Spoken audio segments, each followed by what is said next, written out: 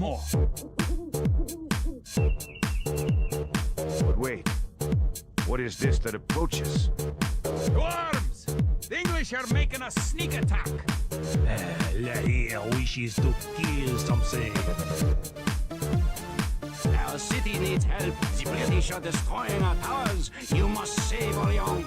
No. Attack. We are tired of licking British boots. Here they come! Fire! Lahir wishes to kill something. Age of Empires. Age of Empires. Age of Empires. Age of Empires. Good! You have a relic. Protect the relic in the monastery by right-clicking the monastery.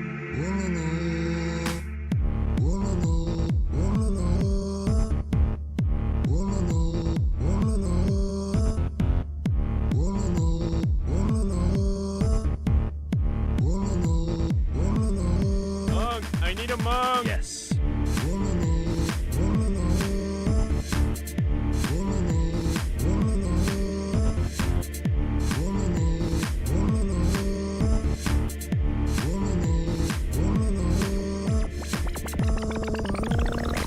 Food, please. No. You have a market. Wood, please. You have a market. Gold, please. You made a trade card. Stone, please.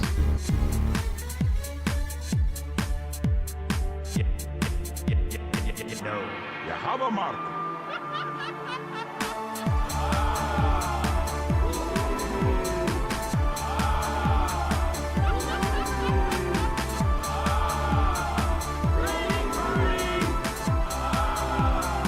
Yes. Jerusalem has 4 towers remaining. Jerusalem has 3 towers remaining. Jerusalem has 2 towers remaining. Jerusalem has 1 tower remaining. All Jerusalem towers destroyed. The city is ours. Jerusalem has 4 towers remaining. No. Age of Empires. Age of Empires. Age of Empires. Age of Empires.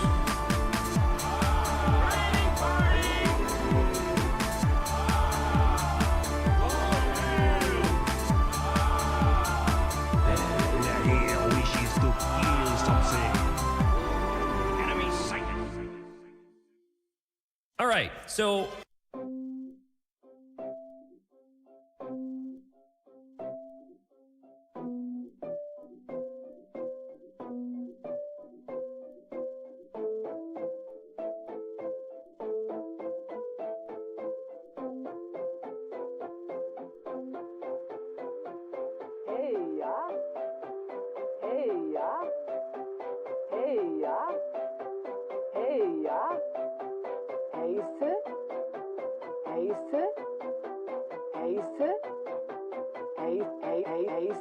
dass ich soll, dass ich soll, dass ich soll, dass ich soll, ja, dass ich soll, dass ich soll, dass ich soll, dass ich soll. Rete, es war. Ja, Rete. Ja, es war. Rete. Du wäre. Hova, Sucha, du wäre. Holzer. Heise, das war. Wocha. Auwa. Heise, das war. Wocha. Das ich soll, das ich soll. Berete. Das ich soll. Das war, ja. Heise, Flickmann, das ich soll. Berete. Ja. Geboren. Das war Heise, das war Heise. Das dumme Fischere. Ja. Jägere. Ja. Fischere. Jägere. Ja. Das ich soll. Streete. Sassa. Auwa. Flickmann. Ja. Rete. Das war. Flickmann. Berete. Hey, ja. Ja. Rete. Das war. Das dumme Fischere. Ja. Jägere. Ja. Fischere. Jägere. Das war, das ich soll. Das war, das ich soll.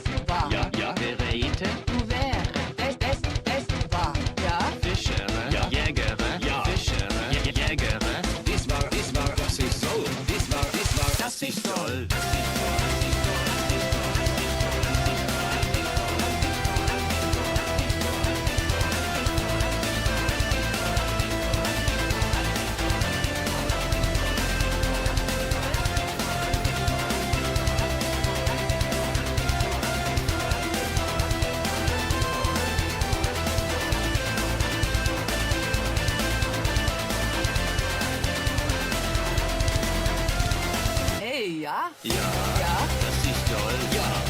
Hey, ja. Ja. Ja. Das ist toll. Ja. Hey, ja. Ja. Ja. Das ist toll. Ja. Das ist so. Das ist so. Das ist so. Hey, ja. Das ist Ströme. Hey, ja. Heiße. Hey, ja. Sa. Reite. Hey, ja. Stritte. Ja. Ja. Gebure. Das ist so. Das ist so. Das ist toll. Hey, ja. Hey, ja. Heiße. Heiße. Dass ich soll. Dass ich soll. Dass ich soll. Dass ich soll. Dass ich soll. Dass ich soll.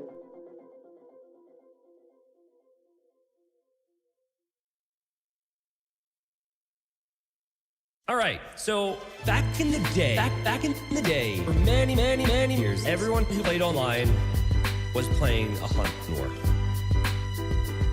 And I kind of miss those days. I kind of miss those days.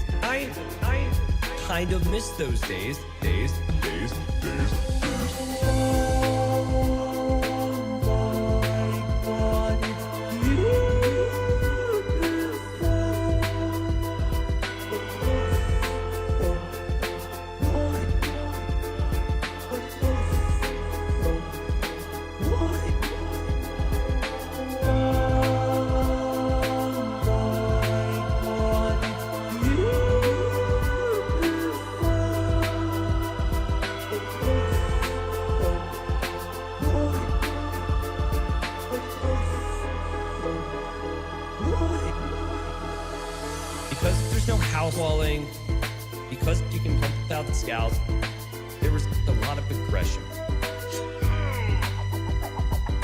Games were not as clean, but games were very fun. And I kind of miss those days.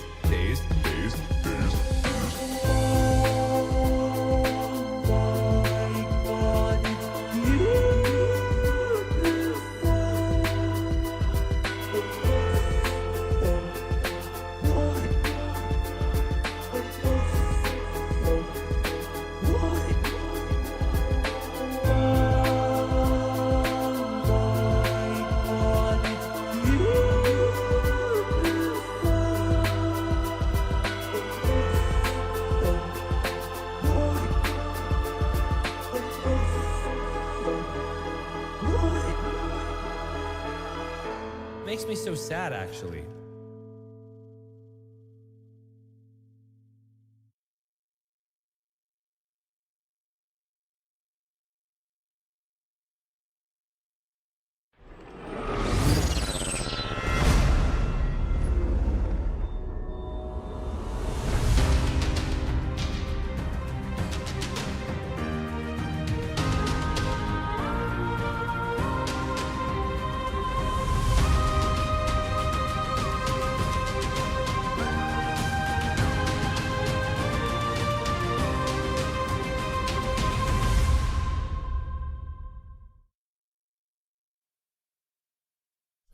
Hello, guys. Welcome. We've got playoffs of gold. It's nice to see you.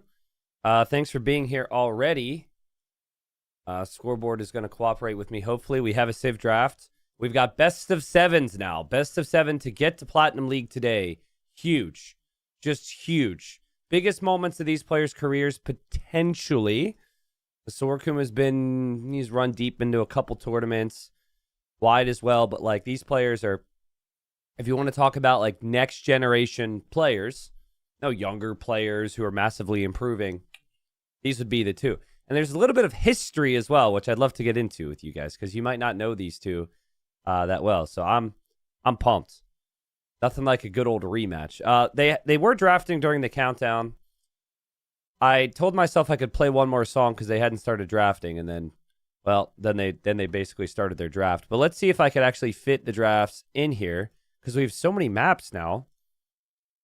This is a best of 7. There we go. How's that look? Not bad. Quarry game 1. Valley, Reverse Acropolis, African River, Tulu, Northern Crossings, and Bypass. Sheesh. Let's go.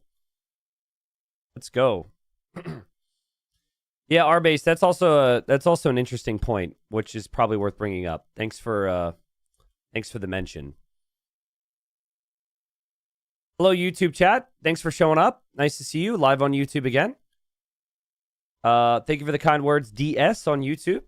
Sorry, we'll be caught up here on everything else, like Twitch chat and whatnot as well. Just need to format this. They're banning right now. Whoops. Hope everybody's good. Happy weekend. There we go.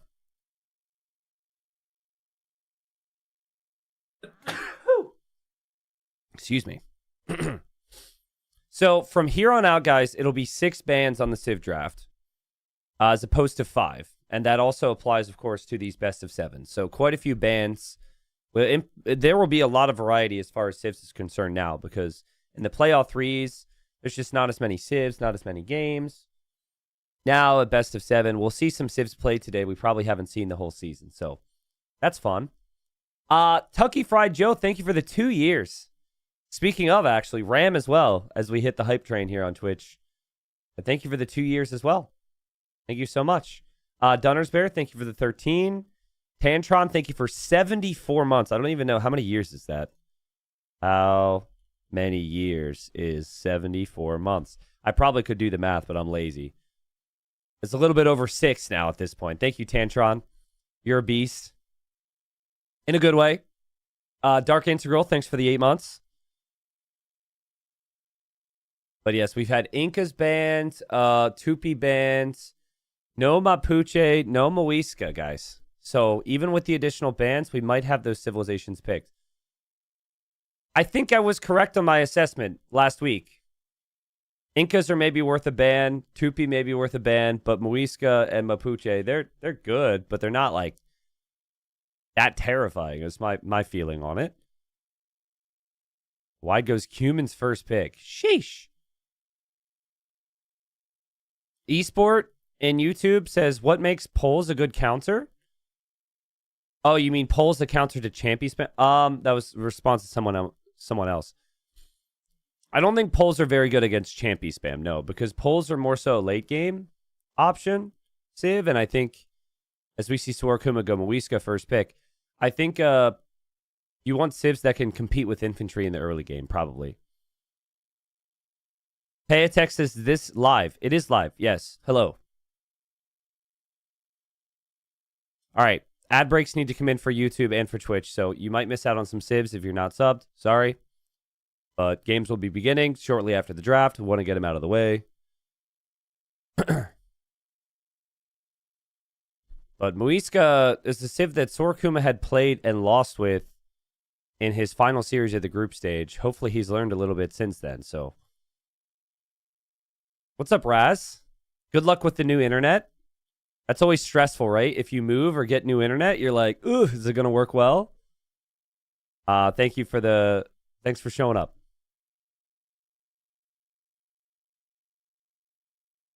So I think Wide is going Cumans for Tulu. He did that in round 5.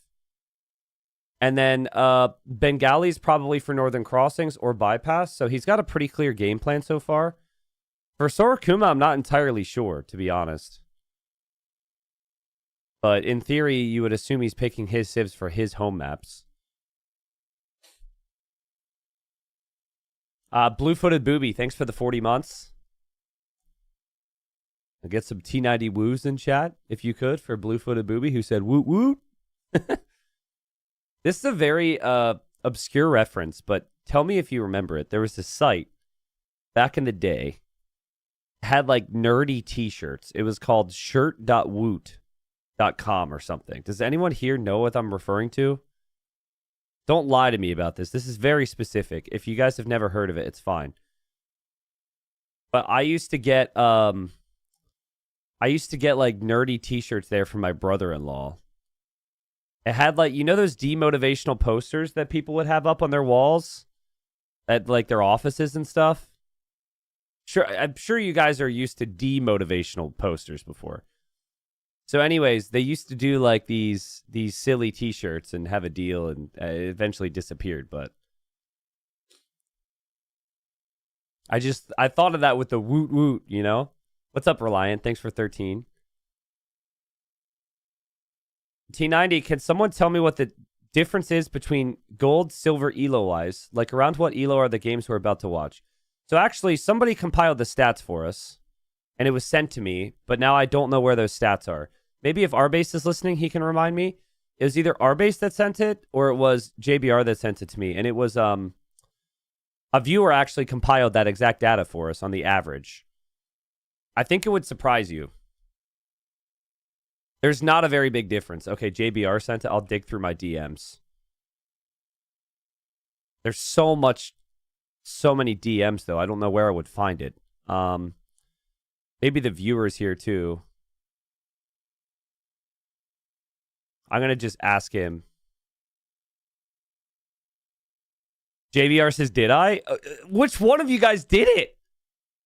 It was definitely one of you sent it to me and tagged me in it.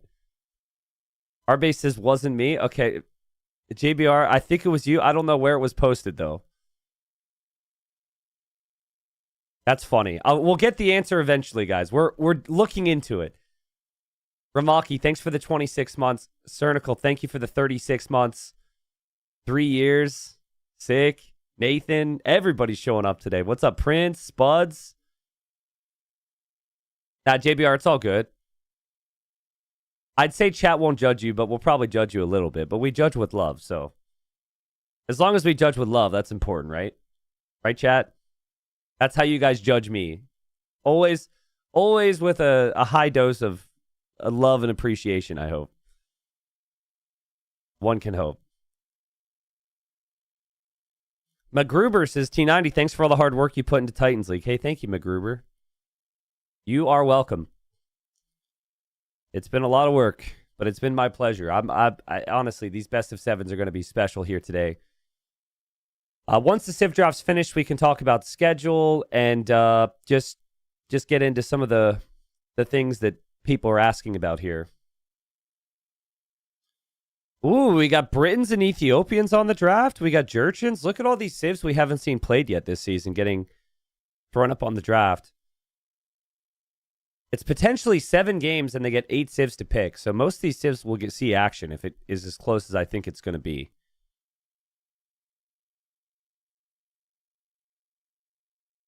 Not really sure about. I think polls might actually be for Valley or Reverse Acropolis. Really takes a lot of process elimination here. So to generally answer the question about the ELO differences, the average ELO for Platinum, I believe, was like just below 2,600. So like 2,580 or something. The average ELO for Gold was only like 50 to 70 ELO below that. So it was like 2,500 basically. And then the average ELO for Silver was only like 50 to 70 below that, which is an extra like 50 to 70 gap. So the ELO is extremely high even for Silver players and Gold players. You do hit this weird threshold though for where some of the top players are so experienced, maybe the ELO doesn't actually matter anymore. It's like how many of the players are playing ranked, blah, blah, blah. But yeah, all the players, like the lowest ranked Silver player is still like 23 or 2,400 ELO. So everyone's extremely good. We're talking best of the very best. Okay, so there's our Civ draft. I'm going to go to Liquipedia and just look at this because, dude, I'm telling you guys, this is a rivalry, or maybe not a rivalry, but this is a rematch, which is so important. Like, you do not realize. Let's look through some of these details real quick. Like, one's in chat if you've never watched a best of 5 or best of 7 with Wyatt and Sorakuma before. Like, everyone's going to be typing a 1, right? Not a frequent matchup. Wyatt is super young. Let's just look through. Let me paint the picture for you all, okay? Thank you for being here, seriously. Okay, let me paint you the picture. So Wyatt is massively improved. Wyatt is a younger player, right? Wyatt, you could see first time he made any money was $27 in 2021, $39 in 2022. Hasn't made a lot, but then obviously he had a really good year last year and won some team game events here. So like last couple of years, Wyatt has gotten really good. That's not really that long of a career. Let me just pull up Sorakuma real quick. Sorakuma is somewhat similar. Sorakuma is 26 years old. Sorakuma has been around for a longer period of time. He actually had taken a break at one point and left the game and returned and has been better ever since. Here's Sorakuma. Like, Sorakuma had a big prize pool cash in 2021, but like then fell off a little bit. And so he's been the better player compared to the two of them, right?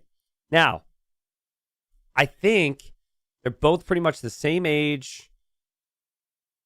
And if you look at their matchups, I think they only would have played one time. That's just based on my memory. And look where it was. So, this was before Silver League was actually like a league. It was essentially a qualifier to get into gold.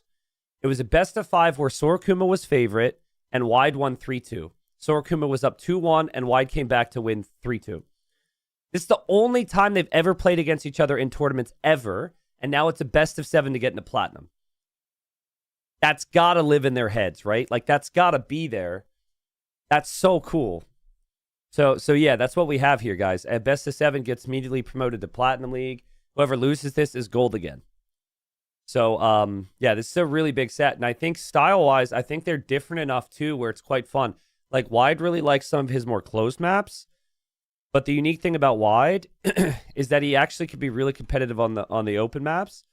Sorakuma likes his open maps, but can also be competitive on the closed maps. So it's like not this situation where Wide and Sorakuma can't compete on the other side. So I don't know. Like, I think it's really difficult to consider there to be a big favorite right now. I think it's very close, but if you had to pick one, probably Sorakuma. All right. To the person asking about the ELOs for the leagues, we have our average ratings.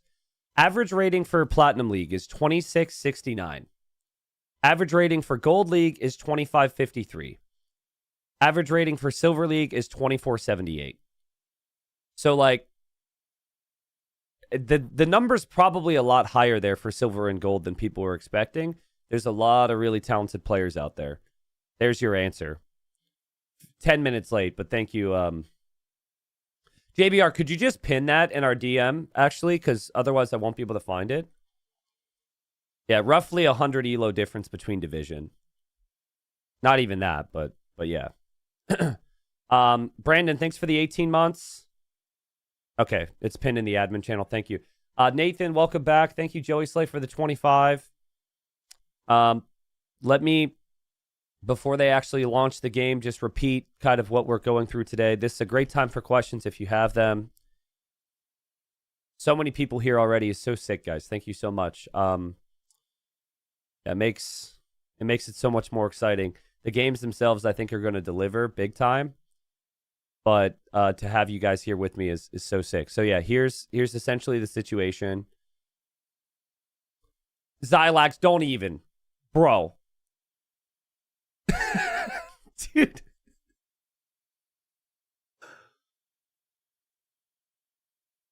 What?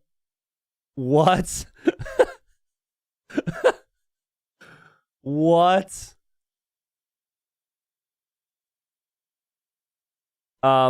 YouTube chat, you don't realize what just happened, but somebody just gifted 200 subs on Twitch. Xylax, dude. Can I give you VIP now? Or are you still going to fight it? My God, thank you. Holy cow. I don't know what to say about that. Jeez. Dodge is in chat, ladies and gents. If you didn't get a sub there, please do not buy a lottery ticket, cuz or gamble, okay? God, that's insane. I don't know what to say except for thank you so much. Thank you. Thanks for the love and support, man. Every time he gives subs, he removes himself from the pinned sub-gifters leaderboard at the top of the chat, and he refuses to let me give them VIP. So, God, that's insane. Okay, let me focus up here and try and be professional. I hope that's okay. All right? He says, please continue with narrating the event. I'll try. Thank you. So, we had this whole league play out, all right? And the players didn't end up getting first place in their groups, right? So the 5 weeks happen. They don't get first place in their groups. They end up falling into playoffs. Wide had 10 wins in his group. Sorakuma had 11. So they had good seasons. They'll be up against each other in the playoffs here. Anyone who is in second and third place go into the playoffs. So this is what the playoffs look like. So today we have Wide and Sorakuma, and then we have Stone Please Margugu. Winner of these best of sevens go 64K Platinum League the next season. Loser is just in the 25K Gold League. But I mean, they're both so good. They both have the quality to potentially make Plat and compete in Plat, right? So everyone's going to want that. You can see the other sets, Doubt, Veleza, Dogal, Kazva. That'll actually be on Monday. So that's, after the whole group stage, we're now at the stage of the game where it's are the top players in gold going to make it to platinum? Big moments in their careers. For Wide and Sorakuma, like I mentioned at the start of stream, these players have only played against each other one time in their careers. It was in a play-in to get into gold. And actually, it's instead of a play-off, it might be like a play-in. I don't know if the terminology needs to be changed, but this is super cool. So happy to break it down for you guys and talk a bit about their styles. Obviously, I'm really passionate about the scene, and I'm passionate about players of this caliber, and I know a lot about them. So I will do my best to break it down for you guys all day today. But let's go. Let's dial in here. We've got polls to start it all off. Someone on YouTube's called that one. And if you wouldn't mind, chat, especially because there's 200 more people that could do it now, if we could get some hypes to start off the first playoff here in gold, that would make me very happy. All right. Let's get into it here. Support's been unreal. And we got Wide against Sorakuma. Let's go. All right, folks. Welcome in, everybody. We have arrived to the gold playoffs. Sorakuma had an awesome season in gold, as Sorakuma ended up falling into the third place position right behind Kapwatch and Doubt. Wide was tied on 10 wins in his group with Prisma, but lost on the tiebreak, so he fell into second place. The playoffs for gold. Second place from one group plays third place from another group. Best of 7 to make it into Titans League Platinum, which would be a huge accomplishment for both of these players. Now, slight speed up here. I think I'm a little bit behind live time. The only time that these two younger next generation AoE2 players have played against each other in a tournament, it was in Titans League. It was essentially the play-in to get into gold back in Season 4, okay? And Sorakuma was the favorite, and Wide beat him 3-2. That is crazy storyline here. Literally just one tournament set against each other, and it was also in a play-in for the upper league. But they both made it to gold. They both, of course, did really well in gold. Now the winner goes to platinum, and then the loser ends up staying in gold. So we got Sorakuma, Taiwanese player, who has accomplished more in his career, but needs to really deliver here. He's playing as the Pulse. We're still speeding up because I was a little bit behind live time. Then we got Wide, who's a young Russian player who people won't know as much about, but I'm telling you, this guy's legit. And Wide has gone for the Ethiopians. And we have an early drush here from Sorakuma, so he's going for the early barracks, pre-mill, pre-lumber camp. We've seen a lot more of this. We could see it even more with the Champy meta we have with some of the new DLC civs. But yes, we're now at live time here, and this just comes down to if Sorakuma can surprise with the build, essentially. Like, this is high risk, high reward. We've been seeing it a lot. And I don't think Wide is necessarily expecting it from this civ. Crazy the differences tiny things can make. If there's not a hole there, he's got some time to react, but there is a hole there. No one's expecting this from Pulse. Nobody's even picked the Pulse this entire season, and Sorakuma's like, hello, Wide, and bam, gets the kill. That's so good. That is so well played. Villager goes down, Barracks gets denied to start it off, and that's why people are going for this build. It's just, it hits you so fast. And so now, decision-making time for Wide. Wide has the wall up in the back here. Wide also almost lost the Villager to the boar at the same time. So he saves his Villager and pulls back, but the downside of having a weak economy and a later lumber camp, it's not necessarily as bad now for Sorakuma because he slowed down his opponent's follow-up. Wide looks a little stunned right now, like he doesn't really know what to do. I think what you would do typically is you would get Loom and you would come out here and you would fight this back and just complete the barracks. No response so far. Redneck, welcome back. Thanks for the 5 months. I will. Thank you. Kalunia, thank you for the 59. But yeah, this set, As the barracks gets deleted there, and he loses some of the wood, but he'll get like 80% of it back. This set should deliver, guys. I feel like with their styles, it should be very interesting. This is kind of weird for Sorokuma. You see, you have a lack of scouting when you play it like this. So he didn't actually scout the edge of this wood line. So he's house walled here and walled here. Which, I mean, it's not your typical wall. Typically, you see the walls from these tiny little wood edges. But well played from Sorokuma. I mean, the fact that he's on the way to Feudal Age right now is sick. And then, oh man, guys, Wide forgot his second building. I think he wanted to click up Fast Feudal, and then he forgot his building. Because his whole build has been thrown off. And so he then adds more villagers. And now he's up, which is a pretty late uptime. I don't think Fast Castle's realistic here, but I just think that the nerves are sky high. So, yo, Star Wars with 20 gifted as well. Thank you. I want to tell you another little story here, okay? So, this season, we've been fortunate to schedule it out. It's been a priority of ours to cover these playoffs for the players getting into the next leagues.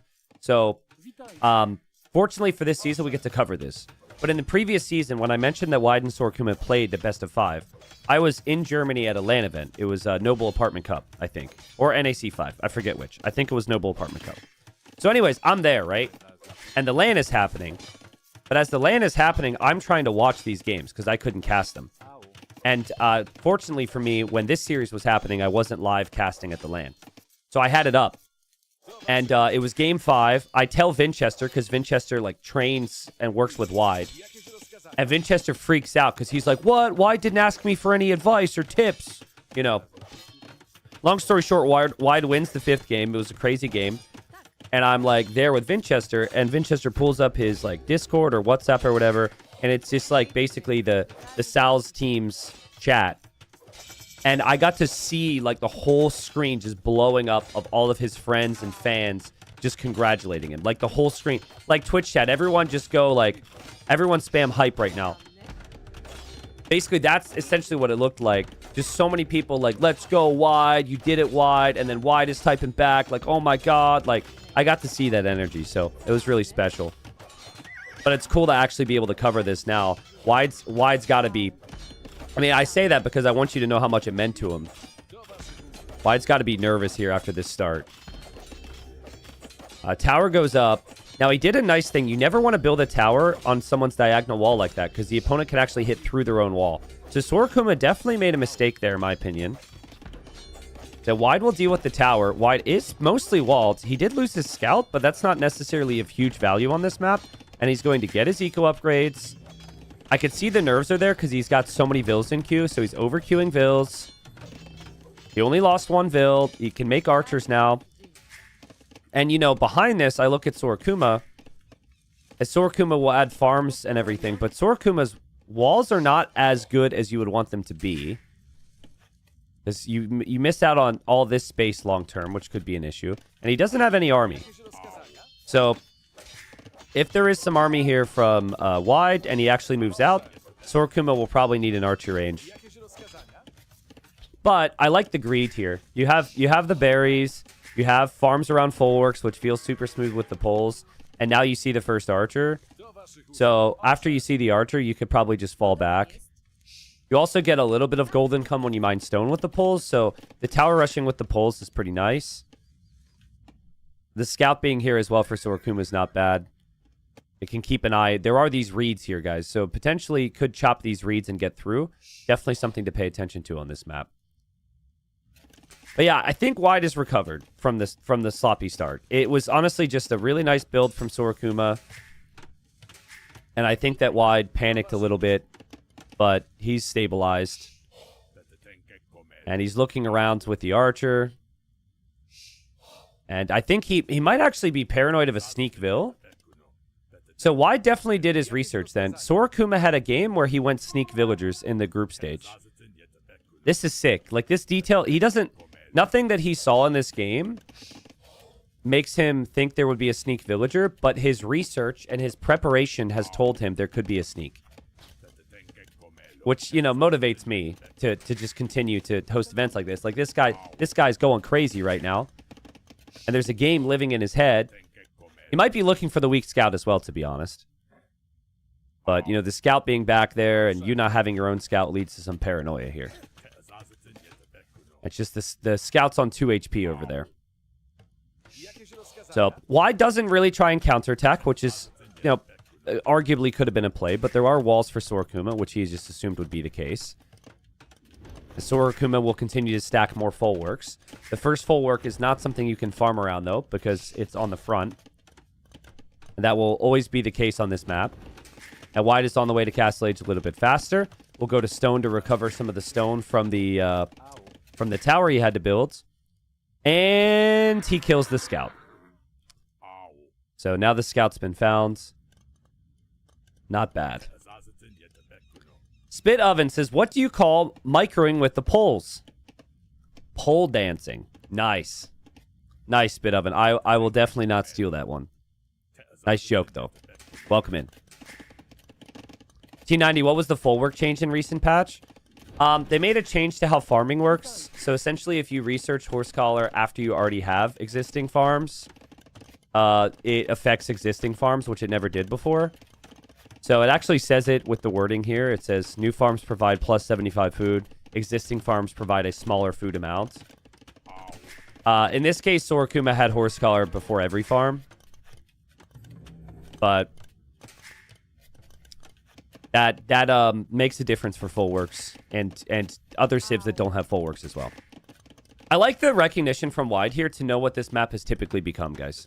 Because, like, some people, they go really aggressive and they play full army here, and then the defender typically wins because they have the hill, and everyone at this level is super good. So Wide just like, dude, I'm going to boom it out here. Like, he's planning on town centers here. He's not planning on big army. He is really uncertain on what Sorokuma's going to do, and Sorokuma has a couple archers here. And Sorokuma might actually be the one to pressure, after all. We see a villager coming this way. He hasn't attacked this archer, so he hasn't shown Wide what he's doing. There's a detail here that's actually kind of a big deal, and I think it's just the fact that Wide can't commit to that next TC yet, because the stone's not there. But that feels like it could be good if he realizes there's going to be pressure. But, oh, man, he doesn't know. And that's just palisade walls. And there's a lot of res back here. Sorokuma's sneakiness is something else here. Yeah, now Wide gets through with this archer. Now he's like, what are you doing? He'll see one archer. But still, that's not enough to make you think there's going to be a lot here. He's lacking critical information. Now, Ethiopians get insane vision from outposts, but he hasn't built any outposts. He doesn't expect it, and Sorokuma will be here. With the ram first, really? I mean, ram, he'll break through this wall in like 2 hits, or 1 hit, and then he can take the range. And then if he goes mangonel as well, it's also really strong. Okay, this is where Wide needs to see this villager and be like, hold up a second. Why is that happening? But he's seeding farms. Notice how the timing on this is critical. He might even delete his own wall. He wants the relic, and now he sees a ram, and now Wide needs to adapt. No market. So these farms place delays the siege workshop significantly. This is not what Wide thought it was going to be. Sorokuma just now adding the second TC. But yeah, Wide again, surprised by Sorokuma. But let's see how he damage controls. He stonewalls behind the range, so he immediately accepts that the range will go down. He micros the monk perfectly to keep it alive. He does panic with his own siege workshop.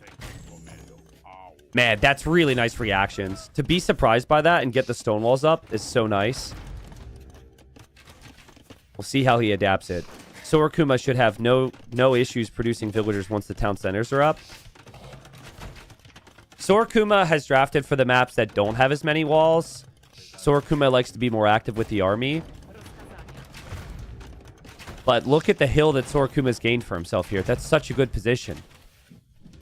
The fact that Wide has to defend from mangonels at the bottom of the hill is so brutal here.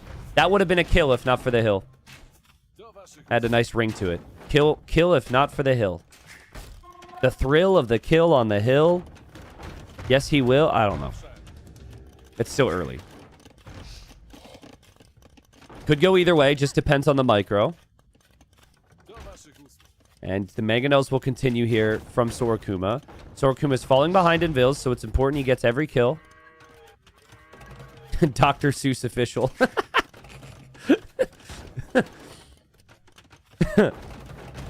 This is nice, though. Here you're on flat grounds against flat grounds, so having the mangonels up here makes sense. But it can be really difficult to have that perfectly balanced economy while you're being pressured. Still, Vil count is pretty good. Micro from wide has been all right. We haven't seen any mangonels go down yet. Still always very frustrating to me to see the Ethiopian player surprised by anything. I say that because there's no outposts up yet. Damn, lots of good micro here from both players. But so far, I've actually been the most impressed with wide because I feel like this could have been so much worse for him. Same with the recovery earlier. Guys, if you might know Sorokuma a bit more. But wide is legit.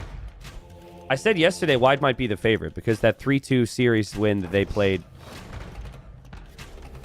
maybe a year or two ago was really impressive. And I think wide being insane on closed maps while also being super capable with aggressive styles. I think he actually, and maybe I'm being too much of a wide fanboy, but he might have more potential. Damn. I mean, Sorokuma strategically, he's going for the right push, but he just cannot get the value. Finally, he gets the value. Remember, still just 2 town centers. We'll add the 3rd town center now. And this could easily swing back the other direction. He still has the position. This middle area gives him so much control and time. And wide, heavy on stone for a castle. And oh man, what a series this is going to be. Sorokuma pole dancing now with the poles. And the dancing finally pays off. Okay, lands a big hit. I probably shouldn't say someone's pole dancing. I blame chat for that. It's just because he's playing as the poles.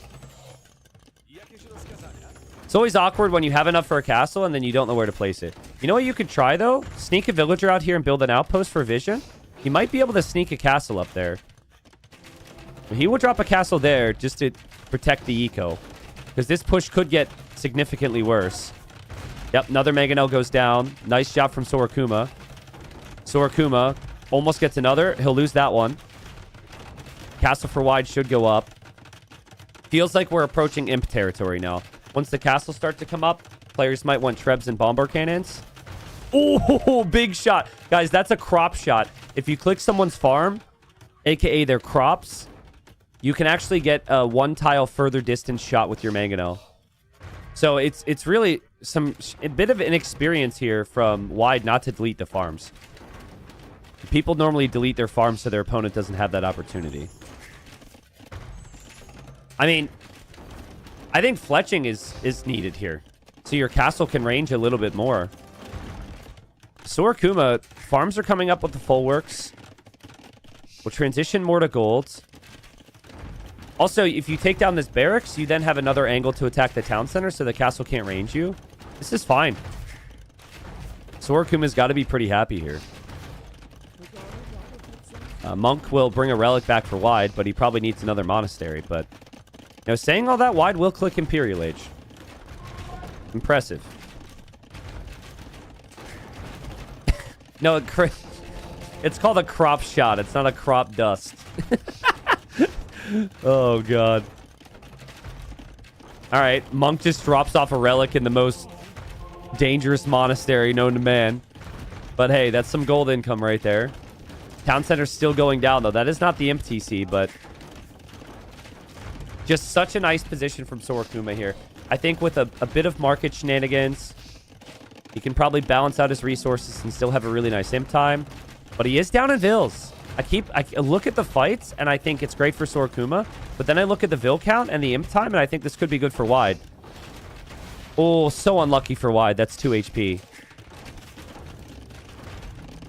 I think Ethiopians are a better civilization for the map. I think it's just a civ designed for this map. You tend to see a lot of ranged units and cannons dominate the late game. And, oh, wow. How is that a kill? Was that not full HP? That's a bit weird. But either way, wide will not complain about that. 15 villager lead. Resources destroyed is just slight difference in it. KD is 11 to 10. Another castle from wide. I think we might see the rare Torsen Engines game, guys. I 1,000 food and 600 gold for Torsen engines, but siege with Ethiopians with that tech could be crazy strong. So Wide has been able to defend. Sorakuma might not even believe it, too. Like, Sorakuma has done a lot to force reactions. Nice shot there. So Sorakuma is almost playing this like he believes he's going to be the one to the Imperial Age faster. It's a big army of crossbows, and pole range units are pretty decent. They're not the best ever, but I do think they do get thumb ring on their arbalest, so... I mean, they don't... Or are they missing thumb ring? No, they get thumb ring, so they pretty much get everything you'd want with arbalest except for the final armor upgrade. Lacking the final armor upgrade on both your cav and your range units, though, does put you in a weak point. But, man, what a game. Yeah, so this is what... Wide is weakening that mangonel so he can get the uphill shot. And Sorakuma knows that, so Sorakuma backs off. Crazy that Wide still farms in these positions, though. And villagers didn't even go down. Still haven't seen any chops on the side. The crossbows are patrolling there just in case. I don't think that's where Wide will want to take the fights. And Wide is an imp now. Has Bracer. And still has a nice villager lead. Guys, how has Wide had less idle TC time under that much pressure? That is insane. That is so impressive. One thing he really needs to do is maybe get more villagers on stone. He's built 2 castles, but he's now not mining any stone. He also collected a relic. He could collect these other relics quickly as well. Sorakuma a little late there. And Ethiopian Arbalest, definitely the superior arbs, but oof, castle though. Castle says hello. The plan for Sorakuma is going to be skirmishers here. And well, you did say Wide was overqueuing villagers early. Well, it's tough to say if that's even overqueuing, right? Like, it's just sometimes players... Oh, Monk goes down. Sometimes players, when they get nervous, they overqueue. But in the end, I mean, he's balanced it perfectly. It felt to me when he got drushed that there was definitely a bit of panic. And ever since then, he's played it great. Wow, he'll stonewall the side so there could be no side shenanigans. He doesn't want the poles to raid at all. And I think he believes that his Civ is unbeatable in this matchup if it's fighting through the middle choke point. That's such a nice detail to wall the sides. Guys, I'm telling you, like, Wide is training so much for this. We have players who are in these playoffs in gold and silver who have been playing dozens of practice sets. They're so motivated. And Wide is going to take it easy here and probably just wait for cannons, which poles can do as well, and there will be cannons coming from Sorakuma. And Sorakuma is definitely wanting to push. You could tell. He's like, doesn't want this game to go on for too long. Can't actually wall that because of that one skirmisher. That's a big deal, though. Like, Sorakuma could probably be chopping that and be through with something. I think it's definitely worth it. But he tries to move in there, sees the army from Wide, and now he's got the trebuchet focused on the castle. But because you lack the final armor on your skirms, Ethiopian arms are going to shred the skirms. The skirms are not good value because they're not tanky enough, and then the Ethiopians have the machine gun arbs. So that's a sign of things to come if you make too many skirmishers. I still think Wide is hoping to max out with the cannons. And so instead of a mangonel war now, it's going to be bomber cannon micro. Obviously, you do have the arbalest and the skirms in the mix now, so it's more complicated. But overall, I think if Sorakuma can snag these relics, I think if he can continue to take the gold in the middle, and if he can continue to sink damage into this castle, it's slow damage, but it's steady. A detail here, you really want the trebs up on this hill, so you're not doing uphill damage, but hard to manage that. And there's Slakta. Or as someone once told me, Sriracha privileges. That's not it. But it's about to get spicy. Because if the stables drop for the poles and they can use Slakta privileges, your Cavalier, even though your Cavalier aren't as tanky, they cost 60% less gold. It's very strong. And Wide will lose the castle. Remember, Torsen engines is the big thing that you would want here for your siege to be superior. Both players have siege engineers right now. And, you know, maybe for Wide, just not able to get the army count up. That's a lot of skirms. Hasn't landed many big shots on the skirmishers yet, and Sorokuma is looking pretty comfortable right now. More bombard cannons are being massed. I still think this will come down to how big the bombard cannon shots are. And then obviously, a lot of it then comes down to how many Arbalests are going to be alive for Wide. Yeah, Wide goes for it. There it is. Torsen engines. It's so rare to see this. First time in the season. Guaranteed. But yeah, 1,600 resources invested into the blast radius on the cannons. But you now have to shift into actually protecting your cannons. And I think the game sense is there from Wide to know that it will be cav spam. But he doesn't have Halb yet, and he doesn't have the units here. So, but yeah, if you get Halb, Arbalest, and also Torsen engine bombard cannons, it becomes very tough for Poles to go through the middle. But dude, Sorokuma needs to cut here. Like one lumber camp piece through, and he can raid the sides. If Sorokuma loses this game trying to fight up the choke point against Torsen engine, bombard cannons, and Arbalest, I think he will have big regrets. And I'll, of course, be sitting here being very critical because Cav is all about the mobility, man. But he's getting his upgrades, and there's still not many Halbs here, and he still probably feels like he's got a chance. It's not a big Arbalest mass. It's only 27. But there's Torsen engines for you. Oh, man. Yeah, that's the first time it became clear to Sorokuma. Imagine if that's a bigger group, and the cannons can connect with them. Wide's still waiting. He's seen no evidence that there will be cav. Another big shot. Skirms are a non-factor now. That's just more population space for the cav, though. Wide will see this. Wide is overextending. He didn't know. So he needs a big attack round, which he does land. But it still could get complicated. The Halbs need to be there. Oh, man. So far, very nicely microed here from Wide. The bombard cannons land shots on the crossbows. The Halbs and the Arbalest were perfectly positioned. That's not bad. Wide's micro was perfect there. The Halbs were there at the perfect time. Cav will still get into the back. They might get some raids, but I think Wide can deal with that. Honestly, there's an argument to just play full Halb. Just play Halb and bombard cannons at this stage. Remember, Sorokuma has all the middle golds available. Still has the side golds and side stones too. There's a lot of resources on this map. Guys, this is a best of 7, and this is how it's starting. We even have the rare fortified wall tech for Wide. I still think that Sorokuma needs to stop fighting through the choke. He had the idea here to take down the wall and to raid. I would love to see him remember that this area is choppable. The Halbs need superior upgrades for Wide. He's working on the armor upgrades, but he's not even close to being maxed out at the moment, as we actually have Onager being researched for Sorokuma. Now, Poles don't get Siege Onager. Ethiopians actually do. But typically, Onager's a very desperate play. Against this many bombard cannons, with Wide's micro, Wide will snipe that.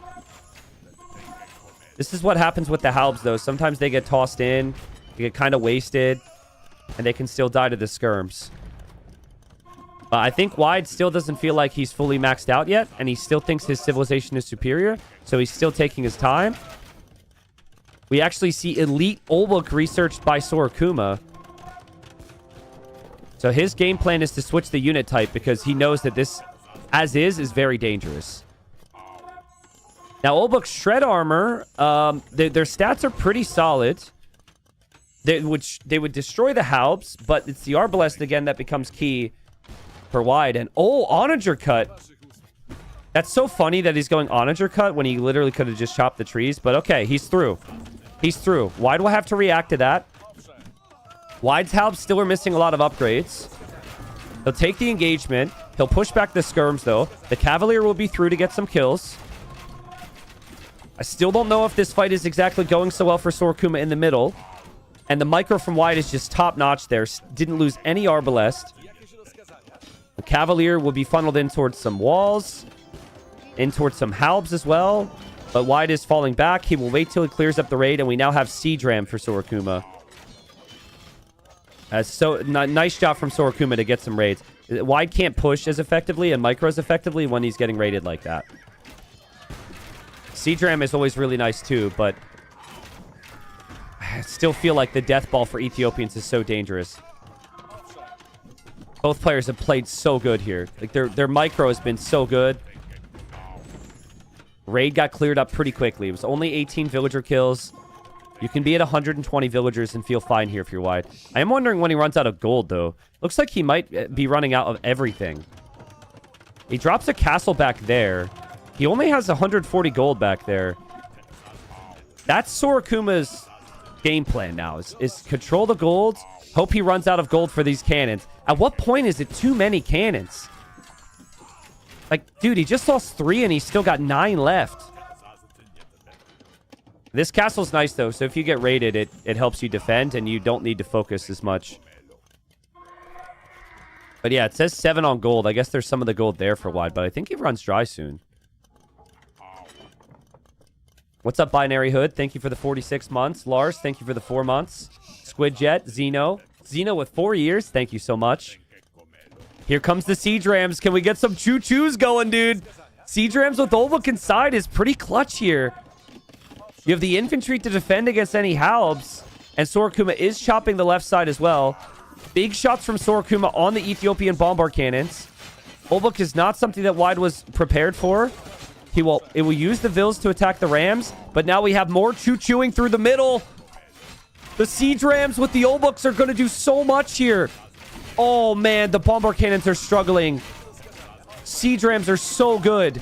The Rams are still working away there. The infantry ram train was the perfect choice from Sorakuma. Wide was never expecting that. And that's game-ending damage right there. The mass of the bombard cannons are gone. The castle could easily be gone. Villagers are dying everywhere. And the Arbalests are now being focused down by the bombard cannons from Sorakuma. Sorakuma's like, I don't need Torsen engines. I'll go for the OG engines. The Siege Ram with the infantry. Damn. What a finish to the game there from Sorakuma. And a great first game. I need to add the best of 7 here. In a great first game, Sorakuma wins. And that could be an important one. Because again, I think game plan-wise, and we'll probably be able to tell in the draft, I think that Wide always felt like he had the best civ for this. I don't think Poles is high up on the list of civilizations you would typically see played. But Sorakuma held the map control. He tried everything he really could. But the key there was the Siege Rams. The Siege Rams just tank so much. It's so difficult for anyone playing heavy archers and halbs to deal with Siege Rams and infantry. It's a common approach. Back in the day when we used to see Britons played more, one of the best counters against Briton longbowmen would just be Siege Ram, because it tanks so much damage, and then they can't take down the Rams fast enough. And in this case, Sorakuma's bombard cannons also got really nice value. That's 34 kills, but he killed like most of the bombard cannons and the Arbalests with these cannons at the same time. So, GG. Yeah, well, what a game. KD was very close. And Sorakuma collected more food with the pole farm bonuses. And he killed off that additional gold from Wide. And would have had more gold to mine as well. All right. So, to everyone who just got here, hello. Reminder, we have playoffs now for gold and for silver over the next 4 days. Winner of the playoffs go into the upper leagues. Loser stays in the league that they are currently in. So this is a gold playoff. It's essentially a platinum play-in. Winner moves up to become a platinum league player. We already have 4 players from gold that are confirmed to be in platinum because they won their groups. But the rest need to be determined over the next 4 days. So 30 seconds.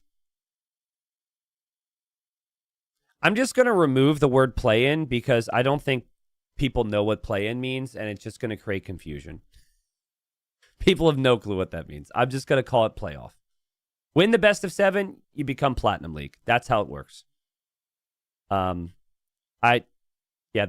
changing terminology is just creating more work for me. So, but no, the support's been awesome. The viewership's great so far. Thanks everyone watching. But man, to the subs. Thank you. I think we had more subs within the first 30 minutes Not even counting the not counting the gifted subs. It's just like more people resubbing and subscribing so far that we had at the start of many streams over the last few weeks. So it's a big moment. Yeah, I'm going to make this play off because I just think it's creating confusion for people. And here we go. Let me see if this works. I don't know if this will work with the bigger draft.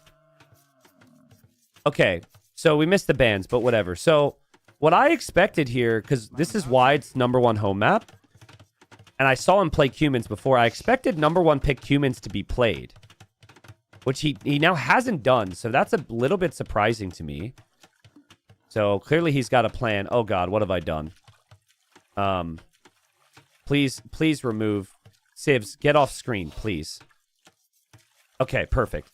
But yeah, this is Wide's home map. He looks to recover here. This map is Tulu. The Tulu is regicide start, but we've got queens. 50% chance of queen or king. If you lose that queen or king, you are dead. So please keep a close eye out on that, players. You have this line of trees, but that's double the amount of wood per tree, even though it looks the same. So that's a little detail. If you want to chop to the outside and get access to stone, which might be important here with the Britons, you need to start chopping quickly. And you also have the water in the middle. This is a bit weird because neither player, you don't start with gold with regicide resources. So you're out here unloomed unless you mine gold. The Sorakuma will see 2 villagers there on the fish with the dock. And what you might want to do is just pull 2 villagers with your scout to attack. But another tiny detail, and this map is full of tiny little details that matter, is these towers have crazy range. So that's 13 range. So actually, I've done some testing on this, and if someone comes out to Vil fight this, all Wide would have to do is back up to like right here, and then the tower is ranging whatever Sorakuma has. So I think that's why Sorakuma is not Vil fighting there. But a lot of work to do. Your boars are outside your walls, which is super annoying. You start with a ton of villagers, and you got to send them all different directions. Not an easy map to play. But clearly, Wide has picked the Britons for the late game, right? He picked Ethiopians for the late game in the previous game. He has to have done the same for the Britons. And Romans is like... You know what Romans makes me think? Romans makes me think all-in Castle Age, guys. Like, double Siege Workshop, Rams, Scorpion push or something. Because Roman late game is awkward. You don't get Bombard Cannon. You don't get Bracer. Like, typically, you want Bombard Cannon civs or, like, good range units on choke pointy, boomy maps. I mean, we could see Siege Ram again with infantry. Especially against the Britons. That was the example that I gave. But I don't know, man. I think Wide certainly got his game plans. And with it being his home map, you'd expect a really nice build. He clicks up. He'll be on the way up. And the queens are... Sorakuma's queen is inside the base, at least. And then we have Wide's queen inside the tower. All right. Leaf, thanks for the 4 months. Appreciate it, man. Rosbergs, thank you. Alpha Crit, thanks again. But yes, so we have 2 best of 7s today. Winner goes into Platinum League. This first series is Wide versus Sorakuma. Second series is Margugu against Stone, please. And the only other time Wide and Sorakuma have played against each other was in a best of 5 to make it into Gold League. And now they've progressed and they're in Gold League. And one of them gets to Platinum. A really, really cool matchup for their career trajectory. Big walls from Sorakuma. I'm not seeing any gaps. So that's kind of nice, so you can breathe a little bit. There's also a statue in here. That's pretty cool. Does anyone know what this is named? Cool statue guy. We'll call that. Steve. I'm gonna go out on the limb and say that individual is not named Steve, but Bulletchin says random fact. That's me. Okay, Bulletchin. I can rename units in the game with Capture Age, but I can't rename statues, so... Unfortunate. Very clean build from Wide. He builds the blacksmith, he builds the market. And he'll be in castle. And notice how he's got 2 vills clicked onto that tree. So this has been continuous. You can't fit 3 villagers through that choke point, only 2. And villagers are so stupid sometimes, and they'll switch trees. So you have to always go back and click them back to the tree. Because if they bump into each other, the one guy will say, oh, I can't get to my target, and switch to a tree. speaking from experience, it can be quite annoying. Scout is weak for Sorokuma and for Wide. It looks like they had a little bit of an engagement there. There's 2 fishing ships for Wide, so that's a nice lead. Still wondering why on earth Sorokuma picked this civ. It feels to me like Sorokuma wants to boom. So I think he wants to boom, and he wants to add scouts for map control. I see scouts being added from the stable back here. So it makes sense you would add a little bit more economy and be later to Castle Age if you want to add the scouts, and the opponent doesn't.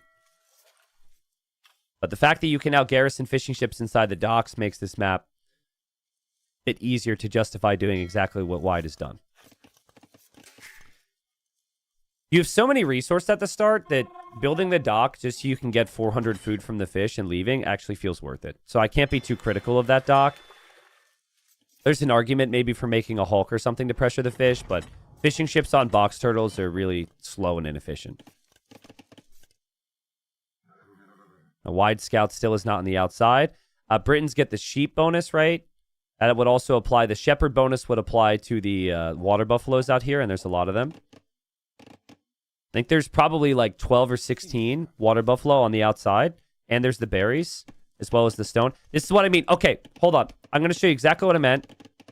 So Wide was doing other things. This idiot just decided to not go after the tree he clicked them on. And then Wide wants out, and he fixed it. See? So that's just how villagers work. It's these weird situations. But he wants to be out building that next town center right now. So that's kind of a big deal. And he should be through. And, ooh, Scout is here. And no loom for Wide. And hello. There's another Scout coming as well. Wide was not expecting the Scout approach at all. I haven't really seen it be that common on this map. And, oh, that's so good for Sorokuma. And Wide, oh, but Wide, oh my goodness, what?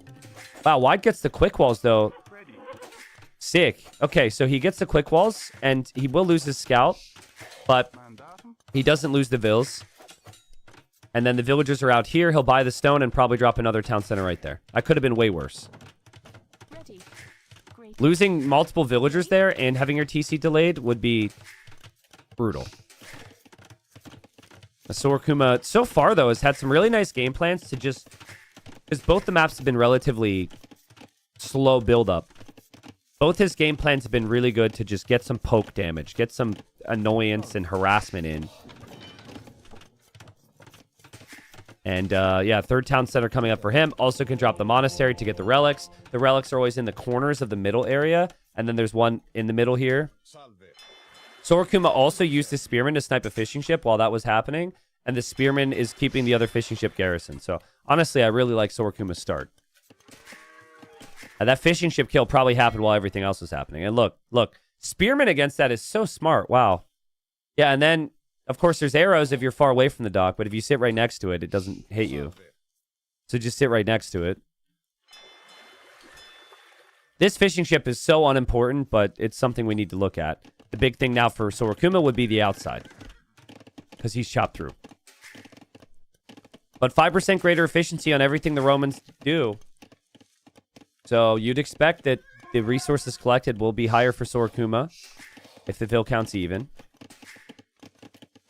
Actually, can look at the worker efficiency.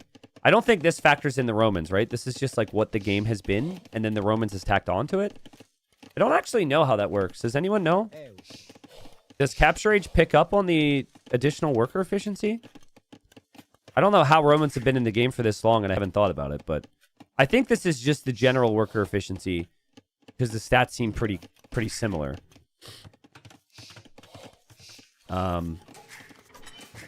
Wide is shifting a bunch of those villagers to stone. And we might see a rare longbowman game here. But the scouts on the outside from Sorokuma, collecting some of the buffaloes, sending them home. We got a monk going here. Look at the confidence from Sorokuma. He knows that eventually Wide will have army, so he snacks this relic first. Really nice approach from Sorokuma so far. And he also knows the stone is on the outside, and that Wide will probably build up towards the castle. And Wide will just drop the houses here. I don't think Wide plays too passive. I think he's picked civs And maps, I mean, so far, game 1 and game 2 are relatively passive maps. Wide can play aggressive, but maybe there's an argument that he played a little bit too passive so far. I would say no. I think Romans are just much more fluid civ for this type of style. And what the Britons excel at is getting their town centers down right away and turtling. But I think he'll feel as though in late game, his civ is just better. But that's what he thought in the previous game. And here comes Sorakuma. Dude, that's a long walk. He's brought these villagers from all the way down here, and he wants to apply some pressure. I like it. We haven't really seen this much this season on this map. Nobody goes for siege workshop pushes on the outside. And this is the thing. It's not going to win you the game, but it's going to help you do other things. It's going to disrupt Wide's game plan a little bit. Yeah, true. You could actually sit here with mangonels and have the hill. Could be really awkward. Break through the houses quickly. Wide, of course, is never expecting this, is never seeing this. He drops the castle on the front. Wide wants to go like longbow halb and slowly push mid. He's thinking the outside is not a factor in this map at all. And now he'll see the outpost. 2 straight games for Sorakuma where he goes for the little siege push. And he goes Ram Scorpion. That's interesting. I mean, Ram Mangonel is pretty good. I'm not sure about Ram Scorpion if your opponent goes for a Mangonel. But I think Ram Scorpion is because this isn't to win the game. Right? Like, this is just to set up everything else. It's just the strategy. He might not even produce anything else out of the siege workshop. And now Wide's like, wait, hold up a second. What? He's pushing me? We'll go for stone walls real quick. Tries to go for the stone walls. The Scorpion's there. Monk is there as well to disrupt it. Panic time for Wide. Wide is on the way up. He is starting to make longbows. Converted villager goes down. I think we're seeing why I didn't like the Scorpion. Because now your opponent can just add a Mangonel. It's funny, though. Wide actually cancels his Mangonel. Like, you don't want to overreact to this. So he's just canceling his Mangonel, and now he queues it up again. Oh, this is such value from Sorakuma. I like it. But now Sorakuma should be thinking about middle. Getting the relics here. Outpost through the middle. You have to know what Wide is going to send your way. Obviously, Wide is not going to win the game from the outside. Sorakuma is nowhere near Imp. Yeah, look at the position you can get with the Mangonel. You can be on the hill. I think that's on flat ground, even though part of the circle is on the hill. It's kind of a big deal. Wide will eject. Also, if you eject, you could potentially lose your Mangonel immediately. Yeah, now Sorakuma's on the hill. Knights coming from Sorakuma, so maybe he'll commit more to this than I thought. I think he wants to add army to stop a forward castle. He can see this now. These longbows only have fletching. And Wide will drop a castle there. Ooh. Ooh, man. I mean, it's 1 knight, 2 knights. But Wide doesn't see anything yet. And Wide still has to worry about this. And wow, Wide sniped the Mangonel as well. That's so good. But now Wide needs to quick wall this.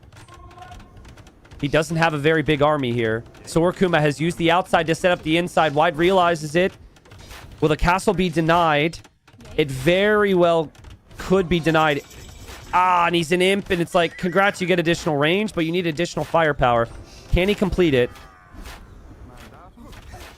I think Wide has just not been able to get his game plans going as smoothly as possible today. His game plans are good game plans, though. And he will kill the knights in the end. The castle will go up. He will be an imp. He does have longbows. And now Sorakuma is like, holy, I need to get up to imp. Sends the queen to the back right now. That's a crazy detail. So, obviously, it's regicide. You don't want to lose your queen or king. Smart. Also, so good from Wide to just try and ignore this as much as possible. Like, if you would have brought your longbows here, that's exactly what Sorakuma wants. But also, this is the problem with not dealing with it. Because now you try and react, and it's kill the ram, and now the ram gets repaired, and now the units come in. But yeah, he's full focus on the front. Trebuchets will be on the way. 2 minutes away from Imperial Age of Sorakuma, though. It's a really, really, really long period of time. But here comes another castle from Wide. Guys, this is what Wide did with Cumans the other day. There was bigger question on the strength of the unique unit. But longbows, everyone knows, can be really strong, and especially in early game. Especially against civs that don't have very good skirms. I still think Sorakuma's key is going to have to be like a combination of Siege Ram and something else. This is so funny. Who's winning? 3 villagers versus 1 villager.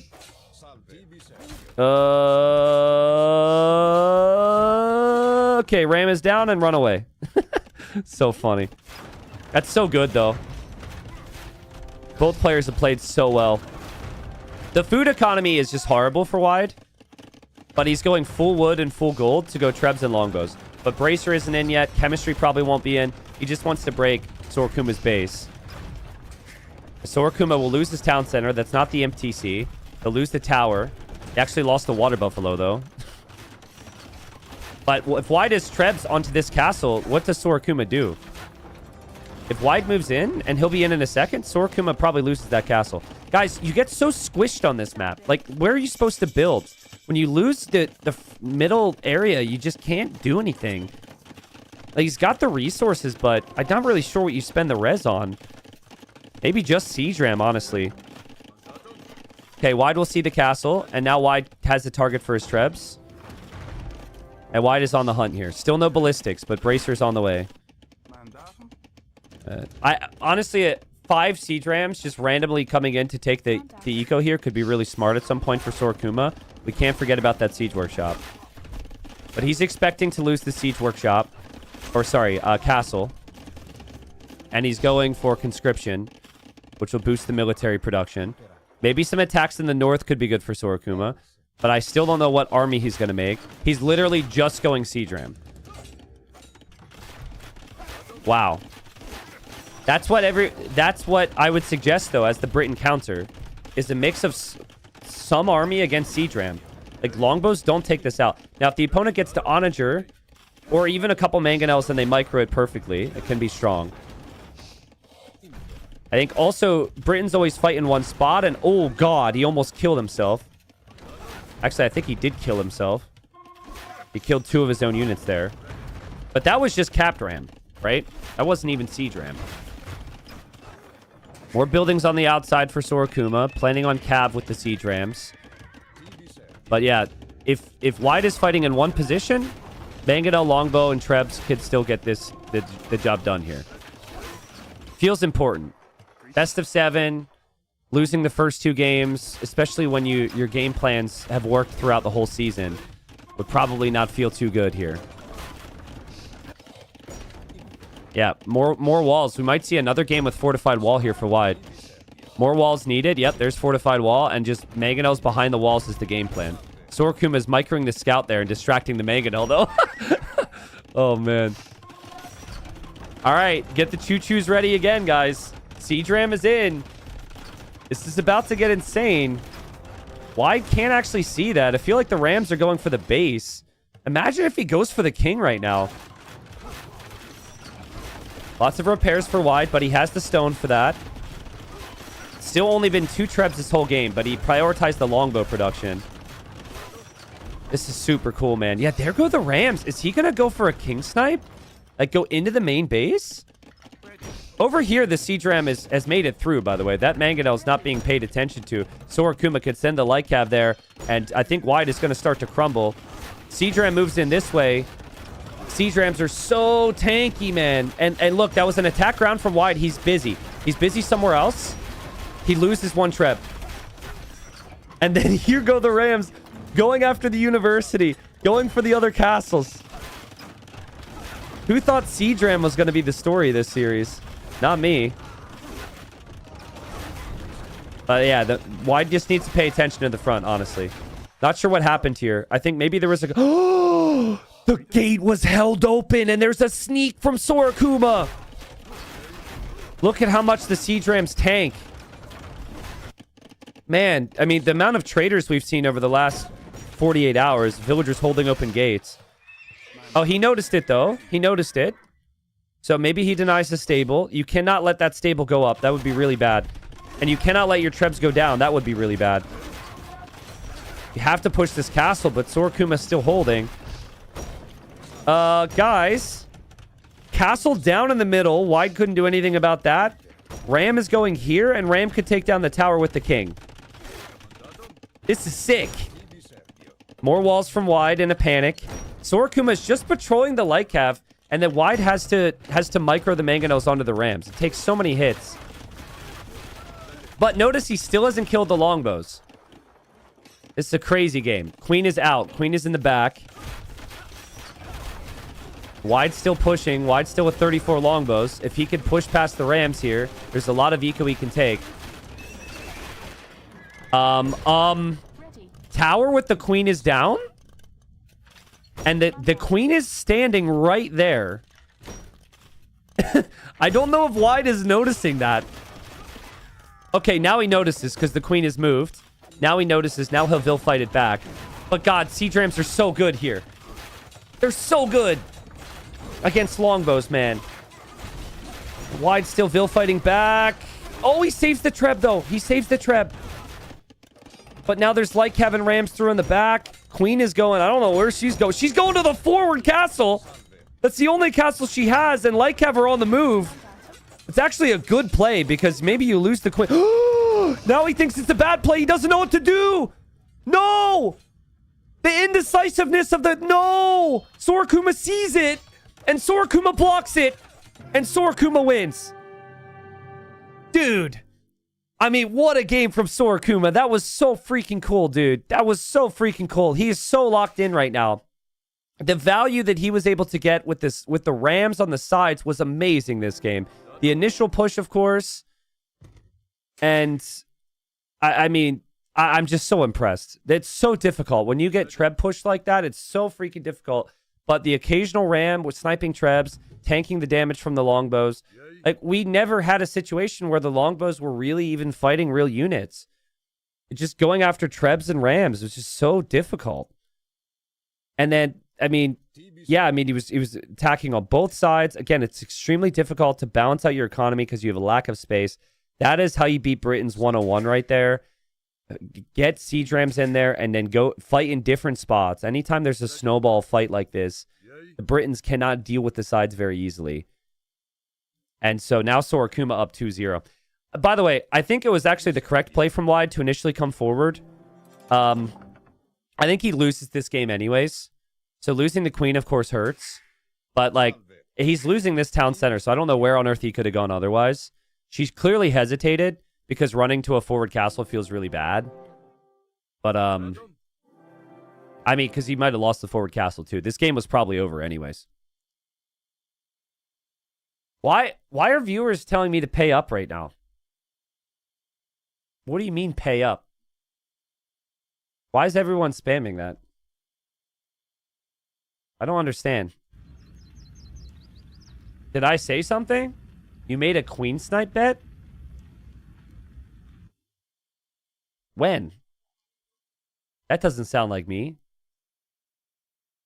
I don't recall saying that. I recall saying that I think I recall saying I would gift subs if someone went 15-0 in platinum 2 weeks ago. Is there evidence? If you show me the evidence that I actually said the words, then I will pay up. Is that true? I don't even know. I've been live every day. I say a lot of things. If there's a clip, just send it my way and we'll verify it. Gifting subs for a king snipe. That doesn't sound like me. I'm inclined to believe chat because a lot of people are saying pay up, but it could have just been one person saying pay up. And then, you know, everybody else joined in, right? Someone on YouTube says Weasel 90. I'm not trying to be a weasel. Also, someone says T90 dementia. I also don't have dementia. It's just I've been live every day. I say a lot of words. I just don't remember. I'm sorry. You actually did, bro? Does anyone have a clip? I don't want to scam you guys, man. Last time you tried to argue it didn't count if it was a queen. Oh, because I said king snipe? Okay, see, that does sound like me. The more you guys say things, the more I'm like, oh, yeah, I could see those words coming out of my mouth. No idea which VOD, but you did say it, says one of the mods. Oh, God. The mods are supposed to have my back. All right. Well, remind me, we have a long day. Remind me, we have a long day. Okay. How many did I promise? How many subs did I promise if a king was killed? 50 billion? Okay. All right. A lot of people are saying 50. Really? Did I 50? Did I actually?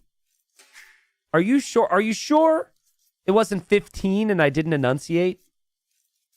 I thought it must have been 15. All right. Fine.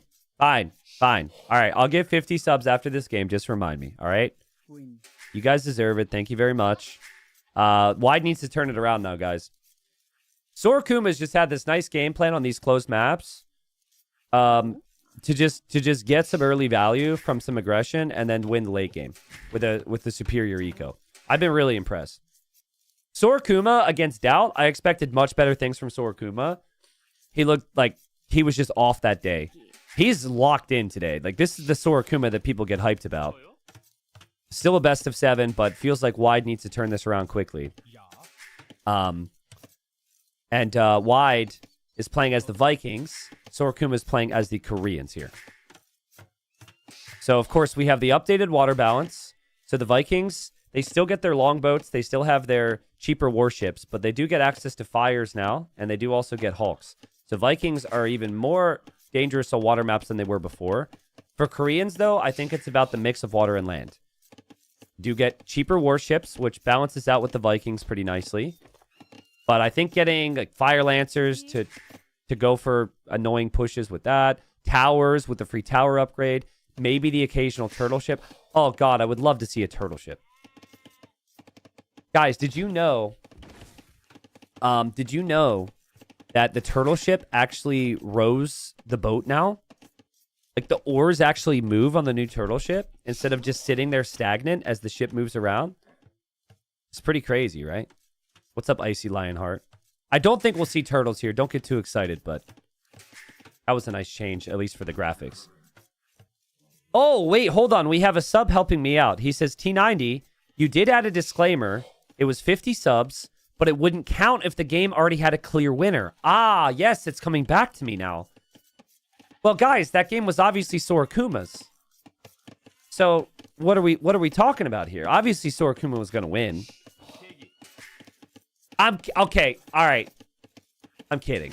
I'll do it. I'll do it. It wasn't like he was at 50 pop and he just tossed his king away. I mean, Sorakuma was probably going to win, but it was a genuine king snipe. This guy's like, I'm already subscribed. I don't care about gifted subs. Let me help T90 out. When T90's done with Titans League, there's going to be community games, and I want to be rigged. That's what he's doing. I know. Oh, shit. Joe gives 50 subs. Oh, my God. I don't know if you guys are aware of this, but I have an alt account on Twitch, and the name is JBG_Joe. It's pretty ridiculous that I could be a chatter and also a streamer at the same time. But yeah, that's actually me. So you can go ahead and thank me now. Joe, thank you so much, man. Thank you so much. Dock on the back from Wide. You have the transport to scout where the opponent will dock. Both players have gone for the dock approach. I really think Vikings just completely dominate water against most civs if they can get to the longboats. But getting to the longboats means you need to get to Castle H safely, so none of that is easy to do. I don't mind playing in towards land with Vikings here. You do have the option to go over the crossing on either side, or you can use the transport. But Koreans just feel more flexible with the cheaper soldiers, whether it be Fire Lancers or like Halbs or Skirms or Archers, which are all really nice here. Super cheap for the Koreans to do. Also, another bonus for the Koreans, which is really underrated, is the villager line of sight.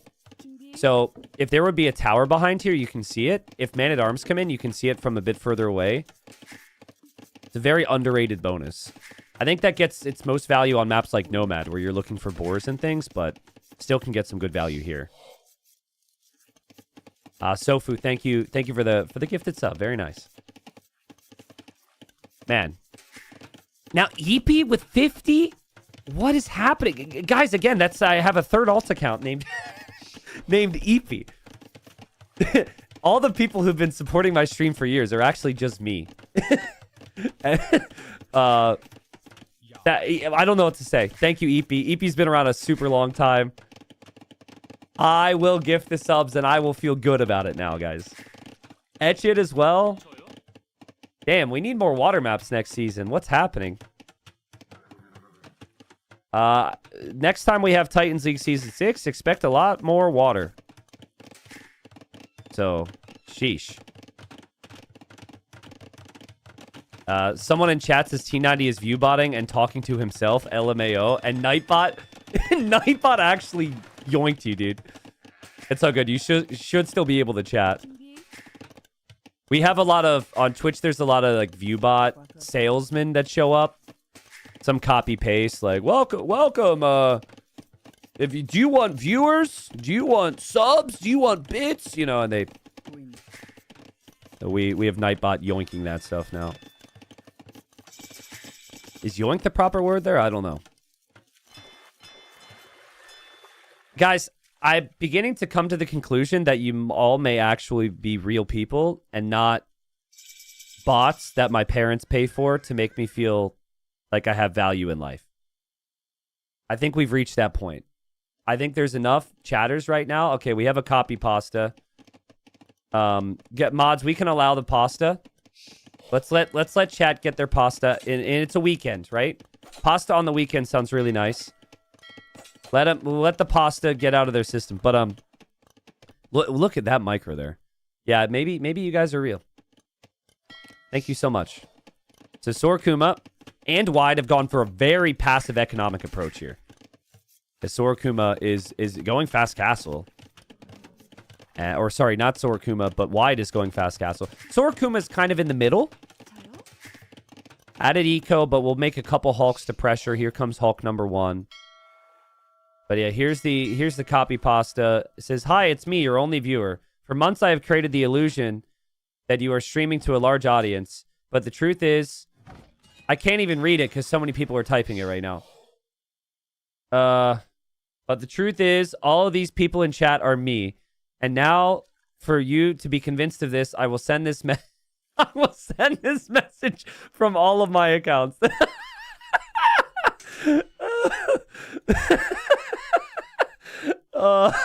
That is so funny. That is so funny, dude. I mean, that can't be unique, right? That has to have been shared before, but I think it's maybe the first time I've seen it. Oh man, Automod is picking you guys up big time though. Automod is not happy. I'm sure my mods are in mod chat right now, like, why is he incentivizing this? All right, guys. Another 30 seconds. Get the copy pasta out of your system, and we're back. All right, we're serious mode. I don't know about serious, but we need chat to be normal again. All right? Thank you, though. So here comes the Hulks from Sorakuma. But I like this from Sorakuma, because, again, it's similar to the first two games. He's just making life difficult for Wide and putting Wide on the defensive at the start of the game. But again, Wide defends very nicely, and Wide will be in Castle Age a bit faster, which is always going to be good. And was able to garrison and save most of the fishing ships. All right, guys.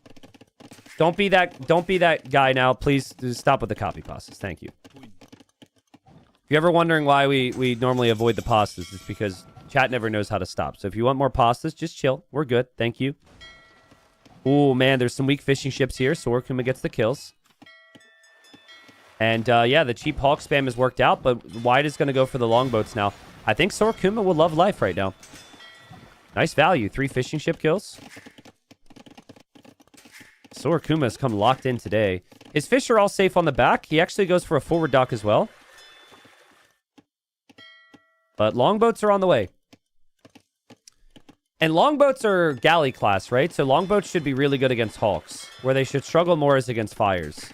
But longboats have always been the category of boat that's so good that it can beat ships that should counter it, in my opinion.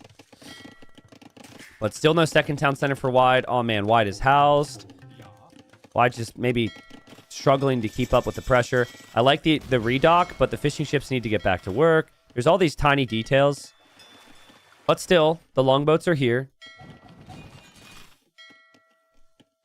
Wait, people have done their research to find where I promised the gifted subs?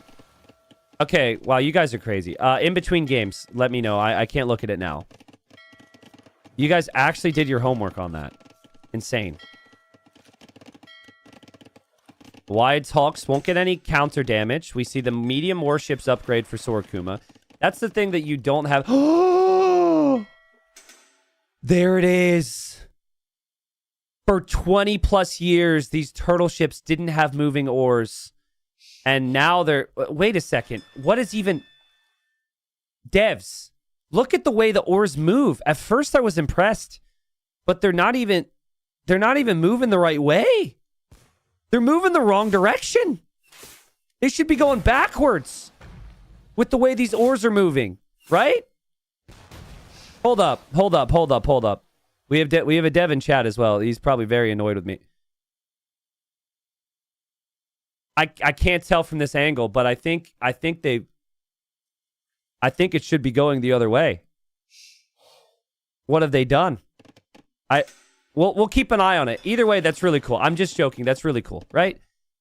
Everyone be in love with this. That's really cool. I can't... Dude, there's no way that should be propelling the ship at that speed. You see how heavy that is? There's metal spikes. Whatever. Give us another 20 years and they'll get it right. Okay, let's look about this direction, though. I don't know. Well, whatever. It's cool. It's cool we have it. How do they actually work against the longboats? They should be pretty good, at least compared to the past, because they've got the rocket cart damage and they also have the cannonball, and they're very tanky, and they're quite speedy. So, I mean, quite speedy compared to what they used to be, so. What about the longboats? How are they moving? I guess they've got a sail. So, that's a pretty big sail as well, which explains their speed. Game is even on economy. Third TC is coming up here from Wide. Let's not forget all the golds that are on the shorelines. Occasionally, you'll get a generation near the water. These two golds being near the water means that you have to hold on to the water if you're Wide. And Ron on YouTube also gifting some subs. Thank you. And actually, Wide is making galleys. And he's switching out of longboats. Interesting. So he doesn't trust the longboats. I mean, he doesn't have Bodkin yet, so I don't think we've seen the proper representation of the longboats. Did just snipe a villager and did just snipe a monk. Yes, to the fifth chatter that has now done research on me promising gifting subs, I can't look at that right now. You guys are insane. Official out account 2073 has just donated $25. Oh my god. Great job casting, very nice all the time. Go to V Sports Casting. Very well done. Thank you, T90 official alt account number 2073 for the donation. Guys, Wide is under pressure right now. And Wide doesn't realize he doesn't have Bodkin Arrow, and these turtle ships are turtling so hard. They're tanking so much damage. It's so good. Sorakuma up 2-0 already. He is behind economically, but he will not complain after this. I think just due to the pressure of the game, Wide never realized he didn't have Bodkin Arrow. Bodkin is so important here. For the war galleys and also for the longboats. But, I mean, war galleys do more base damage than longboats, which is kind of interesting. So, I guess maybe he feels like that's the better choice. It is still discounted, but we also have a tower here from Sorakuma. This is what Koreans have to do. You have good options on water, but on this map, man, you have to tower rush and use land. Put the Vikings under some pressure there. In the back, the turtle ship defense. Oh, man. Sorakuma, he's got such nice control right now. I still think that'll change, though. At least on water, I'm not sure the turtles are a good long-term option. He did lose a lot of his Hawks. But it's tough to really get value from your Navy everywhere right now. And turtle ship. I want to know... Like, do you guys think I'm wrong on the whole ores thing with the turtles? I think it's an angles thing, because here it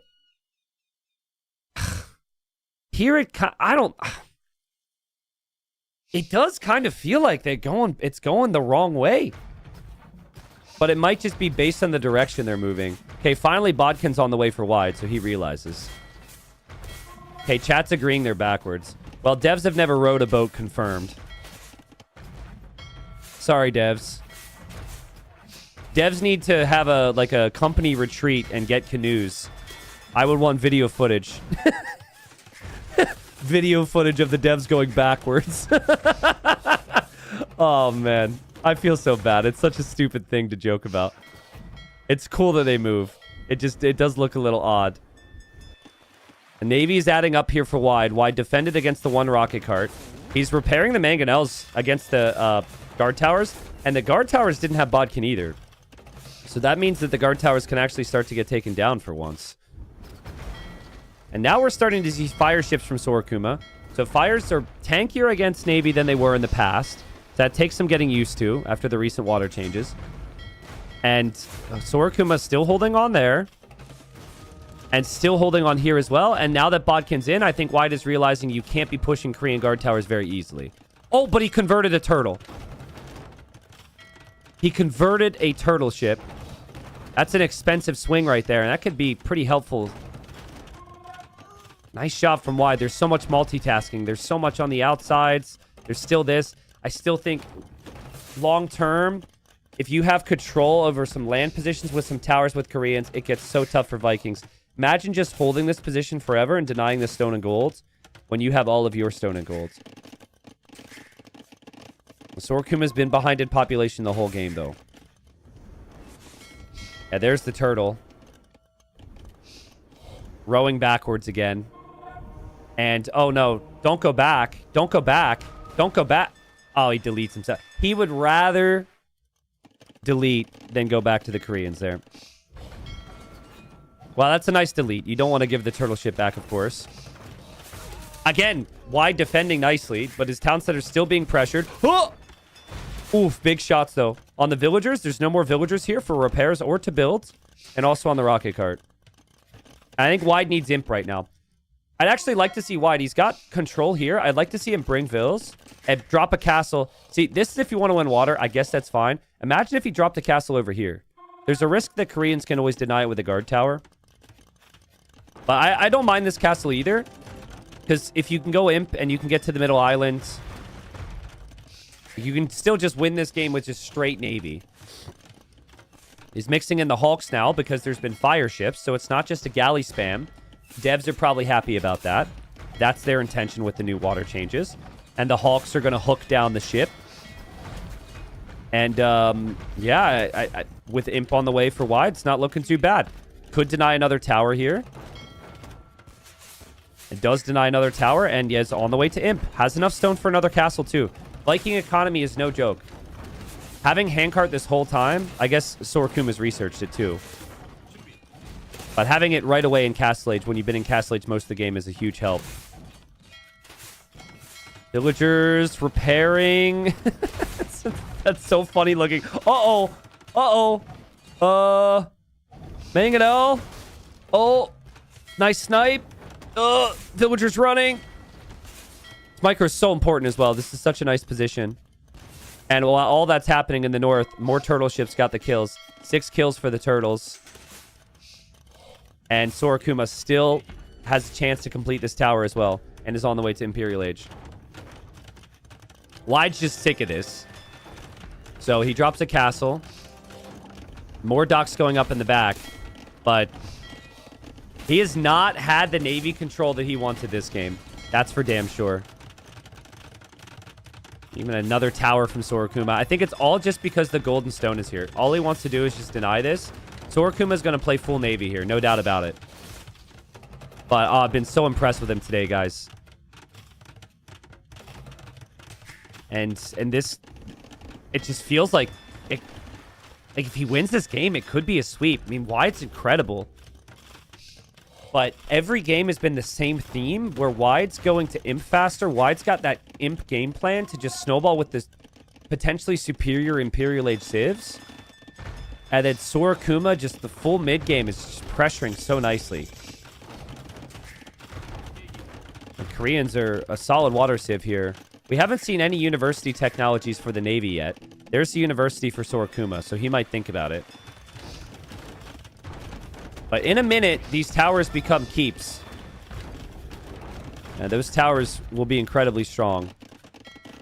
Longboats again for Wide, who still seems a little uncertain on what to make, but that is the ship that the Vikings should be making, I think. And the Hawks in front. We'll see if it's enough. Turtle ships are pretty tanky here. The one turtle ship on the back is dancing. That one's super weak, though. So that'll definitely go down. We've got the double shaft from Sorakuma. Gold shaft and stone shaft mining. So we can mine up as fast as possible. Very rare you see the stone mining upgrade, but I think it makes sense here as Koreans.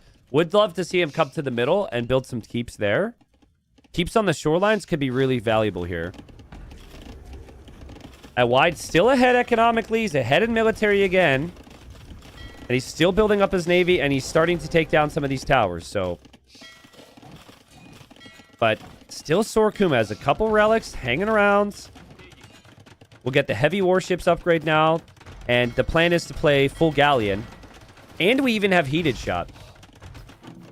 Heated shot, then also I think that's clinker construction, and then chemistry. I'm still getting used to some of the new water techs, but it's in the university now. I had a conversation with my Zero Elo uncle yesterday about water. Let's just say that he's very confused. And I gave him some tips. This will obviously be in the next episode. But I neglected to tell him that I'm maybe not someone who should give tips on island maps. For reasons some of you know. I will save that for the video, but I didn't want to tell him, you know, my history there. Yeah, there's clinker construction. Which one is that again? Is that the speed? Is that listed here? Where even is it? Clinker isn't listed here. Oh, no, it is. So I think it's 10% faster, and then if you get the next one, which is the hull one, you get 10% even additional speed. Yeah, there's careening now, so that will add some armor. All these upgrades are valuable. But guys, Sorakuma's set up super nicely here. Sorakuma's got docks everywhere. Wide does reclaim this territory, but Sorakuma's just got basically freedom to do anything at home. And now it just becomes a bunch of boats. Poco says, I don't know about anything. What did you do? It's not important. It's not important. Elite longboats on the way. Now, Wide would need to get Boggs Vigar as well, which would give +1 attack to the longboats. So he's not even close to maxed out. And there's Carvel Hall. Then also ballistics is still needed. Like, we are maybe 5 techs away from being maxed out on longboats for Wide. When he gets there, though, the opponent will have shipwright in already. And so the ships are going to be cheaper and produce faster for Sorakuma. That's a very big upgrade. There's Boggs Vigar. And there's ballistics. So he's locking in. The one thing I'm seeing that could be a problem for Sorakuma is he's kind of random with his approach. I think you just need all your docks in the middle here. The randomness can help in the early game, but now it's just all about like super production in one spot. Let's see how this goes, though. I think it's just mainly a cost difference now. I think Sorakuma should be able to win fights based on being able to produce long-term. Based on having shipwright, but... I mean, we had our early game. It's now about the late game on the water map. Let's see how these longboats end up faring now that they're elite. There's dry dock as well. But Sorakuma has 3 relics. Could be 4 with getting this relic.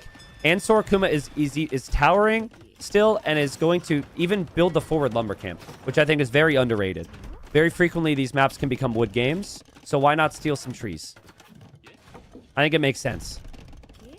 Even just repairing here and just keeping this tower up for as long as possible is so nice. But once the longboat mass is significant enough, I'm worried for Sorakuma. He's actually switched fully into fires, which I don't... At least in the past, they weren't good enough. I just don't know now because of all the balance changes.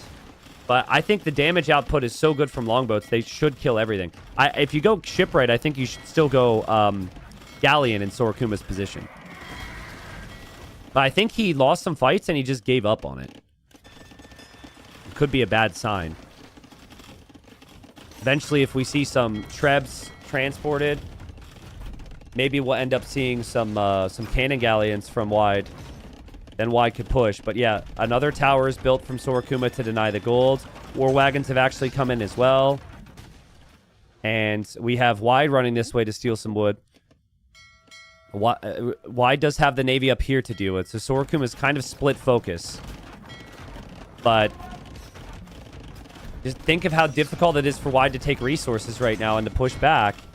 He will go this way and probably wreck. But down here, this is really valuable. And there's more towers going up for Sorokuma. There's a big galleon and fire navy waiting. He's attacking the trebs. He will make cannon galleons here too. And now wide's got to come all the way back home. Oh, we'll see the keep. He'll destroy that. Dude, these things are insane. All right, so that's not bad. And he has his first cannon galleon that's also elite. These villagers still taking some trees. Wide's Treb still alive. Cannon galleons should be coming out any moment now for Sorokuma.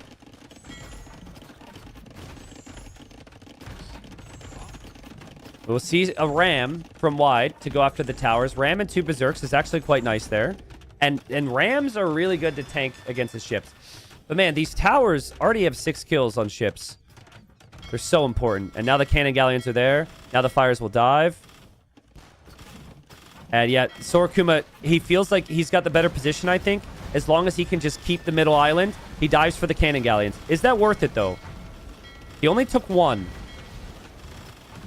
I think it's important to not overmake cannon galleons if you're wide. Just use like 2 or 3 and then hope that this same situation happens again. I mean, that's a good value fight, I think, for wide. Seems to be. But look at all the towers, dude. Sorokuma is sacrificing ships just to complete towers that he can then garrison. And there's so many galleons coming. Yeah, shipwright is such a game changer. The production speed, the discount is so good. And with the tower here, I mean, the tower has so much range. It's getting the snipes, and Sorokuma is just completely outproducing him now. It's not even close. Sorokuma is going to win the fight. Sorokuma is getting siege engineers for Trebs to maybe make the push. The towers are still standing down here. Trebs still have to make the move. And yet again, Sorokuma just finds another gear. So impressed with Sorokuma. I thought there would be nerves from him today. Against Doubt, he looked really rough. He looked nervous. And then because he was up 2-1 against Wide in the past, and Wide came back to win 3-2, I thought there would be a little bit of like a chip on the shoulder for Wide. And that Sorokuma would maybe lack some confidence. And if things start to go wrong, think, oh no, it's happening again, you know. But yeah, Korean's on water. He's used all the bonuses. The whole game, we just seen random towers and turtles and annoyances, and now it's just full water. And Wide is without gold. He cannot take this gold right now because there's just more towers up. And of course, the relics and the gold and everything in the middle island is still all there for Sorokuma, as he will stack more and more towers. Imagine being Wide right now. It's a best of 7. You're about to be down 0-3. It's a shame, too, because all the games have been really good. Like, they haven't been straight up stomps, right? They've been really nice back and forth games. It's been like 55-45 in every game, in my opinion. But 55 for Sorokuma. But now it's like, as you try and regain position, there's towers here. I guess he does have the cannon galleons. But having to build a watchtower as the Vikings just to reclaim your own gold is a sign of what the situation's like. And the cannon galleons in the middle for Sorokuma have taken down the castle, can take down the buildings, and he's still taking a competitive enough fight. Yeah, game 1 was sick. Game 2, we had that king snipe. Game 3, I mean, all games have gone imp, right? No early game smashes. I really just think we're seeing the fact that Sorokuma has had access to more of the map to get resources. And the fact that he was able to get shipwright, which is so important in water games. 20% less wood and building 50% faster is an insane tech. And Vikings don't get that. So Vikings don't have the option. Vikings have the discount. But isn't it like... It's weird to me. Warships cost less in each age for Vikings. Warships cost less wood in general for Koreans. So Vikings don't get shipwright. Koreans do. I mean, it's just one game, but I feel like if it were... Like, Koreans probably shouldn't get shipwright either, because they also have a ship discount like Vikings. I don't know. This isn't a balanced discussion. The only thing that I'm sure on for the Koreans is the devs need to make the oars move the right direction.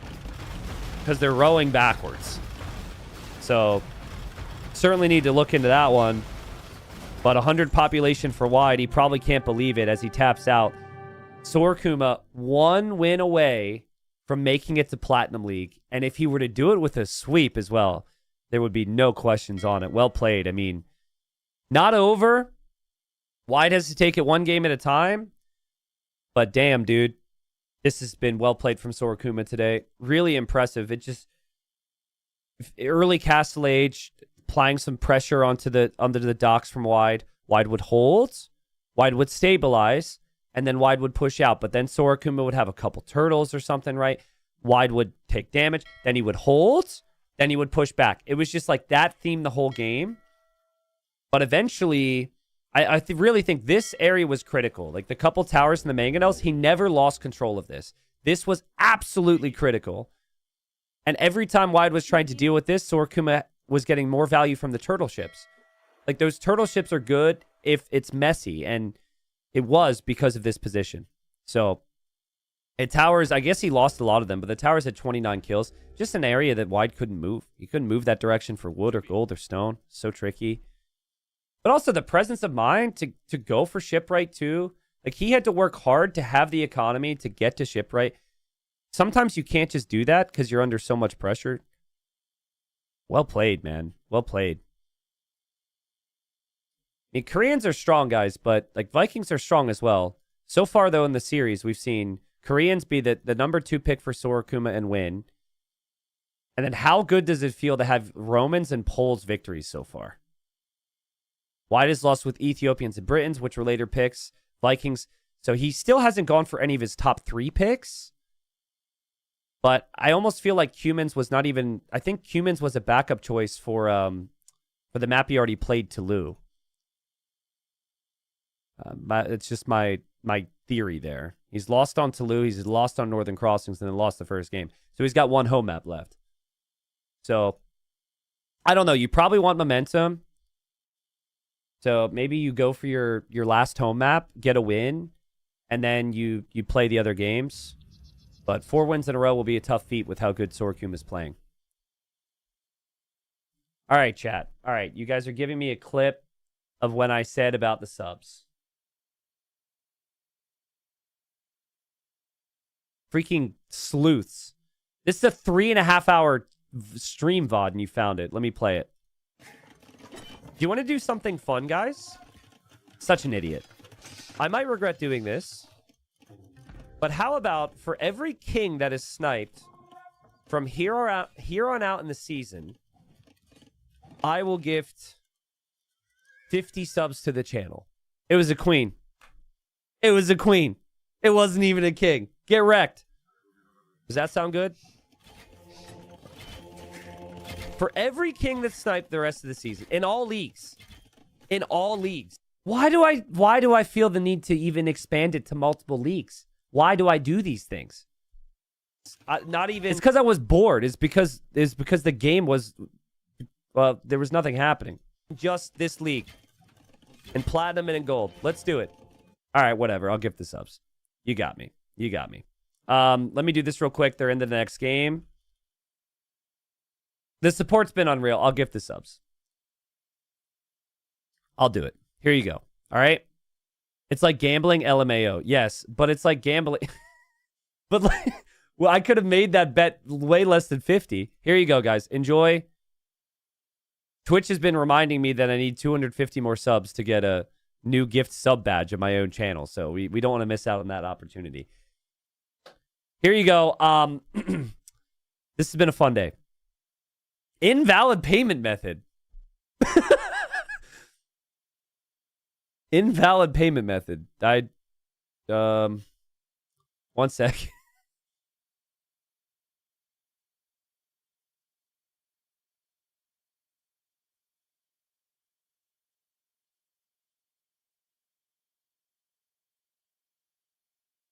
It's so weird because I thought I had my mom's credit card number correct. But apparently I've had my mom's credit card number wrong this whole time. Super weird. I'm not trying to cop out here, but it's not working.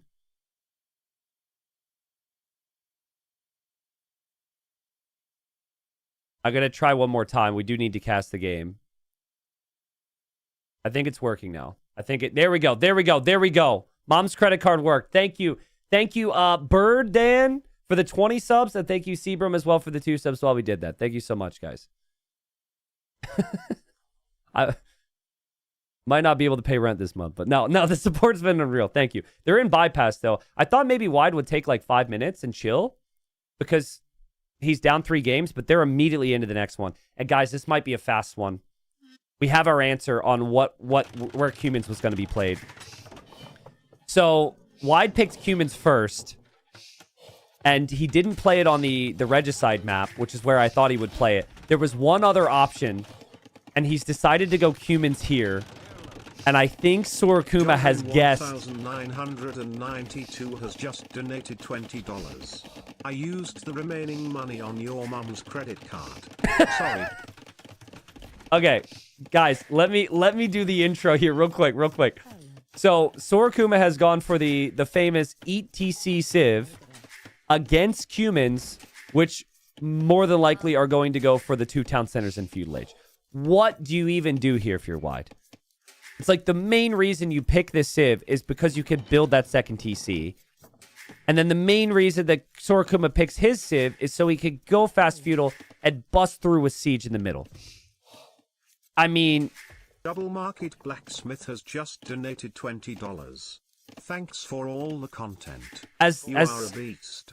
As the support comes in, and you guys have been way too good to me today, I think if you build the second TC, you just can't build it in the middle. You've got to go to the outside. If you have 2 TCs sitting here, it's suicide. I think he will still take the risk because he picked this Civ for a reason. Otherwise, you don't have many Civ bonuses. And here he goes with the villagers. Man, Double Market Blacksmith, thank you so much. Denny, thank you for the $13 dono. Says your casting is so captivating. Glad AoE has you. Oh, thank you. Very kind. Jondrin, thank you for using my mom's credit card with the dono as well. It's all right. She's okay with it. She probably thinks it's me. She looks at her bank statement and says, "Oh, there's my son gifting subs to his own stream again." It's fine. Mom and Dad might actually be watching right now. I don't think they have an account. But they might actually be keeping an eye, because the fact that I'm streaming on YouTube means they probably keep an eye out. Yeah. Yeah, thank you, everyone. I think we have like 2,000 people watching on YouTube right now as well. Appreciate you guys. Glad to give you that option. Okay, I don't know if it's going to work, but I think this makes the game very interesting. This can be a stellar game here. We have 2 very extreme civs. Now, what's weird about it is... everyone thinks Celt ETC with Celts, but which Civ is better if they just play normal to late game? Probably the Celts, right? Like Siege Onager and Haub on a big, boomy, long game is really difficult for the Cumans to deal with. I think the scouting for Sorokuma will be critical. He's kept his scout in his base. Finding this is important. But whatever, like, let him have this. Just go right through the middle. I don't think this should ever work for Wide. If Sorokuma goes double Siege Workshop, like Scorpions and Rams, this TC's dead, man. It's going to be only eco, and Cumans can't Stonewall. But at least you have safe eco. We'll see. Sorokuma on the way to Castle Age already. Oh, boy. Oh, God.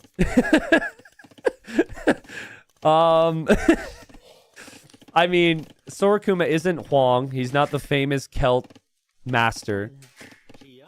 But he's really good. And White is doing the thing. White is doing the thing that people do. The thing that people do that you shouldn't do. So he can't wall, right? So he wants to use his buildings that he needs as part of the wall, which makes sense. But it makes sense until the ram is here, and then suddenly your market and your houses are down. You're damned if you do, damned if you don't, right? It's like if you build your buildings in the back, then you just die faster. If you build your buildings on the front, then you lose your buildings. It's just... I think White is going to be completely cooked here. I hate to be anti-hype, but just how much faith I have in Sorakuma right now. He's even deleted his walls. Like, he's getting ready. Remember, his eco is going to be much weaker because he only has 22 vills. And he won't have a lot of farms, so the attack has to work. White actually sells the remaining stone. And, ooh, hold up a second. Hold up. Let White cook. Look at those resources. Wow, so he's trying to go super fast castle now instead of the 2TC stay in feudal boom. Interesting. Well, he does need 10 gold, like right now. It's really painful he doesn't have it. We'll drop off the wood and sell the wood, I think. Okay. I mean, what I was expecting here is you just have feudal v feudal, or sorry, feudal v castle. Wide gets to like 50 vills, but he never goes to castle age, so he can never go for better units. But now it's different. Sorakuma scouted the outside TC, by the way. He knows about that. In theory, Wide can play defensive siege workshop, and he can play mangonels and maybe hold from this. Wide is leaving his base already. I mean, as long as you expect to get completely obliterated here and you just run with everything, maybe this is okay. Here come the rams. Yeah, double ram and then scorpions following it up so you can kill any villagers is nice.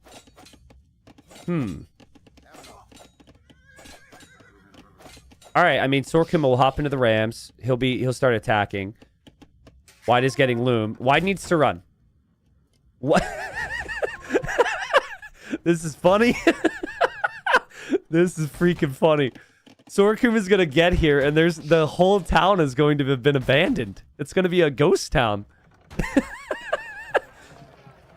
He's gonna be like, has there been some nuclear incident here? Am I not supposed to breathe the air in this area? Like, what? Reports have told us that there's a civilization here, and we cannot find any evidence that they've been here in years. Okay, looking around, no villagers on the lumber camp. He's like, what the hell? Oh, there's one. There's one. Whoops. Whoops. Okay. Oh, there she goes. She's running. She's running. But guys, like, you kind of need houses and like your town center, like. But okay, hey, Wide's still in the game. He's still in the game. He's got villagers. I thought this mining camp was kind of bad because you're just going to be found. But he did get some gold at least. It sucks he doesn't have his market now, right? Like, that's what I said. If the market went somewhere else. Sorakuma's like, you know what? I'll take it. Yeah. What's the taunt? Nice town, I'll take it. That's what this is. Nice town, I'll take it, bro. Thanks very much. He goes, I need a second TC after all. It's a pretty damn good spot. So there he goes. Second TC. I mean, he knows about the other town center out here. But here's what's weird. Wide needs to build a castle on the back of his base to protect from this push. But then that would leave him exposed over here if there'd be more stuff from Sorakuma. It's just painful. But if he tried the standard 2TC Cumin Boom, he is dead. This is maybe the best thing you can do to play towards your civ advantage and the matchup. Sorakuma will see the stone now and be like, okay, I know what's going on. Your eco's crap. And this is wild. He actually went for the houses and is bringing the scorpions back. I think Wide will expect the scorpions to be coming this way because the gate's down. This is an absolute masterclass from Sorakuma. Let's see where Wide builds the castle, because you have to pay attention to what little you can see in here. If you saw the Scorpions go back this way, you should castle over here. I think he will. Okay. I mean, Scorpions are slow, but oh boy, now the Scorpions are going back this way. See, you're just stuck now. Man, I don't even know if Sorakuma knows how crazy this is for Dark. Not Dark, sorry, Wide. I mean, that's a castle going up to protect the area. Vil counts 43 versus 34. Eco is getting balanced, but now the pressure's coming back. Oh, dude, he just juked him. He just juked him. He went back, so Dark built the castle here, and now Sorakuma's just like, just kidding, bro. He doesn't even know about this castle. I'm going to go here. And Wide should be able to have seen some of that. Sorry, if I said Dark, Dark is another player who's young, who's Russian, who's had an exciting talent. I got the wrong player here, but we got a Mangonel now from Wide. That's what would have been the initial response, but it would have been too late. It would have been rammed down. So this is still fine against Scorpions.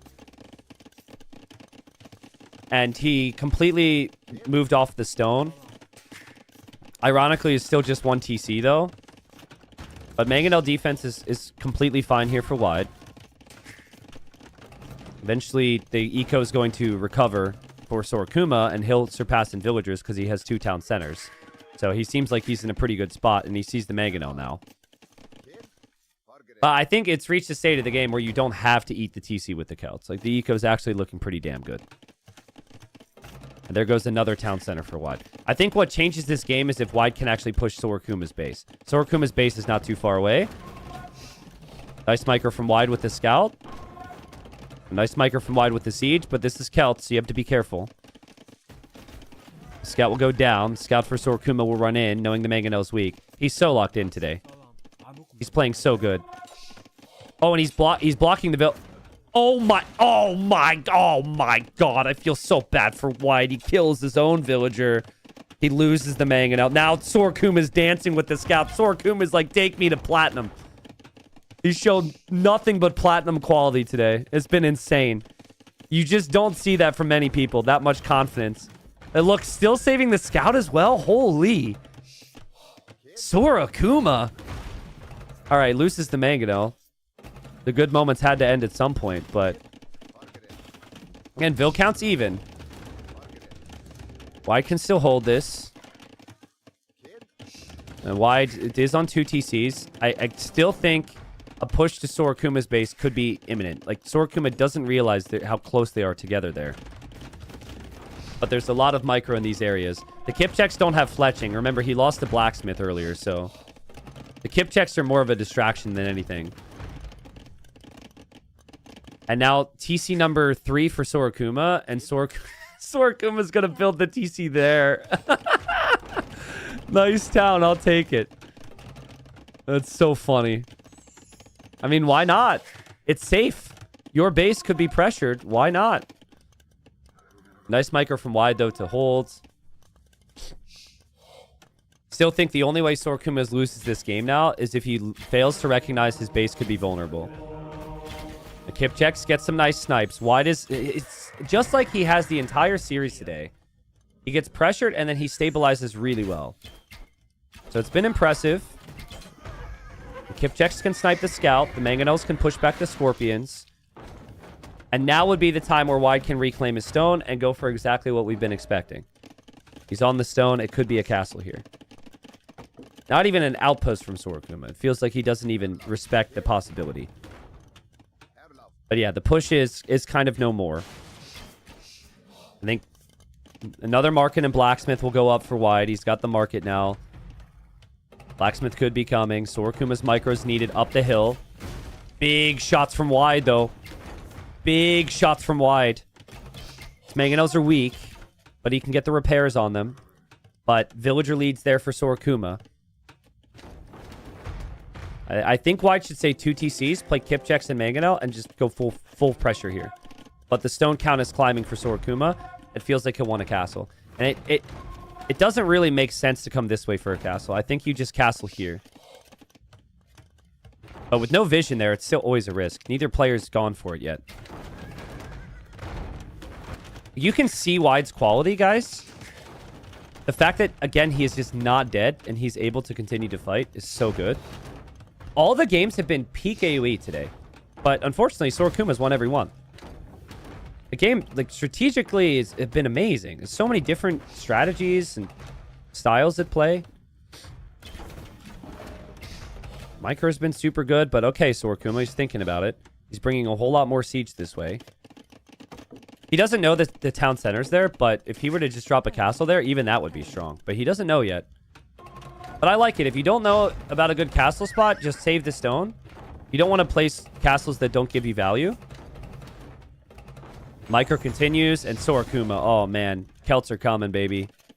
But this puts pressure on Wide. If you're going to lose ground this way, you got to go this way, right? He knows there's a mining camp. Sorakuma will at least see the kip check. Sorakuma drops the 4th TC now. In Wide starting base. So good. And now he placed a castle here.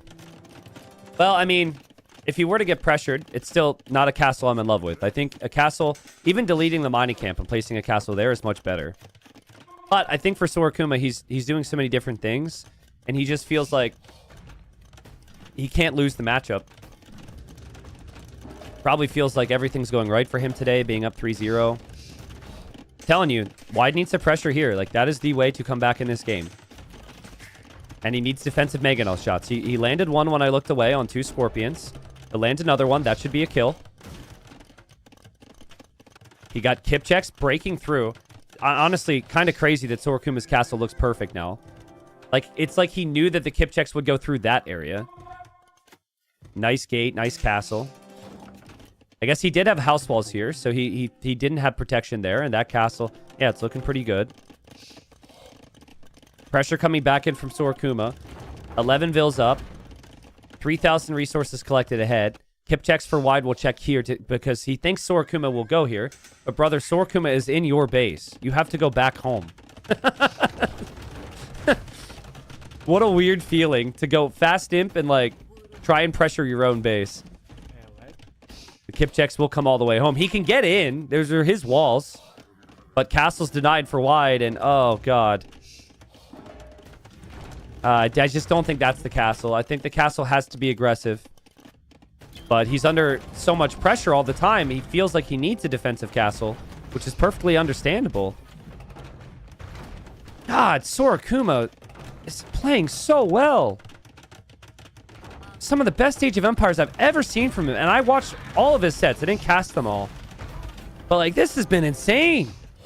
He denies the castle. He's got more than enough siege. He's got perfect eco. He still has the ability to defend from the kip checks there. This... Well, it's not the amazing 7 games that we wanted. But it's been a really fun watch for a 4-0. One of the best sweeps that you could see. Assuming it becomes a sweep. And there are the kip checks. Sorakuma reacts because of course he does. The scorpions are on the way home. The kip checks are still really weak units. They're not in the game state they need to be. A Woad Raider comes in to go after the mangonel. Just like perfect timing on that. Woad Raider will probably end up getting killed, but it's just more things that Wide needs to deal with. Woad Raider's coming this way. Scorpions coming this way. Villagers coming this way. The kip checks will go down. There's still the siege to micro. 42 on food for Sorakuma right now. Explain that to me. Explain how he can do that with all the pressure he's done at the same time.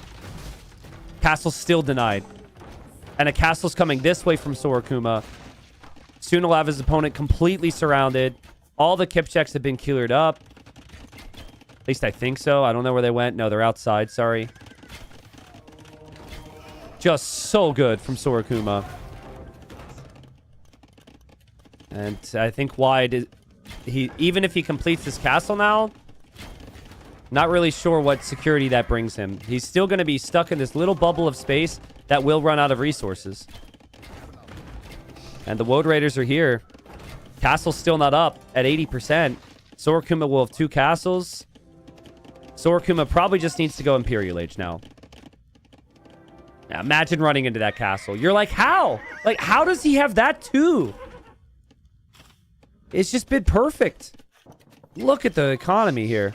And now the thing we wanted before was a castle in this area, and now he can just do that. I mean, Woad Raiders are actually doing a great job against the Kipchaks. There's even more siege hitting the villagers, killing even more, because of course there is. And now the villagers can come this way, and with a little bit more stone, drop the castle.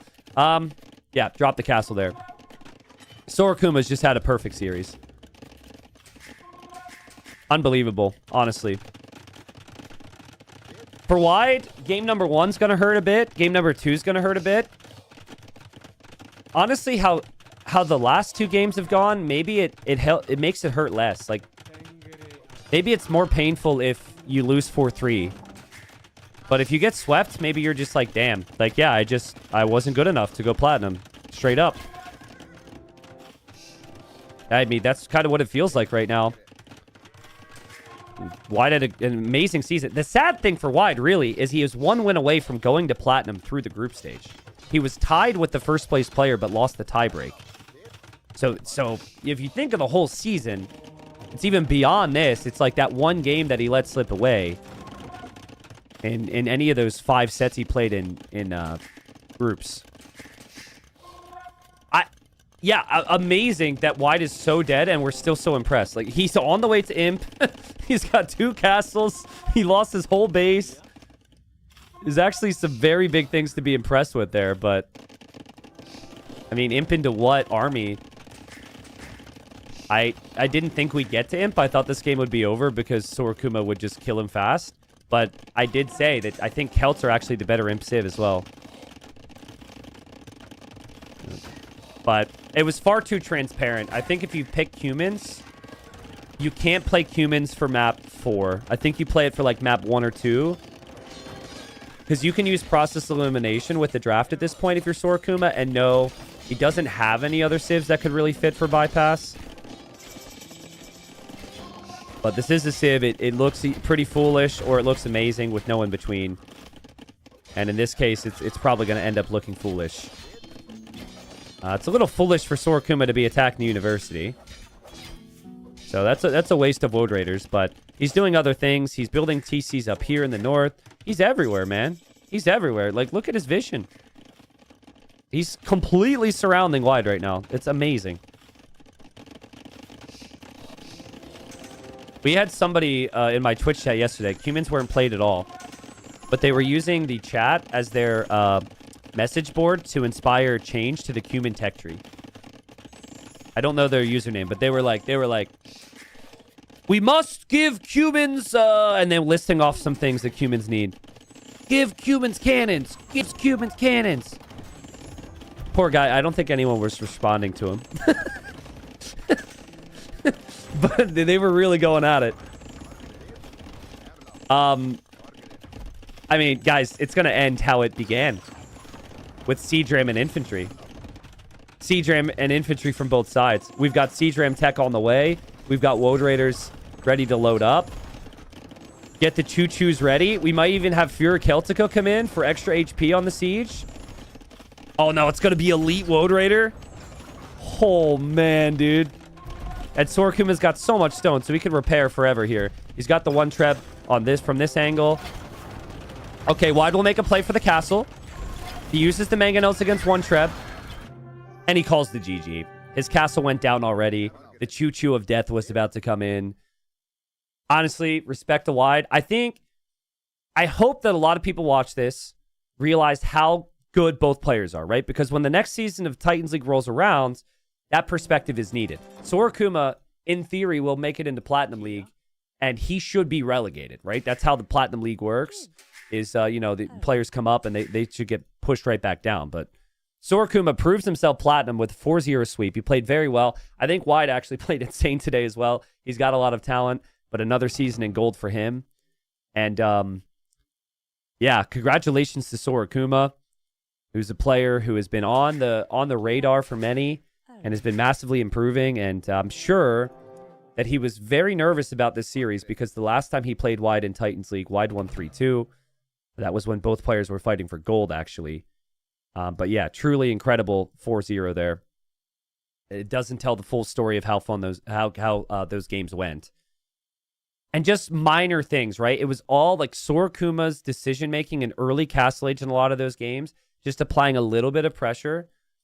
I feel like the peak players in this game, they're going to apply a little bit of pressure and then amazing decisions behind. A little bit of pressure, amazing decisions behind. And that was exactly how Sorakuma did it in most of those games. Here's the res collected. More of every resource there from Sorakuma, sorry. KD was even. Most of the KDs, the entire series was just even. But Sorakuma always just had a little bit more in the way of economy. So, I would like to interview Sorakuma. I'm not sure what his English is like, or if he'll have a translator or anything like that. I'm going to see if this is possible. I think I spoke to Sorakuma before, though, and he was happy to do a voice interview. And so it looks like he is ready for an interview. Guys, we're gonna jump in with Sorakuma and interview Sorakuma. Sorakuma is from Taiwan. I only know English myself, so I can't speak other languages. He spoke pretty decent English last time, but keep in mind, we got somebody from trying to talk to me who's a noob. And a lot of emotion for Sorakuma. Let's be understanding here. Let's see. Sorakuma, congratulations. How are you feeling right now? I'm so happy now. Really so happy. How nervous were you before the series today? Were you nervous? Actually, I am so nervous because before I lose white. Yep. Yeah. I told viewers that. I don't know how many people knew that because it was a long time ago, but that you had never played wide. You had only played wide one time, and it was when he beat you 3-2. So that game one, after winning that game, did the nerves go down for you? Did you have less nerves, or were you nervous all the time?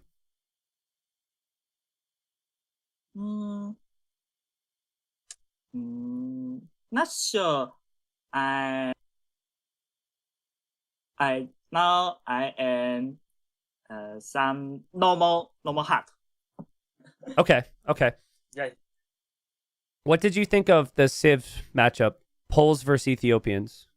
Do you like Pole? Do you think Poles are good there, or do you think that's a bad matchup?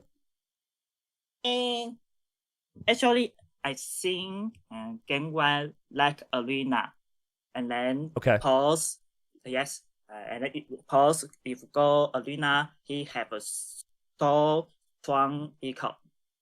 Yeah, so actually Poles is my bigger meta, bigger meta. And, yeah. Okay.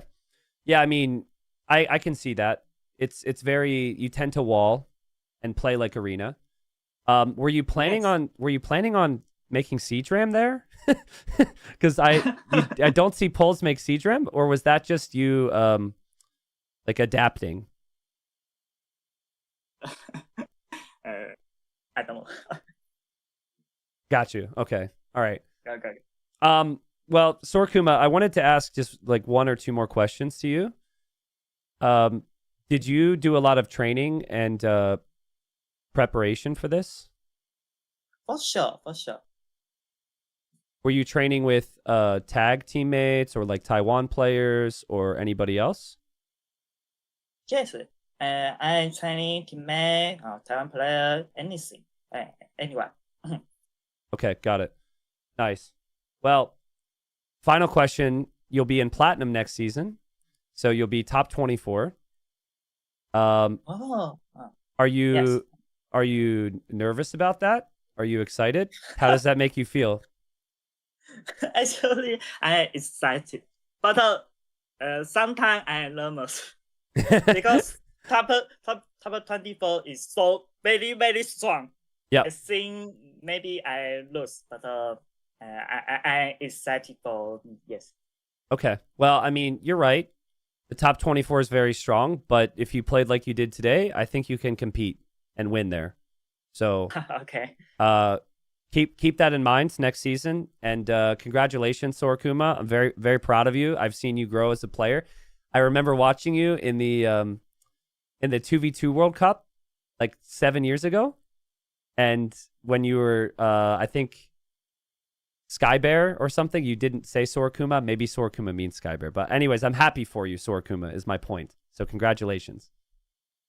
Thank you. Thank you. Any other final words that you'd like to say to any fans or viewers before I let you go, before we say goodbye? Thank you. Thank you, viewers. Thank you. Awesome.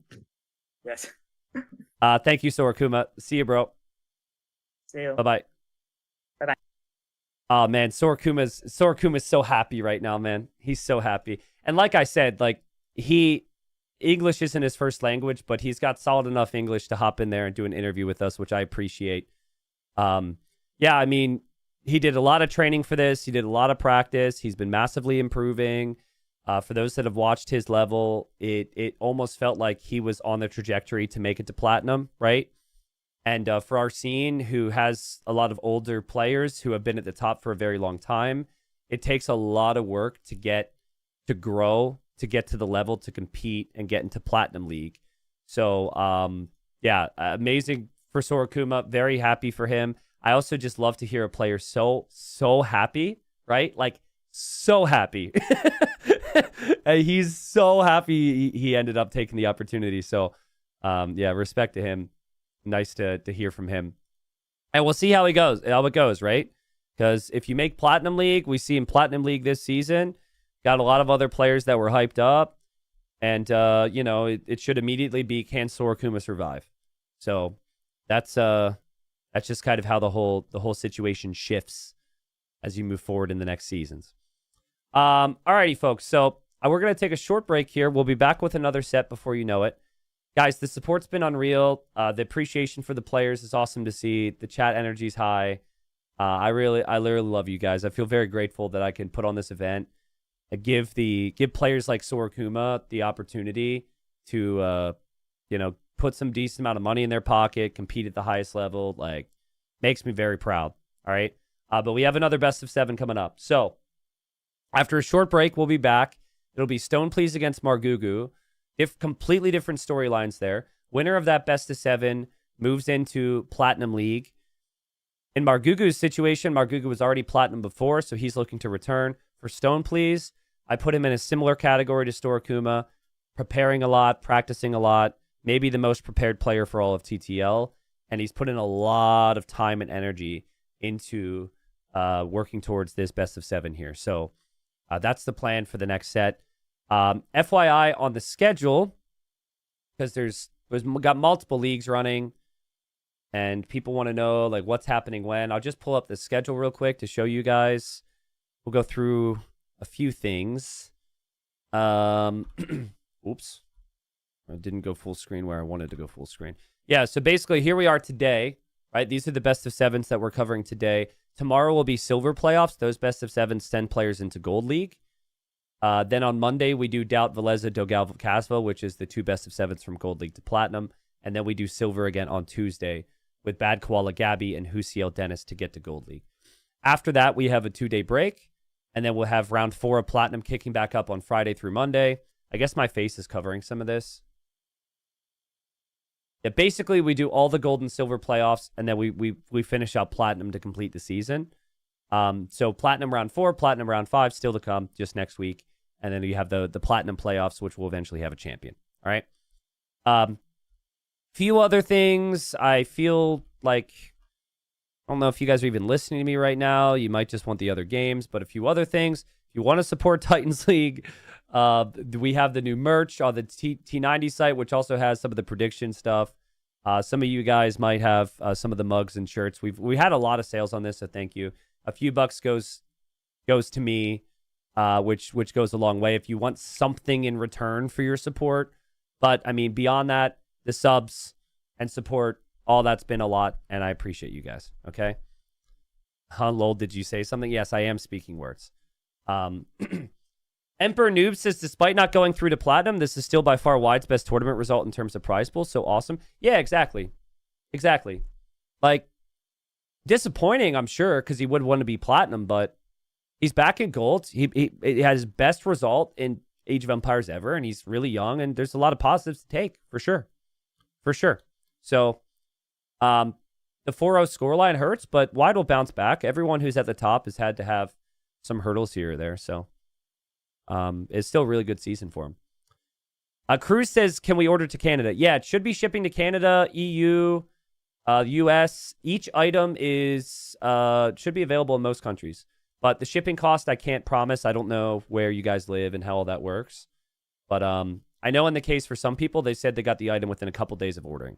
So I also ordered a couple of my things, a couple items myself, and it took me like 4 days to get. So anyways, we'll be back. Also, new emote subs. This is my cat. I told my cat this morning when I was feeding him treats, he's now famous. So your support has helped him get treats after the stream. But yeah, that is now the T90 catting emote. We will be back in a bit. Margugu versus Stone, please, when I return.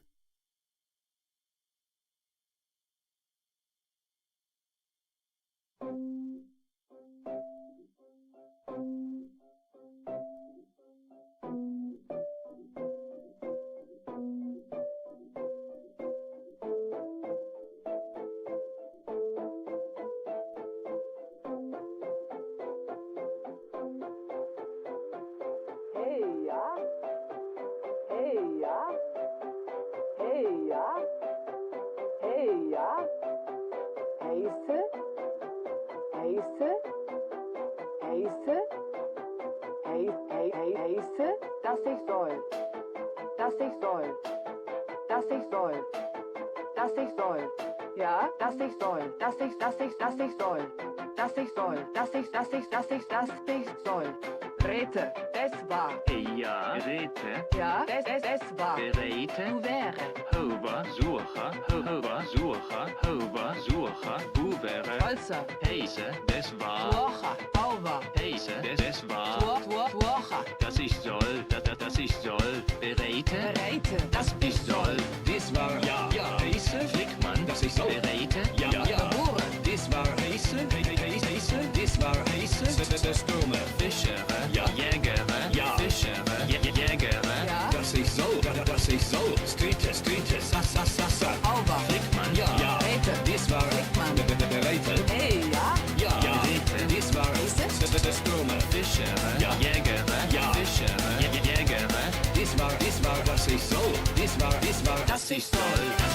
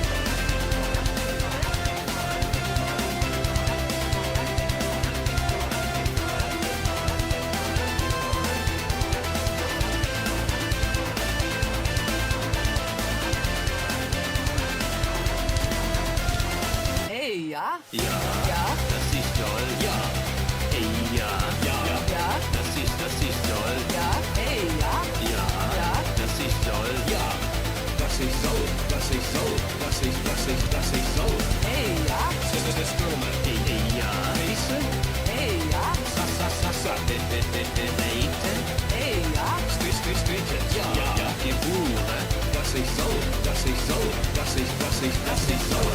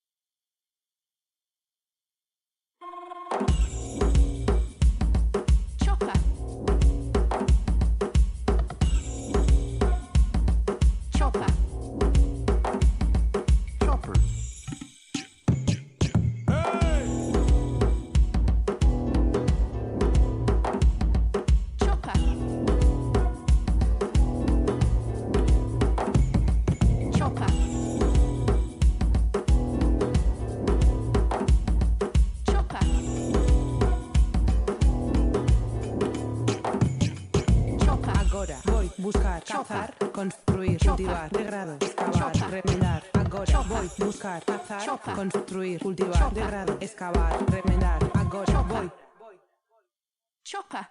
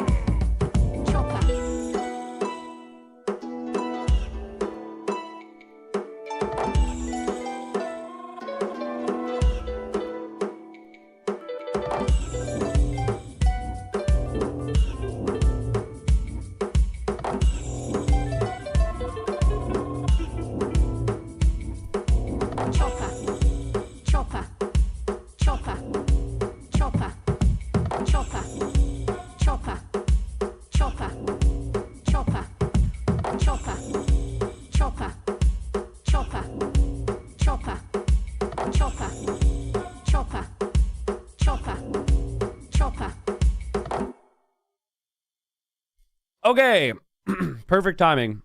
I'm almost finished with my sandwich. How did you guys enjoy the music? Was it better or worse than the content before? Be honest. I've heard worse than what you're about to say, I'm sure. It moved you. Nice. All right. It's to hear it moved you. I actually have to move this Civ draft, so that's fairly fitting. I don't know what's going on here. We got Margugu against Stone Please. We will be starting very shortly. I guess it's just hard. Has just donated $25. Varian! TTL has been the best development for the community in a very long time. It's been great to see Silver and Gold League bring some of the lesser-known guys into the spotlight, and it's so important for developing new talent. Dude, Varian, thank you for the dono, but more importantly, thank you for the words. Guys, Varian goes way back. Varian has been extremely supportive of the channel, and I think Varian would also be okay with me saying occasionally can be a little sassy in chat. So the words go a little bit further from you, Varian. Thank you for the dono.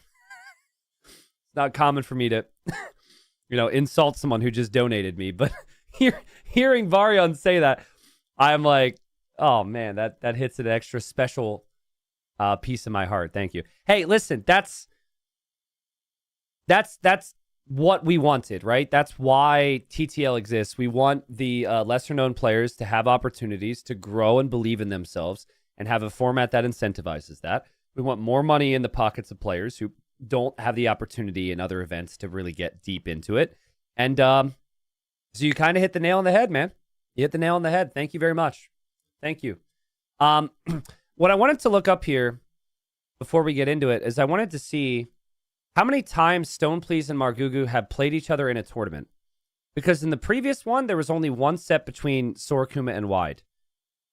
What do you guys think? Just before I even look at it, what would be your guess? How many times have Stoneplease and Margugu played against each other? I don't... Go ahead and guess. 2, 4, 69. Guys, they never have, ever. You know how crazy that is? Like, I think that says a lot about... I mean, Margugu, I guess, has had the longer career and played more tournaments, but it says a lot about Stoneplease and how, in his advancement, that's now the situation. There's been 0 instances where they played against each other in a tournament, ever, in any size of tourney. So, that's tournament only. Now, ranked games, I'm sure they played some ranked games against each other. I don't have that data, but that's wild. Because, like, we'll have some of these playoffs, like on Monday, we'll have Doubt versus Veleza. Doubt versus Veleza, I'm sure, have played against each other in tournaments countless times because they're bigger names, who've been around the scene. But, yeah, that's cool. So, I know it's a little cut off there, but I don't feel like moving it. Game 1 is going to be stranded, all right?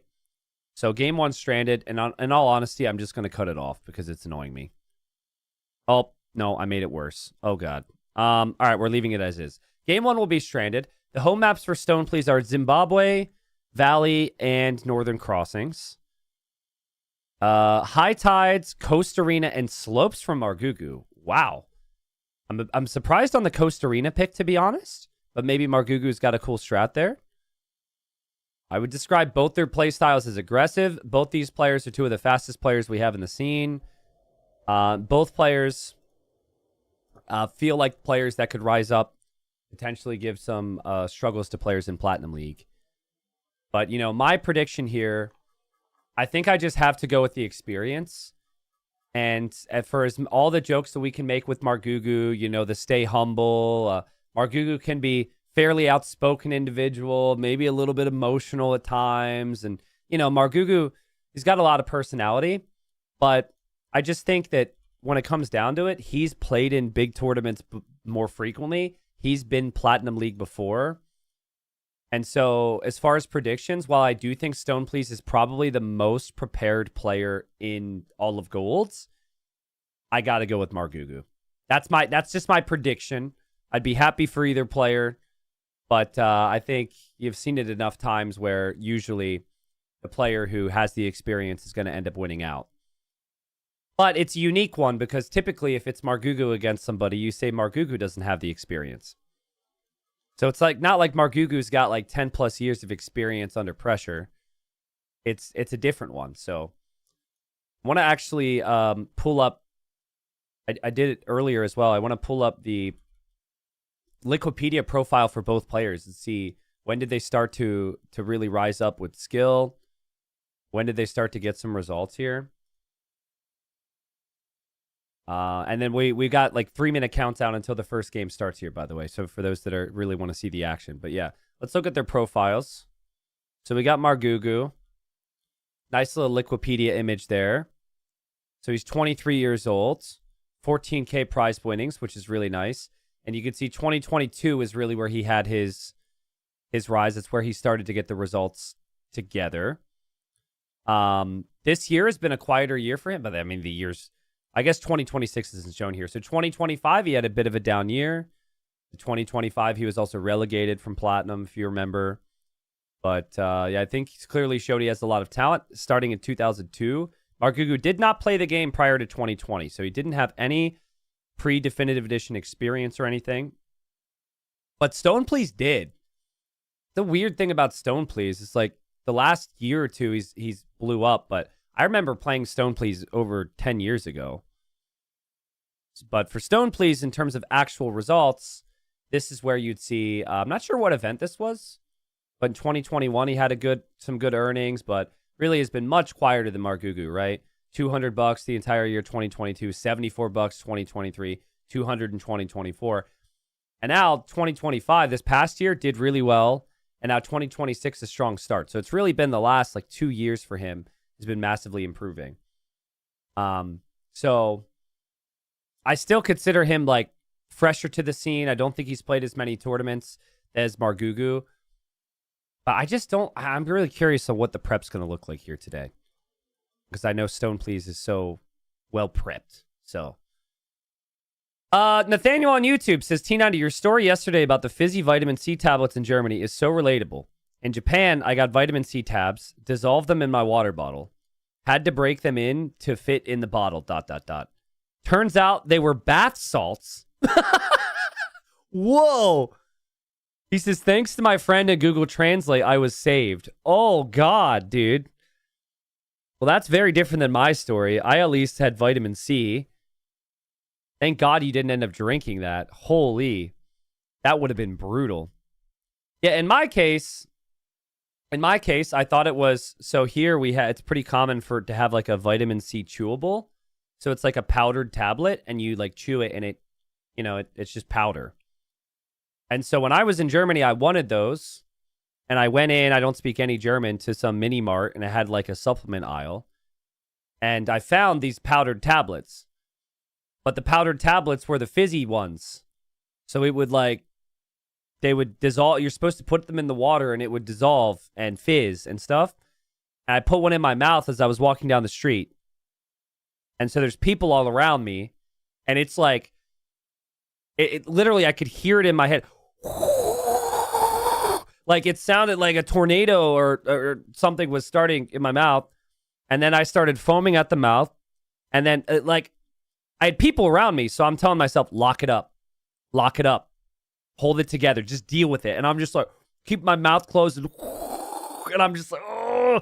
And then, and then foam starts coming out of my mouth, and then people start looking at me, and I just walked as fast as I could, so I couldn't make eye contact with anyone, and then I had to spit it out around the corner, and my mouth hurt for a week. Oh my God, dude, it was crazy.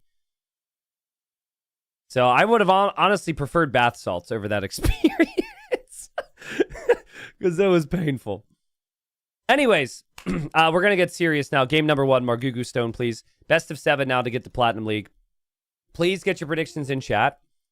I'm going to go Margugu 4-2. But honestly, I think Stone Please is legit. I almost feel bad saying it, but I think I'm curious in the nervous moments how Stone Please is able to lock in here. I feel like Margugu has maybe faced another dozen sets in his career where the nerves have been really intense in an important moment in the game, and that could make a difference.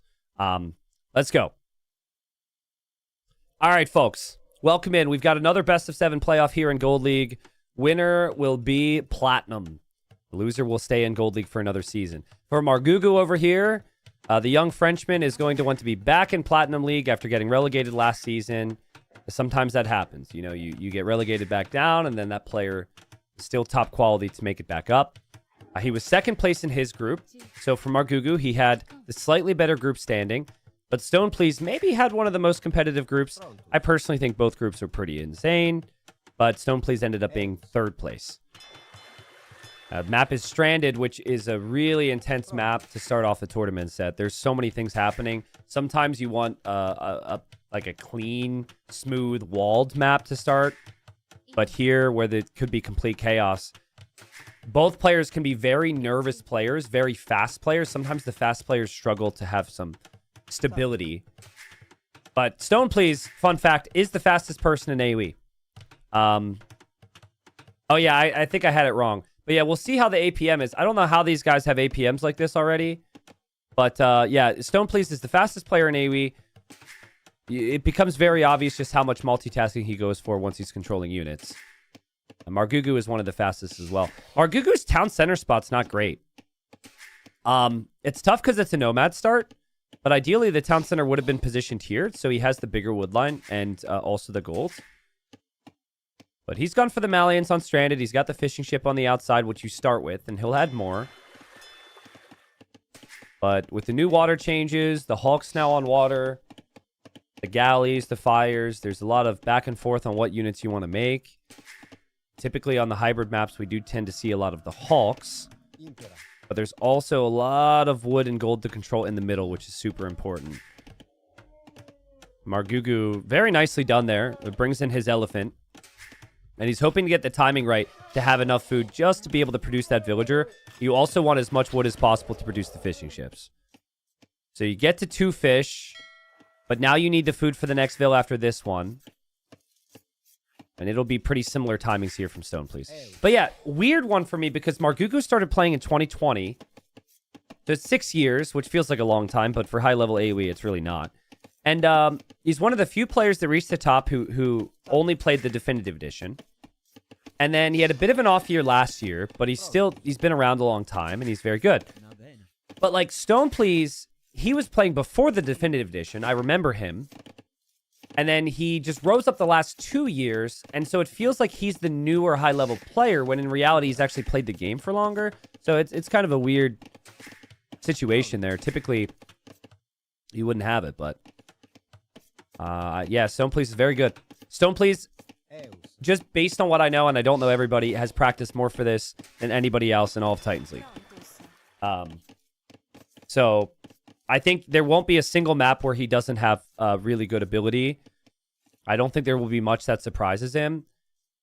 But considering Margugu is so aggressive, I feel like, and Stone Please likes aggressive maps, I think it will be the same thing. Where they will probably match up pretty nicely on a map like this and others. 4 fishing ships for both players. They're adding their 5th. It's honestly just so even so far. And we're getting there. We'll eventually see a barracks. Maybe. There's no guarantee. Could also see some archers or some navy. Elkai, hello. Says, hey, T90, I've watched for years. He says, does the dude who still plays Vikings Forest Nothing only still play? No, unfortunately he does not. A couple months ago, I uploaded the last Fatsob game ever, unless something changes. I would suggest watching the video, though. It was a really good game. But Fatsob, I think the last time he played was 2024. And this might be a little bit embarrassing to admit, but I check his profile once a week. I check his profile once a week to see just there's a chance he's played, and he hasn't played in 2 years. But I'm always keeping an eye out, just in the hopes that he comes back and plays a game. So yeah, there will be a second dock here from Stone, please.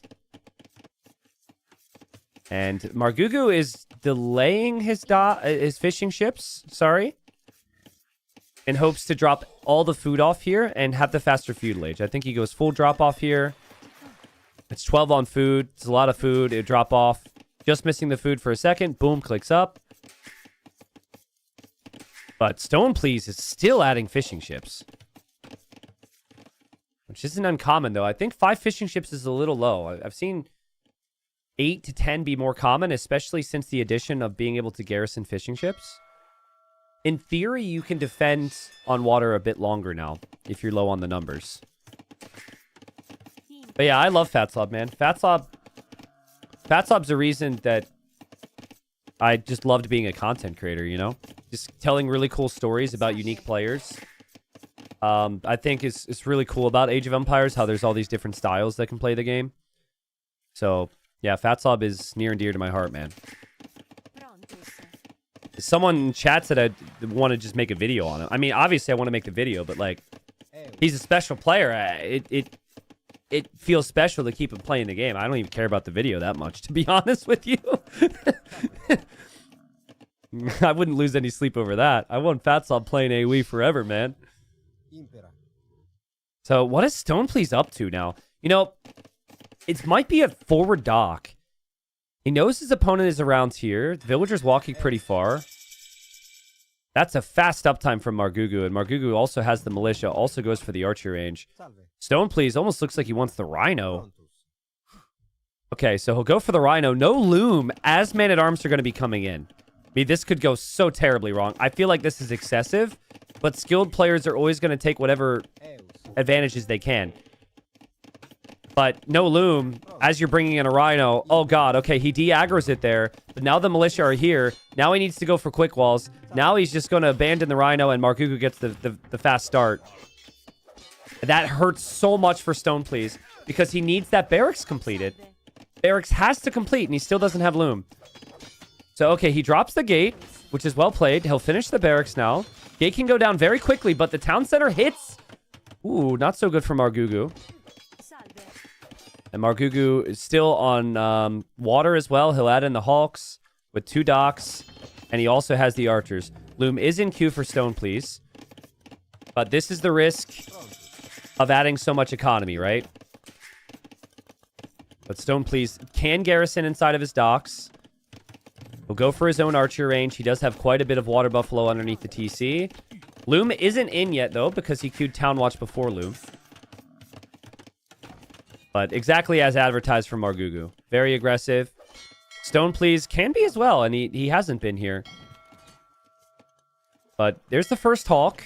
So, again, old balance, you wouldn't have Hawks. The fishing ships would just be going down. New balance, you can garrison there. The arrows will only fire for units that are not directly next to the dock. Villager for Stoneplease is left exposed here. Technically, I think he could garrison his fishing ships and maybe save this villager. Because I think the arrows will fire on the man-at-arms. But unfortunately, the arrows are missing. And unfortunately for him, his fishing ships are still not working. It is all Margugu right now. All the aggression from him. And, oh, the man-at-arms stops, and Stoneplease gets the quick wall. Damn. Okay. Well, villager's protected for now. Not bad. And Stoneplease is on the way up. So, yeah, I'm not really certain. Okay, now I am. If he's playing double range now, it seems to me like he's really just going to play full land to push this back. But that does mean that he's got 10 fishing ships not working right now. So, I don't think that's great. I think he'll need to add in a Hulk or 2.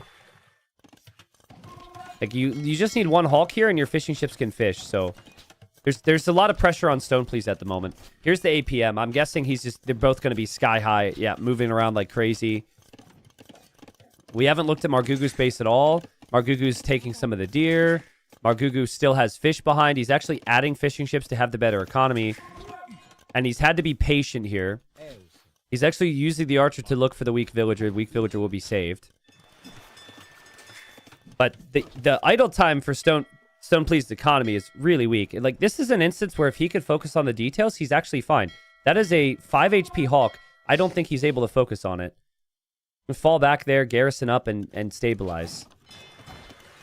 But he just wants to play full crossbow and siege in the middle, I think. And yeah, fishing ships will go back home. This fishing ship was just running away. Margugu is nowhere close to Castle Age. If Stoneplease can get crossbow, he'll have more archers than Margugu does, and Margugu could have some problems here. The T90, I hit a peak of 103 APM recently. Does that mean I can go pro soon? What do you think, chat?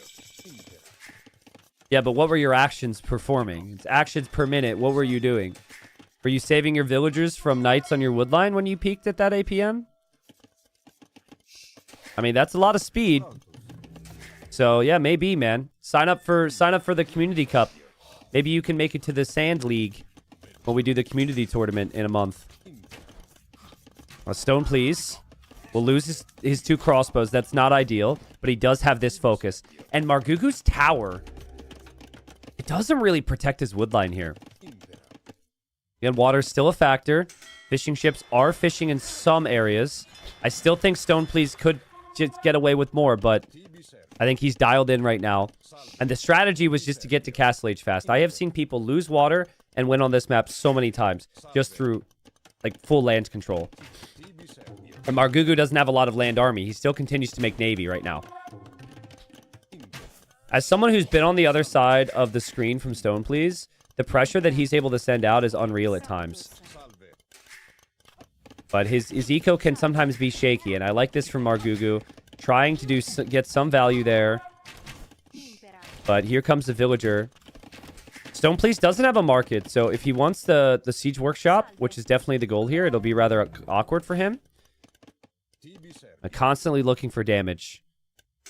But it used to be Stone Please ahead by 700 res collected. Now it's Margugu ahead by 1,000 resources collected because the fishing ships have not been working for Stone Please. And the fishing ships have been working for Margugu. But what Margugu needs with that is he needs skirmishers, and Siege can counter skirmishers, and Stone Please is going for the Siege Workshop here. Margugu, if he had archers, could have maybe fought this. Honestly, though, that's still a nice find on the crossbows, and the Siege Workshop's not completed yet. Margugu's double tower play ends up looking very nice for him. 2 towers. Siege is still going to be needed here for Stone Please, and the Siege Workshop's still not up. Still no working fish eco for Stone Please. The efficiency is really low at the moment. And Margugu's up. Vinch, thanks for the raid. Salutes in chat, please. Welcome in Vinch's viewers. Vinch obviously playing TTL Platinum. Winner of this series makes it to Platinum next season. I think it's such a big deal that Margugu was able to at least delay the Siege Workshop. It still will complete. Margugu's hoping for Elite Skirm, but he hasn't been able to get the wood to research that yet. And Stone Please just going full pressure, full micro on land. Kills off the skirms. Yeah, Margugu is so little army, guys. Like, this is maybe worth it for Stone Please. Like, all the idle times may be okay. But every engagement on land needs to be perfect. The second range for Margugu. The game is incredibly close with score. Margugu will slowly start to take down the docks and actually take down the fishing ships. Stone Please has 5 on food, and that's villagers on deer somewhere. And we'll take more deer as well. But he's hovering around right now. Yep, siege pops out. Now, repair villagers are so critical at this level. You need to have a repair villager for that mangonel. Stone Please tried to back up, but the archer pathing blocked it and sent it forward, I think. See, that's not worth it. That mangonel needs to stay alive. Stone Please, I think, needs to understand that Margugu is not anywhere else but here. I think he's convinced himself that Margugu is hiding somewhere. Margugu is literally just right here. And he's chopping wood up a hill towards the siege. So you hold this hill, Margugu has problems. And if Margugu ever leaves, then you know. Like, if there's not 24 villagers on wood, you know where he's going to be. Somewhere back here, somewhere back here. Nice shot there from Stone Please. There's still no repair villager. But he's killing lots of villagers here. And so, yes, he does lose his mangonels, but that's also Margugu's wood line. Oh, big shot from Margugu. No, he misses the shot. Stone Please saw it. Stone Please literally just doing circles around his base, waiting for where he's going to take resources. And Margugu's food economy isn't really benefiting him that much right now. I would like to see him try and get to a university, but the problem is he doesn't have wood. He needs to consistently make units here. So he'll run over here to this lumber camp. He will counterattack with the crossbows, but Stone Please continues to hover around looking for the wood. He doesn't see the villagers on wood anymore. 3 more villager kills. And he's probably like, where is he taking wood? Where are his vills? I just saw 20 here. Kills another vill. And here he goes. And now Margugu has to abandon the lumber camp. Oh, man. What an opening from Stone Please. Yeah, and you see the vills running, and then you also see the lumber camp foundation, so you know he's struggling. I love this from Margugu, but I think Stone Please saw it, or at least he knows it's there. Guys, this pressure is insane. Micro from Stone Please. Can he keep it up? Can he keep it up? Does he even notice this? He notices it now, but he's going to run in towards the mangonel. Minimum range of the mangonel. He stays in it. And Margugu will lose the Vil. He'll lose the Mangonel. Still could be pressured on the hill as well. Stone Please is chasing these crossbows away. Stone Please is locked in right now. Again, the aggression is insane. Margugu's got 15 idols inside of the TC. Stone Please lands the shot, loses the Mangonel.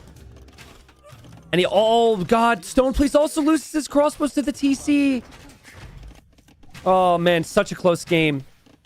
Again, it's in these moments that I think the players who have played tournaments before, who have been there, done that, win. That was my theory anyways. Just tiny little moments here or there. Stone Please losing his crossbow numbers was big. Losing the Siege Workshop would be a painful loss as well. He hops out. He's still sniping Vils, but he's losing his Mangonels. And Margu will take that. Margugu can take the Siege Workshop then. Margugu can maybe then build another tower on top of the hill or something. With no siege, I worry for Stone Please, but he does have another Siege Workshop. He did also clear those crossbows up, so has another group running in. But Stone Please definitely has the worst eco now. Margugu having fishing ships is really nice. The Stone Please has never really been fishing with his fishing ships. They've just been sitting in there. And Margugu can finally start to breathe a little bit. Wow. What an intense game, though. What an intense game. I think Margugu can now actually think about ballistics, which he never had before. And I think with crossbow counterattacks with ballistics, Stone Please would have massive problems. Villager down on Stone Please's woodline. Good micro from Margugu. He's locked in. Kills another Vil. Crossbows are sitting back here for Stone Please. He has the other group at home. He'll go for the university now. So yeah, he sees the university from Margugu. Knows ballistics is coming. Will go to get it himself. Is still taking some buffaloes for food.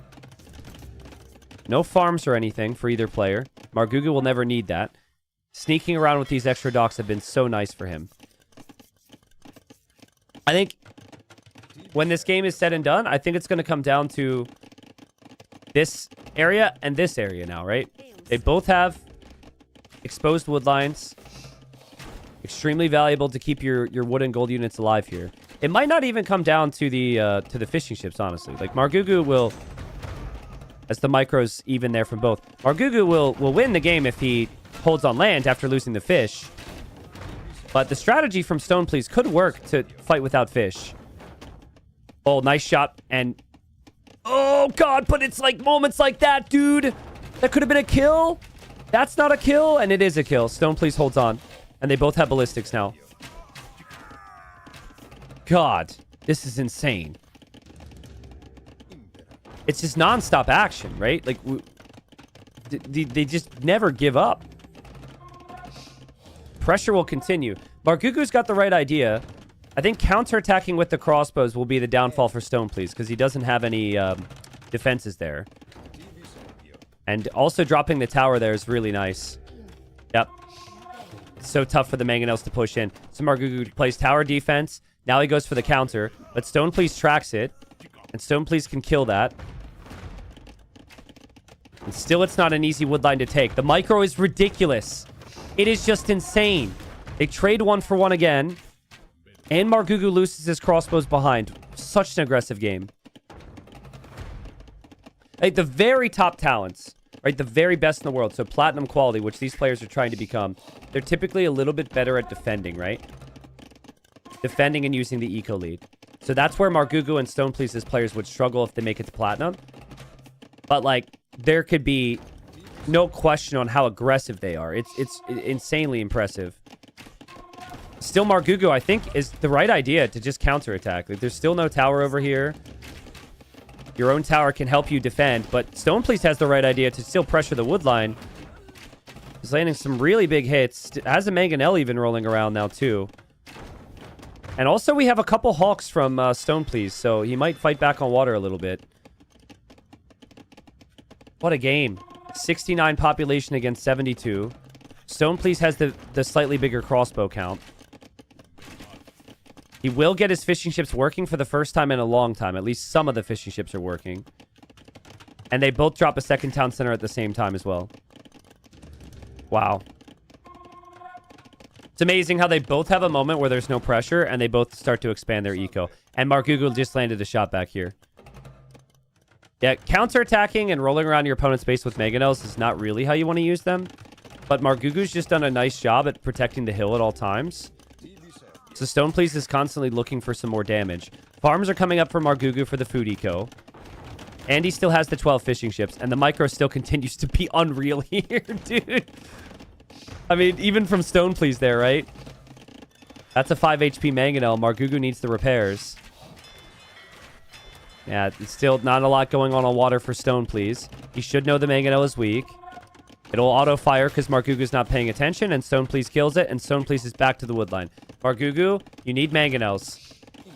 You need consistent mangonel production against this guy. If Margugu's playing against me, or you, chat, no offense, you know, he defends the first couple times, and then it's game over. But Stone Please just keeps... He just never gives up. It never stops. There's always another mangonel. There's always more micro to focus on. And it's just crazy. Again, just so impressive from both because Margugu, he continues to be equal to it. The micro continues to be ridiculous. Here he lands a shot up the hill. Gets the kill. And I think Margugu, with that moment, he evens out the mangonel numbers. I'm seeing better farm transitions for him. He's got 13 fishing ships, which is so nice. It's getting less efficient, but still. I think he's clawed himself into a nice position here. He just can't lose his army now. If he starts to lose his army now, then he'll have problems. Yeah, Stone Please, for the viewers, people will look at the idle TC time for Stone Please and say that that's like, it's easy to look at that number and say, oh god, big raid from Margugu, sorry. That's a mistake, but I actually think it was the strategy. It was basically like, I'll give you the food and come. I will simply just kill all your vills. And that's why it was so important that Margugu held on against the early rush because of where he was taking wood. And Margugu, oh man, there's so much happening right now. We got 3 separate armies. He loses his crossbows there. Over here, he's repairing his mangonel. But Margugu's, he's got the rhythm down now. He understands. Just play full mangonel against this with a couple skirms mixed in and you're good. And if the food eco is good enough, eventually you could maybe mix in some knights. Look at all the mangonels! Holy mangonels on screen! Bro! What is this, man? Yikes! They're everywhere. But it's working for Margugu. Oh, it's working for Margugu! Margugu 71 eco, 20 military, and just 1 military now for Stone Please. And I think Stone Please has finally hit a wall. He could barely produce. He could barely expand. And Margugu likely to take the first game. My god. Margugu is locked in, man. If he were to win, I'm curious to ask him, you know, his shape and whatnot. Because he's had a quieter year. He hasn't been playing ranked as much. But, like, no one's playing ranked as much. And a lot of people do their training behind the scenes. Margugu now 95 pop. It's 43 pop for Stone. Basically, Stone Please can only come back with mangonels. That's it. He doesn't have any food eco for knights. Margugu, Margugu could play knights now. His eco is getting good enough. He's investing into more farms. He's adding the 3rd TC. But Margugu can simply afford to make more mistakes with this big of an eco lead. He just needs to be careful. And again, micro is just so on point there. Curious what Stone Please will play game number 2 now. Because, like, he came out swinging game number 1. Does he try and play a more closed map, a more open map? Does he play more economic, or does he go even more YOLO? Because if that is what you think you need to win, after losing the first game, you might go even crazier. Margugu still has the units in the back. There's a big shot, but it's good raids. Still actively fighting on the front, which is important. And... oh, he doesn't even lose one there. I don't know how. Stone Please could have had 2 kills. Margugu micros down the mangonel. Margugu losing his units in the back. Honestly, Margugu, just add a stable at this point. Sit here with a knight and it's over, man. But it might be over regardless. 83 villagers against 37. Chat, Guess how many mangonels in total will have been produced in this game? Guess fast, because the game might end soon. Margugu's got a nice lead. It might be like 50. We might have a mangonel per minute. Might set a new mangonel record. Margugu's also gone for a siege workshop in the back. I don't even know. I thinking it's like 25 for both. Maybe not 25. Maybe like high. Maybe like 17, 18, 19. I mean, that's all Stone Please can really do. What little resources he has, he'll make mangonels. But the hills are just so valuable. I think Stone Please, with a bit of patience and experience, never loses the hill. It's exactly what I was expecting to happen in this series. It's like, Stone Please will lack the patience. He'll try and send it too much. That initial tower from Margugu was only holding a crappy little wood line. He just needed to hold there. But you always feel like you have to do so much. And you try and do too much sometimes. And you lack the patience, and then the game ends. There's our answer. It was 25 for Stone Please. It was 15 for Margugu, which equals way too many damn mangonels. Wow. I mean, great game. Again, for Stone Please, you could see his APM's through the roof. He's so freaking fast, man. But I just wonder, and hopefully he doesn't regret it. Hopefully he can turn this around. I just wonder what plays out differently in this game for him. If instead of going for the villager snipes with one mangonel and losing each mangonel, he waits till he has 2.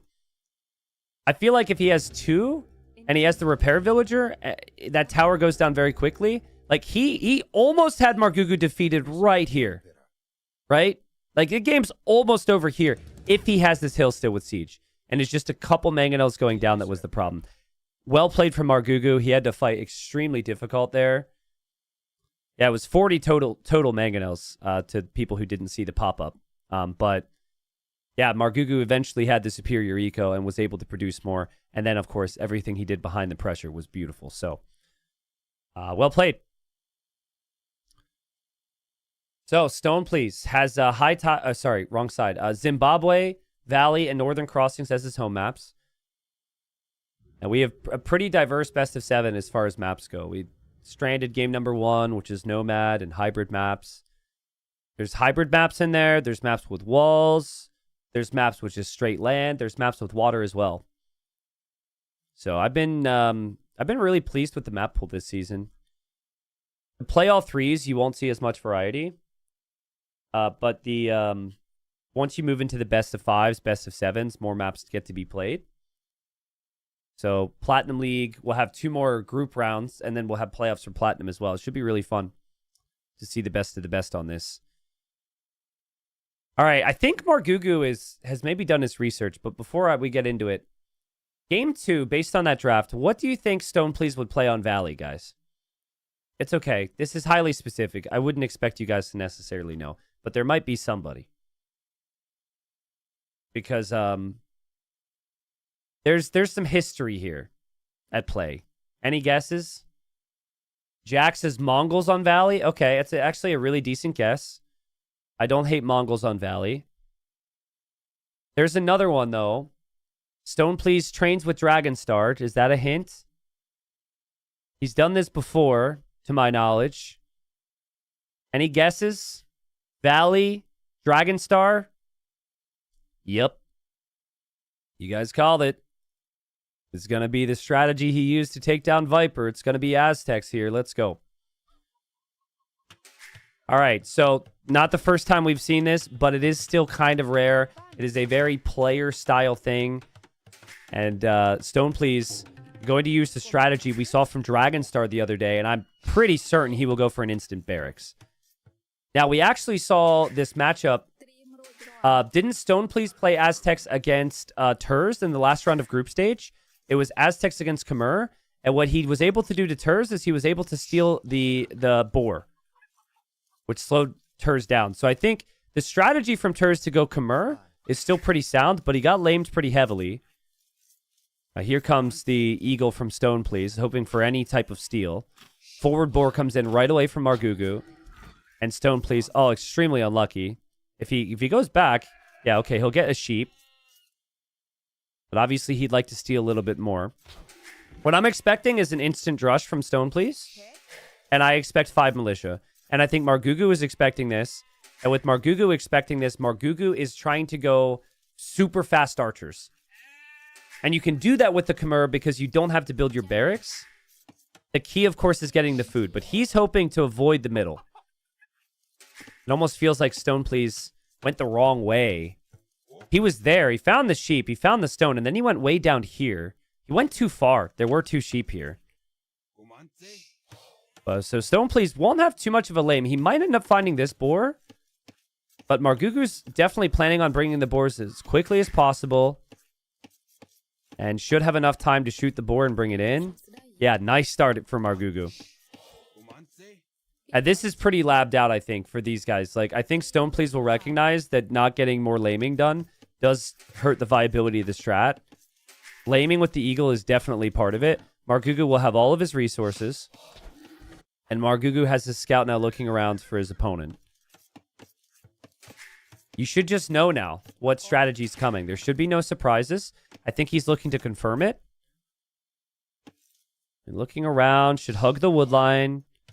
And, yep, sees the barracks. And now he knows. So he's like, okay, I did my research. I know exactly what you did in round 5 with Aztecs on Valley.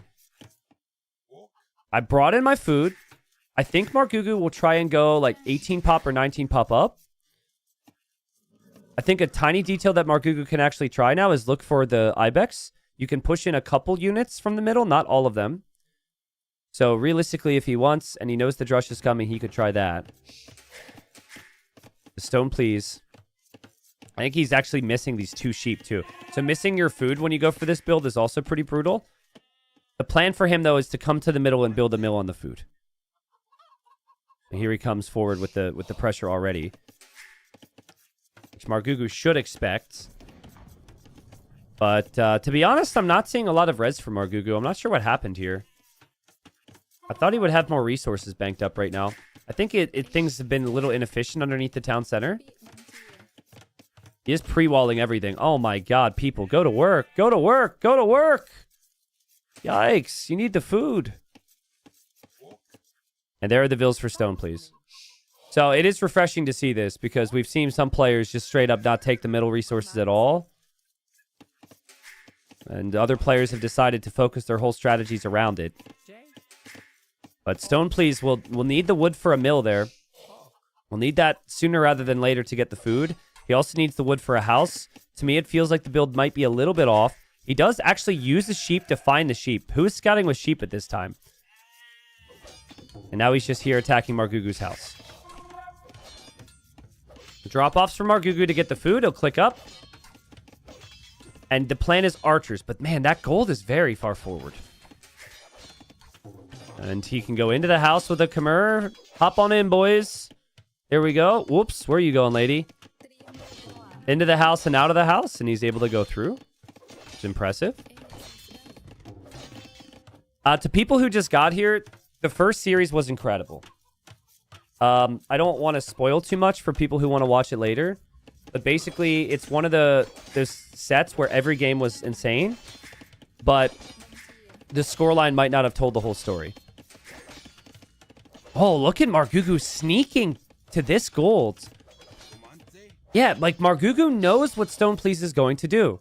He knows Stone Please is going to look to see if he's on gold for archers.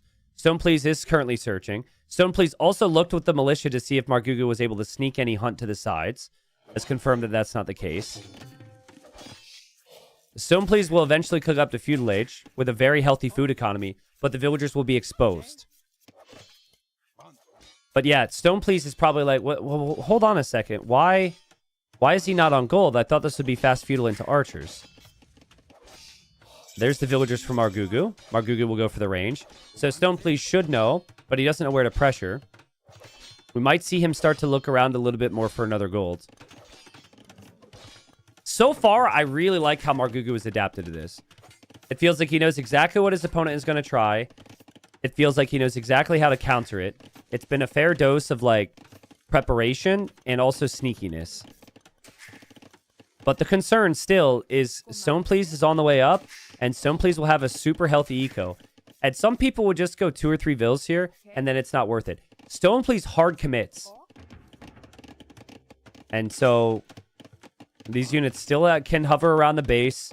Margugu will always have gaps because he's taking the resources. So you miss one quick wall, you might have an issue. I think Margugu did miss that this wasn't walled anymore, but he hops in and out of the houses. And Margugu will be happy because he can hop in and out of the houses, but Stone Please will be happy because it's like, whatever, I'm doing some eco damage, finally. Now, Horse Collar from Margugu is interesting. So he goes Horse Collar, so his farms will give him more food. That does mean that it should be relatively difficult for him to get fletching. But I don't hate it, because if you expect the skirm follow-up, what you can probably do is with that long-term food income make lots of scouts later. The Stone Please saves the weak villager there. Militia have actually just come home. Scout went down for Margugu. Margugu immediately trying to pressure the middle, which is smart. But there will be skirms from Stone Please, and the archers are rather weak. Stone Please found the gold, by the way. He double-checked with the eagle, found the gold. Yeah, this is a good strat, guys. But it's super risky. He doesn't have anything on gold either, so he's shifted everything off gold because he wants to play full skirm, it seems. That's the thing that, like, people don't do a lot. Stone Please does a lot. He's, like, always shifting villagers on and off a See that? He just... That right there is an example of Stone Please maybe doing too much. He's like, no, I don't need gold. I'll go full skirm. And then he's like, no, I actually need to leave gold there. And then you look back at his APM, and it's why his APM is through the freaking roof, dude. He clicks so much. Sometimes you just have to let your villagers work, stick to the strategy, bank up a little bit of gold. It's fine. You can make some archers, make some eagles later on. But for now, Margugu pretty confidently fighting here with the archers. And there's the stable. I think that's why Margugu went Horse Collar, because he knows this will have to be a full feudal style game. Not having it means the farms would expire pretty quickly. He does tower the gold, which also feels good because it's pretty far away from everything. But yeah, Margugu can't do anything with just archers now. Now, what I've seen from Stone Please and from Dragonstar, when people do this, is I think they like to be heavy on gold so they can make archers from the double range too, which is more effective against scouts. So this is all figured out at this point, guys. Like, Stone Please knows that the Margugu is not just going to continue to just randomly make archers. He knows that Margugu is definitely going to add in the scouts. He goes to the gold. Gold is towered. Skirmishers are here. Stone Please pulls away. I think something Margugu should do is actually go full circle around the middle and try and get to the opponent's base. But with how much vision Stone Please can have in the middle, it's kind of tough to surprise him.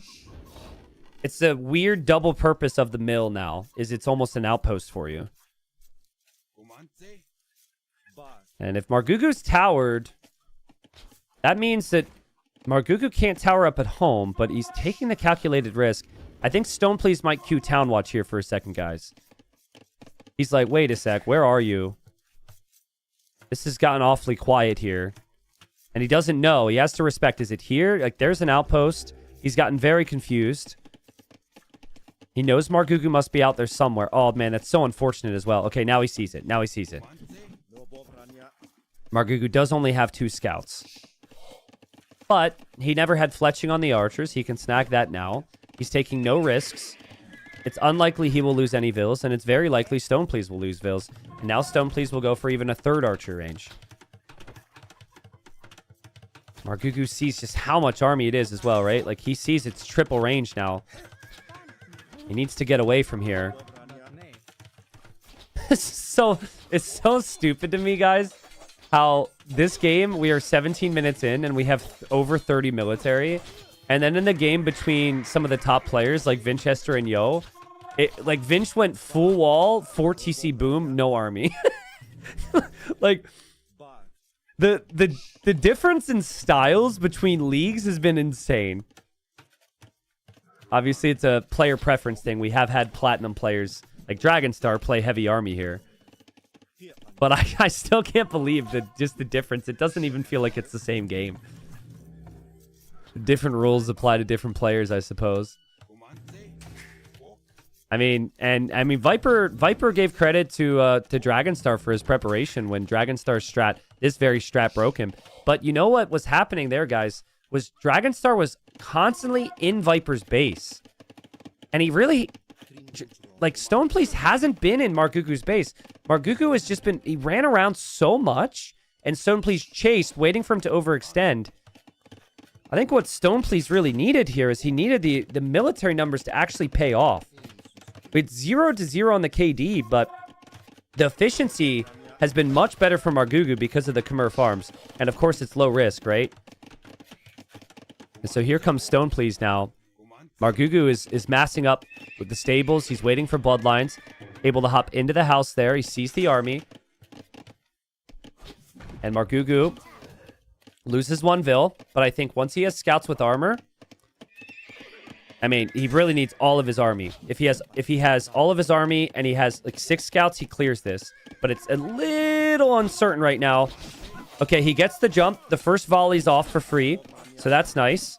Skirms go to the front there for Stoneplace, but the scouts are just going to eat it. Margugu just looks so good against the Stoneplace style of full aggression. Game number 1 was close. Was super close.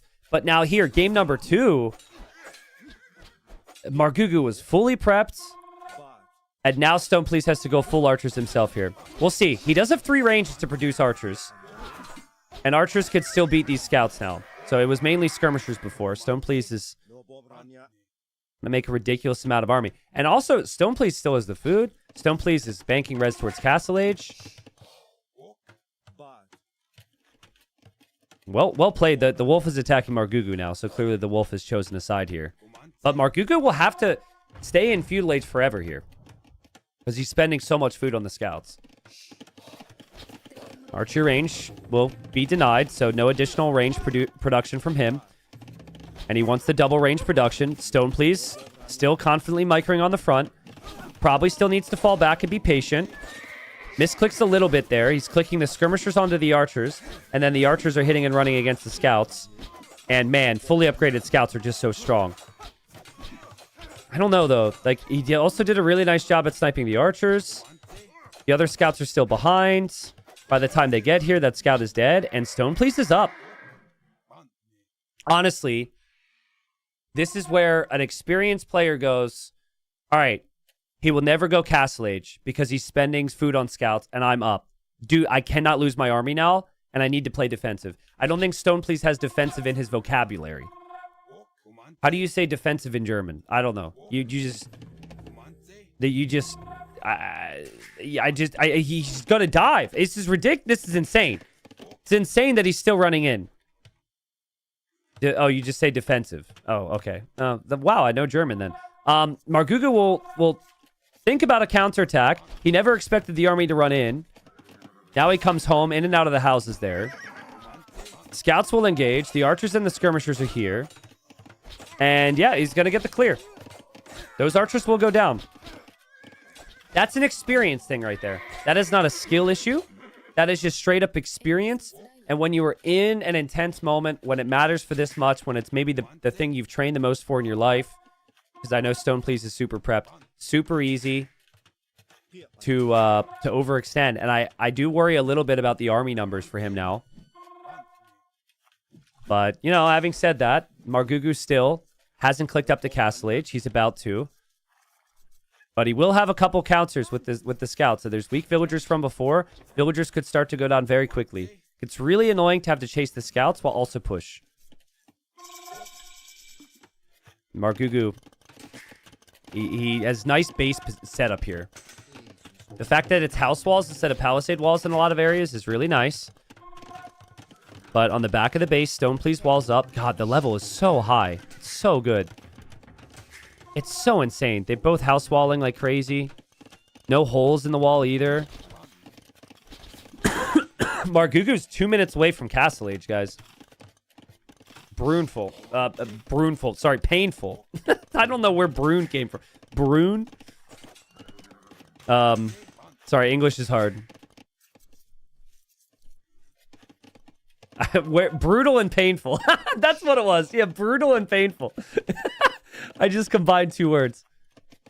Still way better than when I combined spear and skirm, so it can get way worse than what I did. Than Bruneful. I think Margugu maybe just lost some focus there. I think that him going to the main base here was probably a misplay. I would have liked to see the scouts hit the villagers in the middle. But his resources are going to be ridiculous. He is sneaking the archers that way. And he's just done a very nice job at delaying any of this pressure from Stone Please. Stone Please is 0 farm gaming, right? It's still down here with lots of army. It's the counterattacks that can undo you here. He will have eagles. He's upgrading to eagle warriors as well. It's honestly a ridiculous build. The fact that he will be on crossbow and eagle warrior with full armor and full attack on the units that need it. So this counter raid probably won't do too much, but it does matter if it's spotted. Stone Please is through. He would really like... This has been his best strategy so far this season. He would really love to get this win. Market at home. He did this all without the market. How? Unbelievable pressure. But there's quite a few knights and quite a few skirmishers from Margugu. And Margugu, I think he is able to get the jump on the crossbowman. And he gets the jump on the crossbowman. All those house walls bought him enough time. And then the knights can clear the eagles. Margugu will clear this. Wow, what a game. What a game. What a hold from Margugu again. I just cannot say enough about how the house walls has bought him time. Stone Please is used to finding more value from the damage he's attempting to dish out. And pretty soon... I mean, Margugu's farms have 3k food left on them, right? Pretty soon, Margugu's in a full knight, full skirm situation, which can be really dangerous. Even full knights can be dangerous. The skirm should probably stay at home. The knights can now move out and get some damage in the middle. Here the eagles dive for Stone Please. Margugu falls back to the town center here. More knights will help, though, to clear that up. Margugu definitely missed an opportunity there to get his knights into some of the eco in the middle. But eventually could find some damage. Not looking down here at all. I'm wondering if Stone Please will mix in monks. I feel like monks are the key right now. That's what Dragonstar did against Sato and against Viper, is he would make monks now. I guess against Viper he was Mayans. But in the Sato game, he went like double monastery. Like all the production buildings producing as quickly as possible. Monks will be mixed in. Margugu still no second TC. This is Age of Empires, guys. This isn't Age of Walls. This is a war game. Let's go. Holy military, this series. This is so sick. But we've got, like, crazy farm eco against no farms. There still is lots of food, but, you know, eventually it does disappear. It feels like this game gets decided over the next 3 minutes. And if Margugu can win it, because it's been another amazing game from Stone Please. If Margugu can win this, the confidence it's going to bring him, I'm telling you. Stone Please does not have that long of a career. And he's playing his best strats, and it's not winning him the games. It could really affect you. Yeah, big engagement. I think that's too many knights. Could be a misread for me. I just think that's too many knights. Knights are too strong. Yeah, the units are just not strong enough. The skirmishers will have ballistics against the crossbows. And Margugu will continue on with the fight. That is a lot of crossbows. A lot of the knights died. Okay, knight gets deleted. It actually swings back. I think it's just the sheer production from Stone Please. He's lost way more units, but he makes more units. He will actually drop the second TC. Okay, but this is where I would struggle massively. Now you're in a world where you need to actually farm and play a normal game. That could get kind of difficult. He spent a lot of gold, too. Like, this gold is almost gone. I think this TC is just to protect that gold. All of his military units have been gold this game. He didn't make any skirms. I guess he made a spearman or two. But ballistics is finally coming in for the crossbows. Margugu never researched the final armor for the skirms, so the crossbows could still take decent trades. Margugu will now add scorpions. And Margugu is still 1 TC. If anyone was going to boom, I would think it would be Margugu here. but he needs to respect the army numbers. I like the mix-in of Cav Archers. It's just a bit more mobile, and it's stronger against the Eagles than the Skirmishers are. And another big fight. Another big engagement. The Scorpions are here, though, with Ballistics. There's no more monks behind for Stone, please. The Eagles have full upgrades. Look at the micro from Margugu there with the Knights, and Margugu clears it again. Now, last time I thought it was a full clear. And then suddenly, Stone, please, was back with more army, but I think it is close to a full clear there. If Margugu could just send a couple units to the different areas of this sandy river now, it is game over, potentially.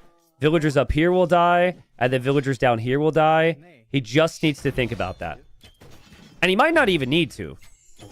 Like, maybe you just continue to kill the army, and then you take good enough trades, and it's completely fine. I mean, game is still going decently well for him. But, yeah, he overextends a little bit. It's easy to do that. He's dropping his second town center now. He's always adding farms. He's mixing in Scorpions. Bring some more Knights in to save the skirms. Look back at Stone Please's base. He's on 2 farms now, so that's something. But he's now, like, buying food. Stone Please will have some big gold problems long term, I think. He's almost through 2 of his 3 golds, and his other gold is down here.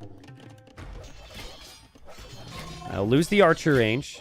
Stone Please has killed 5 villagers this game. He's lost 0. But Margugu, 2 town centers with the healthier economy to spam. And still leaning really heavy into the siege numbers as well. Scorpions feel so nice here. Once you get to 6, your opponent has to add a mangonel. I think a siege workshop is needed for Stone Please. The other Scorpions are in the back, but once Margugu advances forward, it's really tough. So far, the way I would sum up the series, insane aggression from both, but Margugu with a little bit more experience to hold against the aggression and play the economy. And it's nice snipe from Margugu on the monk there. Cleared out the monk with the skirmishers. Skirmishers are still chasing down the crossbows, and what's happening for Stone Please is he just cannot compete with the military anymore. The knights and the skirmishers are dominating. His eco is now... Whoosh, now he's farming. But what military does he have? And what can he make? Fully upgraded knights, skirmishers, cav archers. Amazing performance from Margugu. He's honestly playing so good. I think both players can play this good and give some platinum players problems. Stone Please, obviously the high risk, high reward approach. Crazy house wall in the back. He'll keep himself safe back there. But Margugu... I'd like to see a few villagers on stone for him, and I'd like to see some rams, actually. Taking down the barracks would be huge to just stop the production. Stone, please. Okay, he finds a gold. He's TC walling back there. All right, he's like, oh, gold. Nice. But yeah, you need... It's full knights, so you would need a lot of monks, and you'd probably need pikemen. But that's really tough to justify when your opponent has scorpions, and really tough to justify when your opponent is right in front of your face like this. It feels like he's just lost too much control. And Margugu is playing life on easy mode now with the Khmer. Another town center. And why add rams when you can just use the knights, I guess, to take down the buildings? Now Stone Please switches. He'll get a conversion. That's nice, but he'll lose the monk. And then back here, his TC is being disrupted as well. A town center will go up and can be garrisoned, but the units can now run through. And still so much pressure from Margugu. 26 knights for Margugu. Is it just me, or does this series feels like it's being played on 2 times speed? There's just been that much action, right? Like, so fast. But, yeah, it's game over. Margugu wins the second game. And Margugu he prepped for that strategy so freaking well. You're able to look now at the 5 rounds that the players played in group stage, watch the recorded games, get a feel for what they're going to do. We knew Stone Please was going to go for the drush. We knew he would go for the lame. Every little step had to work out perfectly there for Margugu. Like, literally everything was perfect. He brought in the boars because he knew he would be lamed. He brought in the sheep. He scouted the drush to confirm it instead of just guessing. He had the pre-walls down. He went archers initially to poke damage, but he knew it would be a heavy skirm follow-up, which is why he went for the horse collar upgrade, so his farms would give him a lot more food for the scouts. He produced the scouts at the perfect amount, reached Castle Age at the perfect time. The counterattacks were well-timed, but not excessive. And then he always matched the army numbers. It was so well played. And Stone Please is ridiculous speed there, of course, but I mean, he needed better damage. And I think so much of that was Margugu's house walling. Margugu being active in the middle. Stone Please was chasing a lot. I think he needs to understand in that moment when you're making that much army to just go kill Margugu. But it's the fear and it's the moment. He doesn't want to lose the Vils, so he stays. But if you stay, Margugu does what he does. 2-0 for the Frenchman.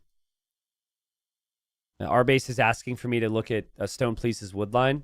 Yeah, but I'm sure you want me to look at the woodline for Stone Please, and the woodline was probably extremely inefficient. That's just what happens, right? Like with this strategy, when you commit to the front like that and you're that aggressive, you just don't look back at home much at all. So I'm sure his woodline was horrible.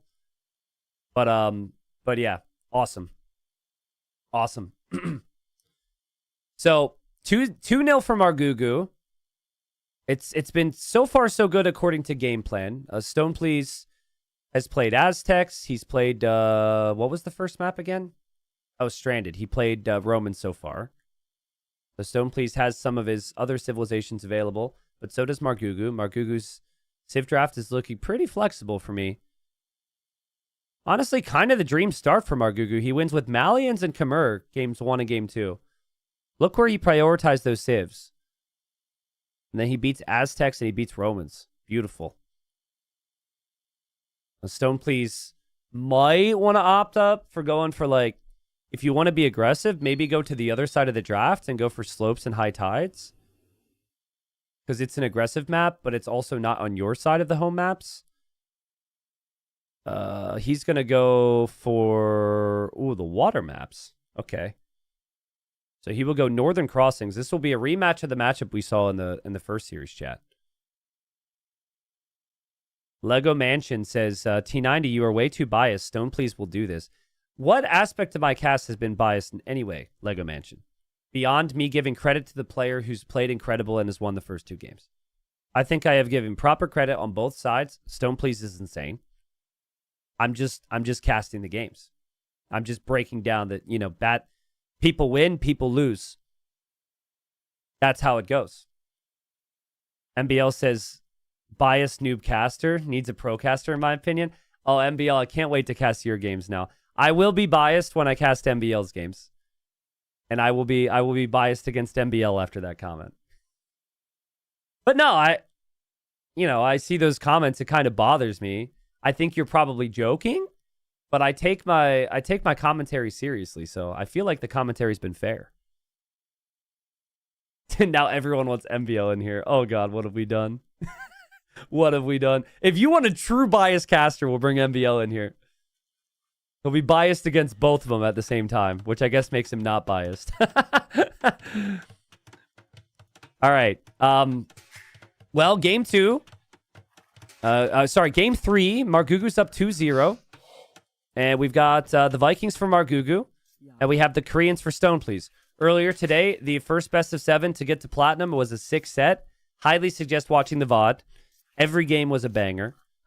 And honestly, every game here has been a banger as well. It's just been a more aggressive series so far. But this is where we're really going to find out about Stone Please. Because the first 2 games have been full send mode. But you can't win every map with full send mode. And I think Koreans are really good with some what I say, like poking, like some harassment. But you can never just straight up win the game with any one thing, right? Koreans are really good being competitive on water. They're good with the towers on land. You could make some fire lancers. You could make some archers. There's so many different things you can do on this map. But it's where Koreans shine is essentially you're trying to slow down the Vikings. The Vikings are going to win water if the Vikings can just make longboats and have an easy life on land. So mix it up. I don't mind things like forward docks, forward towers. But that's got to be in combination with very solid economy. And then on the flip side, I think for Margugu, he needs to recognize Vikings are actually kind of fragile, even with the balance changes. I think Vikings are fragile in feudal. Not really sure what you want to do with them because the unit you want to make isn't available in Castle Age. But then I think maybe you play Man-at-Arms here. Feels a bit weird, but get some aggression in. Transport. Use the transport ship. Okay. I'm going to give you guys a thought here. I'm going to give you an idea. And I want you to tell me on a scale of 1 to 10 how epic the idea is for it to be meta on this map. Okay? Because Stoneplease is doing it. I've said it during a cast. I know he watches.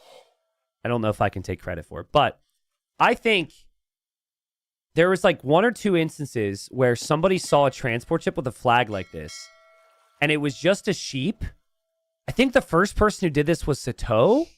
And I never asked him about it. Anyways, I think it should be meta to put 1 sheep in here. And then if your opponent sees the transport with the flag, they think it's the opponent's scout or villagers. I mean, like Stoneplease he's got the 1 sheep in there. Our base says, I think Margugu knows Stoneplease did that in his last rounds. Did Stoneplease do it in his last rounds?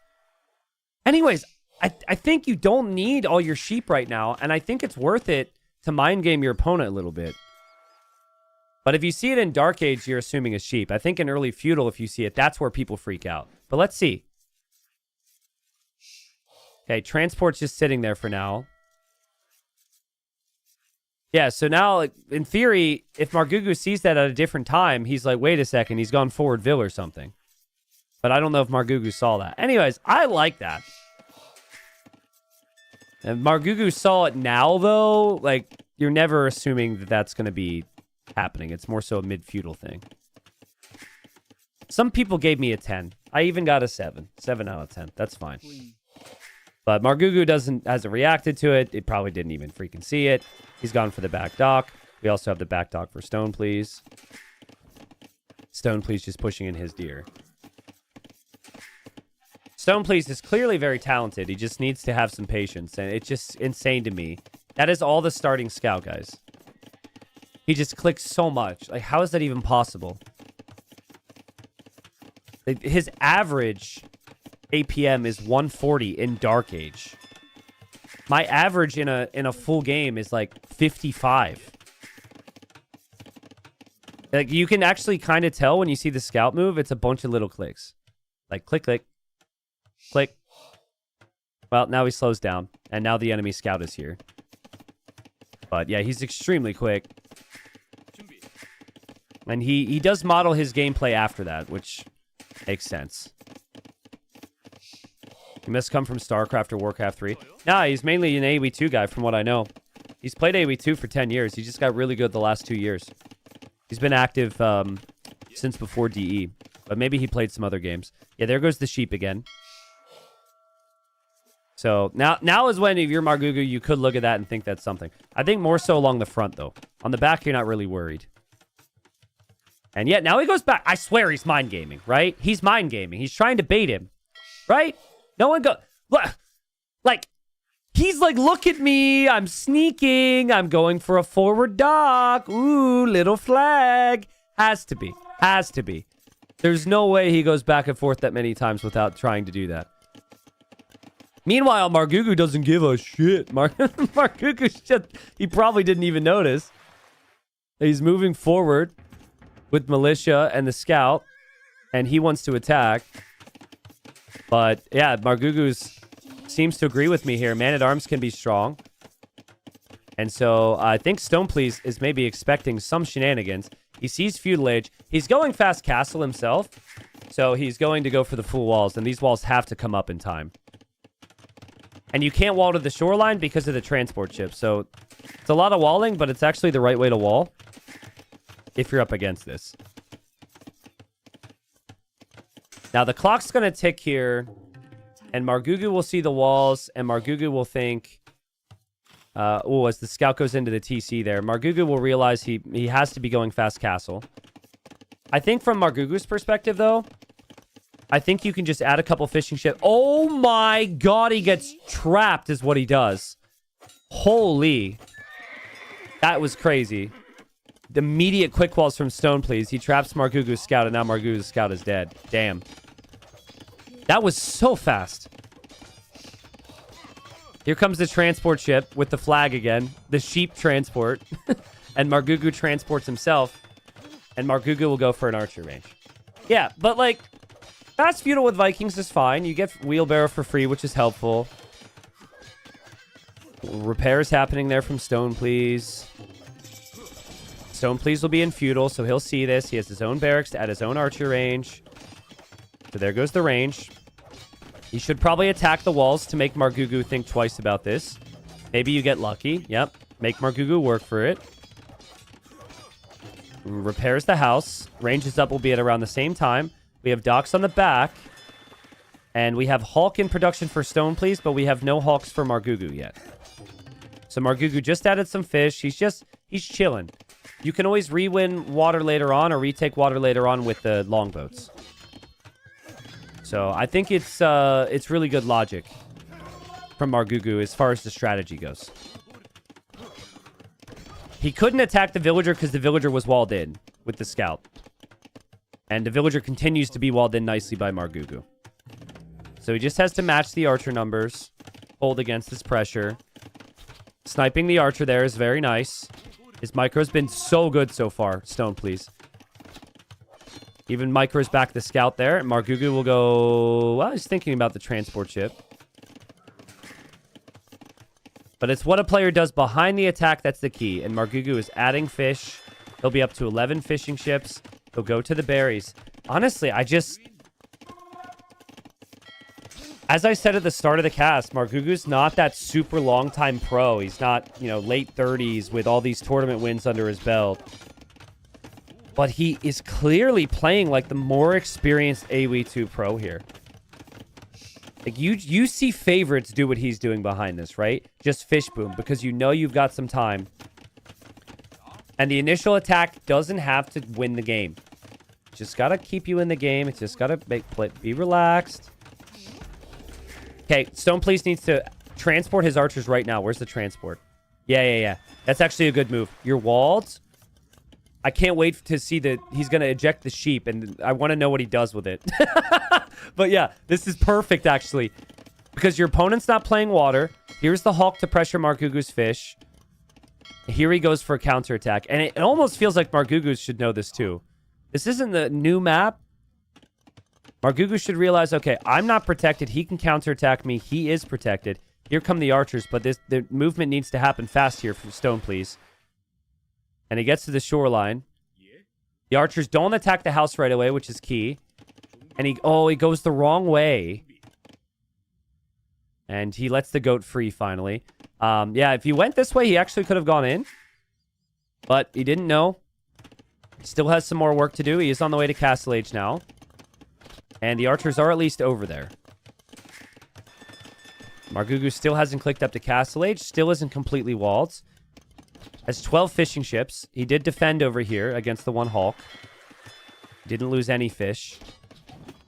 And then Stone Please also found the forward dock from Margugu, which I've just noticed. But Stone Please defends from the range units behind the wood line. Stone Please still house walling. And Stone Please has the archers here, but Margugu noticed it. And Margugu can now go for a long line of house walls there.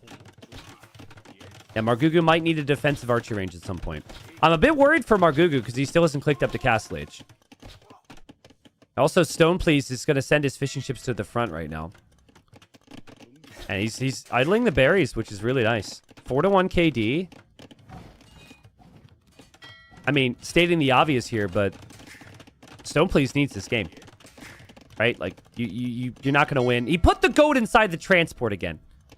You're not going to win 4 games in a row against Margugu in this shape. I would leave that goat there and never touch it again, but he's fast, so he just focuses on it. Wonder what this villager will do. Wonder why she's out here. Also wonder what the ship of choice is going to be for Stone Please.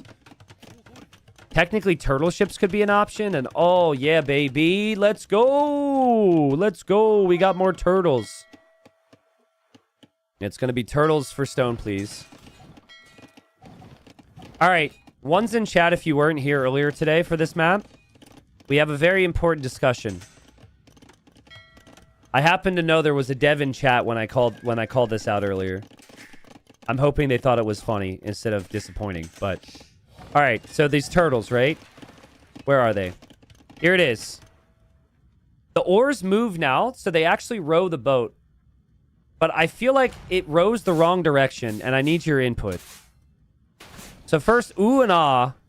But what on earth is that rowing, dude? Like, how are they going forward? That is the worst rowing I've ever seen. I think it should be rowing. They should be sending the boat the other direction. So, yeah, I mean, we got the new and improved turtle ships. They can row the boat the wrong way now. Right? It's literally rowing backwards. Anyways, we do have the turtles out, so that's exciting. It's correct. Just wait. Here, we got another one.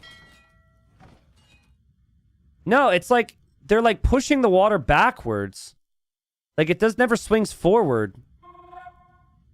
Either way, it's a subpar rowing technique. I can't tell. It does depend on the angles, too. Of what direction the ship is going. Maybe it is fine. It's definitely funky. We can agree it's funky. All right, that's fine. Crossbows are behind the wood line. Players are not paying attention to the rowing of the boats. I probably shouldn't either. Crossbows from Stone Please will be transported over again. And Stone Please is doing a pretty nice job.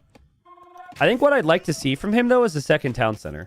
I feel like he's got a lot of resources to spend right now, and a second town center would make a lot of sense. Margugu's already on the second town center, and Margugu's starting to pump out the villagers, but Margugu so far doesn't have an answer to these turtles.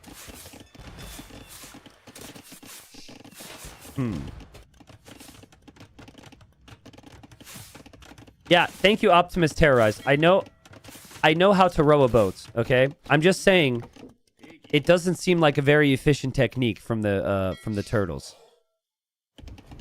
But it is cool it moves, so I like that. Turtle ships are moving around. And so far, Margugu hasn't had an immediate answer to this. He is going to go fires, though. In the past, fires were actually an okay option, and I think after the recent changes, they should be even better. I think fires should be perfect against the turtles now. Yeah, that's a lot of fire ships, and the turtles are going to fall. Look how satisfying it is. Look. Watch. Oh, man, that's so satisfying. Oh, God, crossbows are in, though. Crossbows are in, and Margugu's pushed completely off of that gold. I'm not sure what happened, if he overchopped or just was paying too much attention to water. This is complete chaos. Margugu did save his fishing ships. He does still have the multiple town centers. He will drop the third TC here, but even that could be denied if Stone Please continues to move. Still one TC for Stone Please. He is ahead in eco. Game is very close, though. But I like the control he has through the military, right? He's taken some good engagements. It's just the economy that you worry about now, and now he goes for the second TC. And I might have gotten a little too distracted by the turtles here. Yeah, so it feels like if you have a 3-to-1 ratio of fires versus the turtles, you can beat the turtles. And then what do you make to beat the fires if you're Stone Please? It would be Hulks, I guess. But the turtle ships are not the cheapest unit ever. They're also not the fastest unit ever. I don't know. I'm seeing the same exact... I know that everything we're seeing in the game, like the score and everything, tells me that Stone Please is ahead. But I'm seeing the exact same theme of Margugu realizing, all right, well, okay, it's going to go late. He had the better start. I'm going to make the decisions I need to be better off long term. And for that, that's just a lot of economy and defending on land. And this game will go imp. And when it goes imp, you need to make the proper decisions. Typically, tower rushing with the Koreans could be really good in these moments. Probably too late now because you lost your crossbow control. And you need to have consistent navy, and it is just going to be turtle spam from Stone Please. Is turtle only the way here? I guess is the question. A crossbow underneath the TC. What's up, bro? Margugu? Margugu? Margugu. Ooh, Stone Please is sneaking through. He would drop the TC. Crossbow will camp there. That's a really nice spot for the crossbow to find. Margugu doesn't see it. Margugu does have crossbows down here. Still doesn't see... Okay, he sees that guy down. We'll kill it. And, man, there's just a lot. There's a lot to take in right now. Look at the eco count, though. Pretty incredible. They both have a lot of fishing ships. Turtle ships seem to be doing better than I expected. Wow, and clinker construction also applies to them? So they get faster. Whoa. That's kind of cool. You didn't have a way to make the turtles faster before. At least I'm assuming that applies to turtle ships. So you could get 2 different speed upgrades for the turtles now. I mean, guys, what I expected was that Stone Please would lose water. He's not really losing water. Oh, they're rowing so much faster. Whoa. It still looks like they're rowing the wrong way, dude. It really does. But whatever. I'm going to stop staring at it now. Margugu's got some work to do on land here. I think he needs to pressure this way. Sometimes it's just about holding this direction. Guys, okay, look at this. Look. I don't know, man. It must just be the way they're entering the water that's the problem for me. We can all agree that you should really have the ore like more directly into the water instead of facing up, okay? But if we slow-mo, I feel like it's going like this direction, like this, which shouldn't propel it forward. This would propel it forward. Not this. I don't know. I can't tell. I gotta stop looking at it. Just stop talking about it, please. I'm so sorry. A rocket cart went down over here. It's really not important. Turtles are still being spammed from Stone Please, who still has a super healthy fish eco. I really think the key for Koreans is the tower rush. He agrees. He's going with the Vils to pressure here. That's a lovely position to start a tower rush. But he's got crossbows to deal with over here. Margugu took down... He took down another rocket cart. That's 2 rocket carts that went down over the last few minutes. Someone says, T90, have you noticed that villagers walk wrong? Okay, nice try. Nice try. I'm not falling for that one. But hold up. No, I'm not falling for it. Crossbows and mangonels will continue from Margugu to pressure from the left side. But does he see this? If this becomes 2 Korean guard towers, Margugu can have some massive struggles. There's still so many turtles to pay attention to on the sides. There's still this to pay attention to as well. And I think Margugu is busy at home. Margugu's getting his crossbows flattened because he definitely sees the tower rush from Stone Please.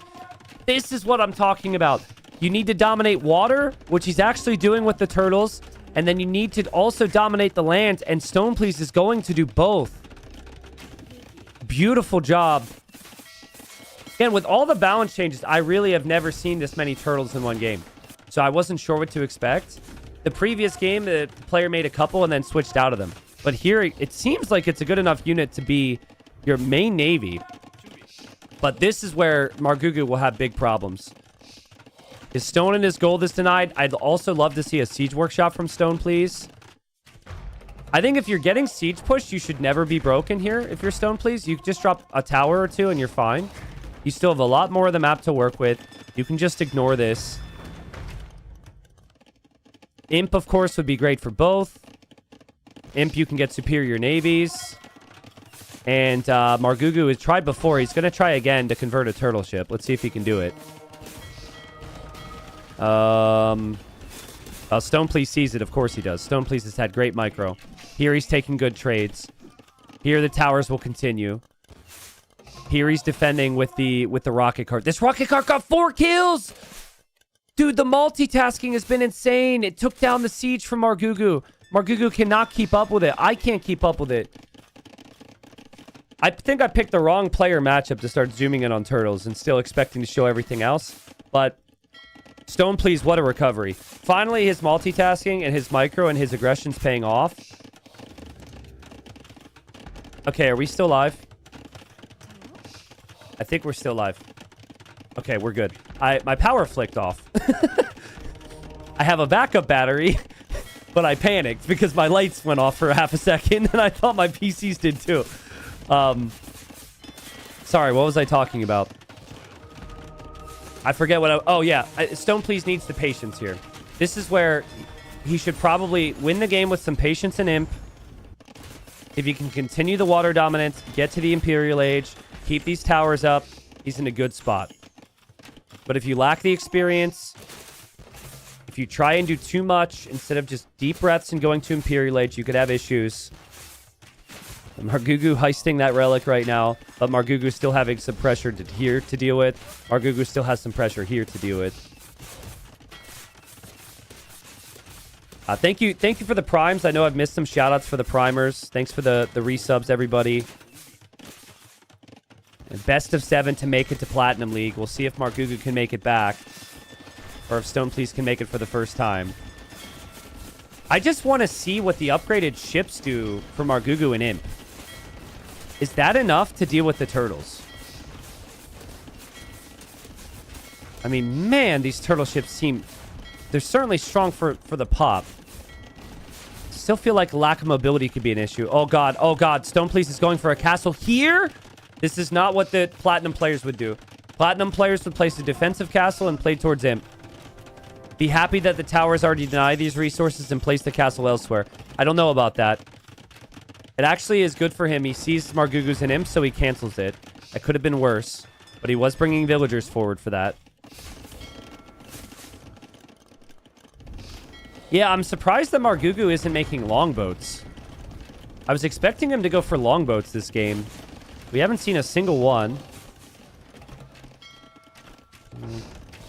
Here goes another tower from Stone Please. That's good. I mean, it'll be hard work for Margugu to take some of this down. Stone Please is going to go Hulks now, which is good against fires, which there is an argument he could have gone for the whole game. And he will do that now. Defensive castle starting to come up. I'd like to see relics for Stone Please and towers in the middle. And if you just hold this area and just play water now, eventually Margugu is starved of resources. That should be the approach here. It's not fast fire at all for Margugu. He doesn't get fast fire. Ah, his Civ doesn't get fast fire. Okay. Vikings never had fire ships before, so it's still new to me. So yeah, Margugu shouldn't be making fires then if his Civ doesn't get fast fire. That's really bad. Elite turtle ship and heavy warships for Stone Please? Maybe when you upgrade Elite Turtle, they row the right direction. I don't know. But I don't think Margugu has any chance on water. There should be no way. The ship he's making doesn't get a better version. And, I mean, Elite Turtle's going to upgrade a ship that's already been pretty strong in Castle Age. We'll see, though. Margugu can make Hulks. So this is the upgraded Hulk. It just changes the name to Carrick. This unit is one of the most underrated midfielders in the Premier League of all time. Only first name's Michael instead of Viking Carrick. Upgraded turtles. Upgraded turtles. Nice little gold bling bling there. Little flex. And, I mean, they're wrecking the fires. Margugu's still hanging in. But Margugu needs some land chaos, and he hops into a transport ship. Looks like he's making a play to the middle, but this is extremely dangerous. There are 15 villagers in there that do not know how to swim. Ah! Run! Oh, God. Okay, well, it's a one-way trip. That's why it was so cheap. Got that on discount. And best of luck. Okay, there's bears. There's a... Oh, God. Bears haven't eaten in weeks. It's an absolute feast. Villagers will go down. They're surrounded by turtle ships. What is this nightmare?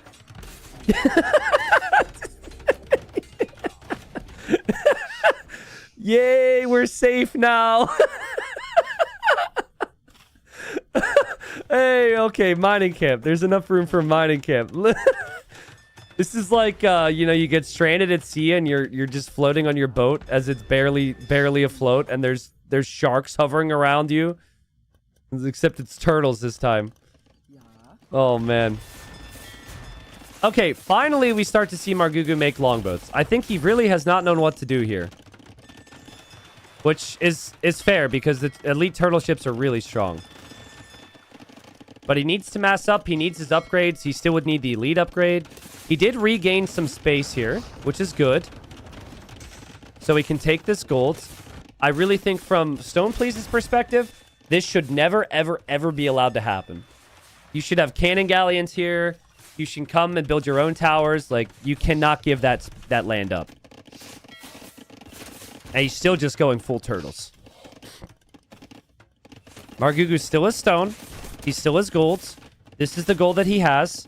But honestly, he can barely even take that because the towers are here. But again, Yupsion could come in to add to the watchtower range. There are things that Stoneplease can do to expand his position. But he's still got such a nice position. A healthy Vil lead, healthy military. And Margugu's fighting with longboats that are not elite yet. He doesn't have Bogsvigar either. Like, Margugu just has had no answers. The Stoneplease defended well in feudal. It almost went the opposite of how I expected. I would have thought that Margugu would go heavy into the unique units. But finally, with 51 turtles, Stoneplease wins the game. What a game from Stoneplease. Gets a win. Yeah, it's wild. But like the first two games, honestly, there were so many positives for Stoneplease. Game 1 was 50-50, man. One tiny change, and then he's currently ahead in the series. I think he could turn this around. Both sets today have been incredibly close. Like every game back and forth, maybe a slight lead for one player, but nothing significant. The level is so high here. For Margugu, I think it was just confusion on water, to be honest with you. Like, what boats did he make? He made 77 fires when his Civ doesn't get fast fire. He made 21 longboats. I don't know if longboats necessarily work against that many turtles, but I could tell you, making 77 fires with a Civ that doesn't get imp upgraded fires is probably not the play. And so that just means a good choice from Stoneplease as far as the home maps, right? Like, he picked a map that maybe he is prepped for and his opponent is not. And, well, he played it very well. GG. Again, you want to take a look at the APM. I don't know how he does it, but that's actually a pretty slow game for Stoneplease there. Just ridiculously fast player. You see it with the unit control and you see it with the unit production with him. I think decisions can always be improved for him. And I was concerned for a while there when he was late with the town centers. But holy crap, we saw more turtles than I was ever expecting there. Yeah, Koreans seem like such a nice pick. That was the second pick for Stoneplease, so it was pretty high up there on the draft. For Margugu, he valued Vikings a whole lot later. Could have maybe gone for Armenians, to be honest. But, yeah, whatever. You're Margugu. You lose a game. It's still a best of 7. You've got more positives to come. So, yeah, I expect for Margugu just to go to a map that clicks for him. We'll go to his side. High Tides, Coast Arena, or Slopes next. And then once he's in on those maps, I think there he could try and claw one back here. I guess that's not the proper statement. Him clawing one back, isn't it? Stoneplease needs to claw another one back. But yeah, it's going to be... This is surprising. So Margugu's up 2-1. His home map, the first home map pick for Stoneplease is Zimbabwe. And he's going to go there. Wow. Okay. So, welcome in, guys. We've got game number 4. The first home map for Stoneplease was Mongols. Now, here's the thing. There was a clip, it's on my YouTube channel, of a player who went absolutely bonkers on this map for the Boars. And it was Stoneplease. So he has picked Mongols to Civ with the fastest hunt. He has come out with a villager already. You always have the first rhino, but I think he wants more.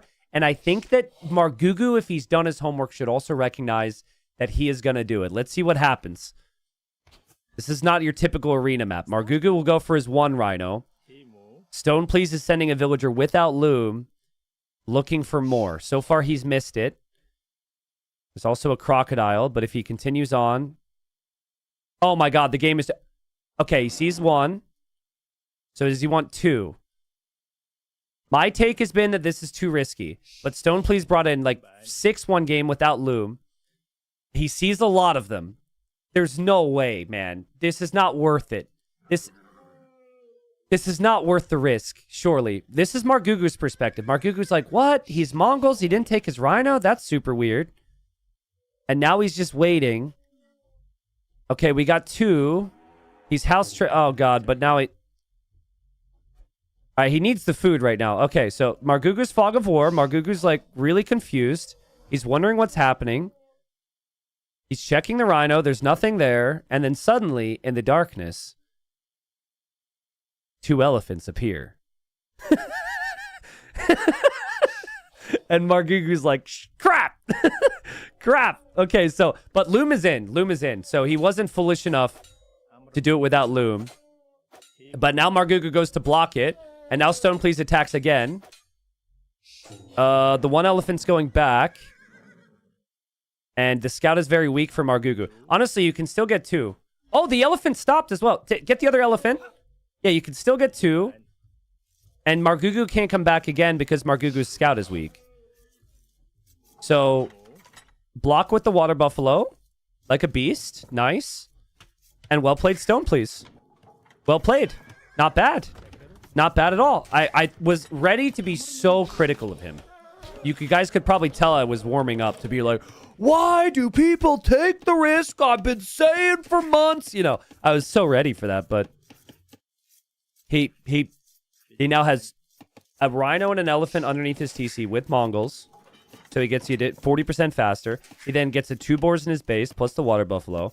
And, most importantly, the opponent has a weak scout and can't block again. So Margugu has to give up and he can go back for more. So maybe that's part of it. Maybe you want the opponent to come block, and if you defend from it like a champ, then you can get the rest of them. And he sees 3 more. He even sees this Rhino. How greedy do you get? If I know Stone Please, he's going to want more. Again, 3 is fine. Like, 3 is so good. You don't need to go get 4. But here we go. We got 1. A little bit of blocking. 2. Little bit of blocking. All right, walk past that one. You're missing 1 here. But 3? Okay, is he going to the left to get 1 more? Oh my god. Oh my freaking god, dude. All right, well, here we go. Blocking away, making it look easy. We're going to go 4 elephants. All right, can we block them all now? Can we block them all? Oh god, there's a crocodile over in this direction. Oh, hey, look, there's another Rhino. Might as well. Let's just get 5 while we're at it. Oh, crocodile over to the right side. Oh, crap. Now we have to block a crocodile as well? I think the croc movement speed, though, it's slower than the elephant, so it it will stay behind the rest of the group. It won't actually hurt you here. And you can't eat it, unfortunately. Okay, final obstacle is the gate. You have to hold the gate open. Oh, and the Rhino did it for you, and all the animals file in. Wow. Well, here we go. And luckily, they made a change now. You can just kill them all with the TC and still eat the food, so there shouldn't be any big issues here. Because you can kill them with the town center, you can just bam, bam, bam, and take all the food. No disadvantages whatsoever. It's done. Noah has nothing on this guy. Noah could only do it 2 by 2. And he went, what, 5-1? I don't even know. That was crazy. Well played. Well played. Also, I may or may not have stolen that quote from chat, but you know, thank you, first time chatter, for the idea. All right. So, how much food do we even have here? We've got 4 elephants with 1,500 food left. We've got 2 dead buffalo with some food left. You got 2 buffalo here, 300 food left. You got the boars. I mean, he's basically got over 2K food.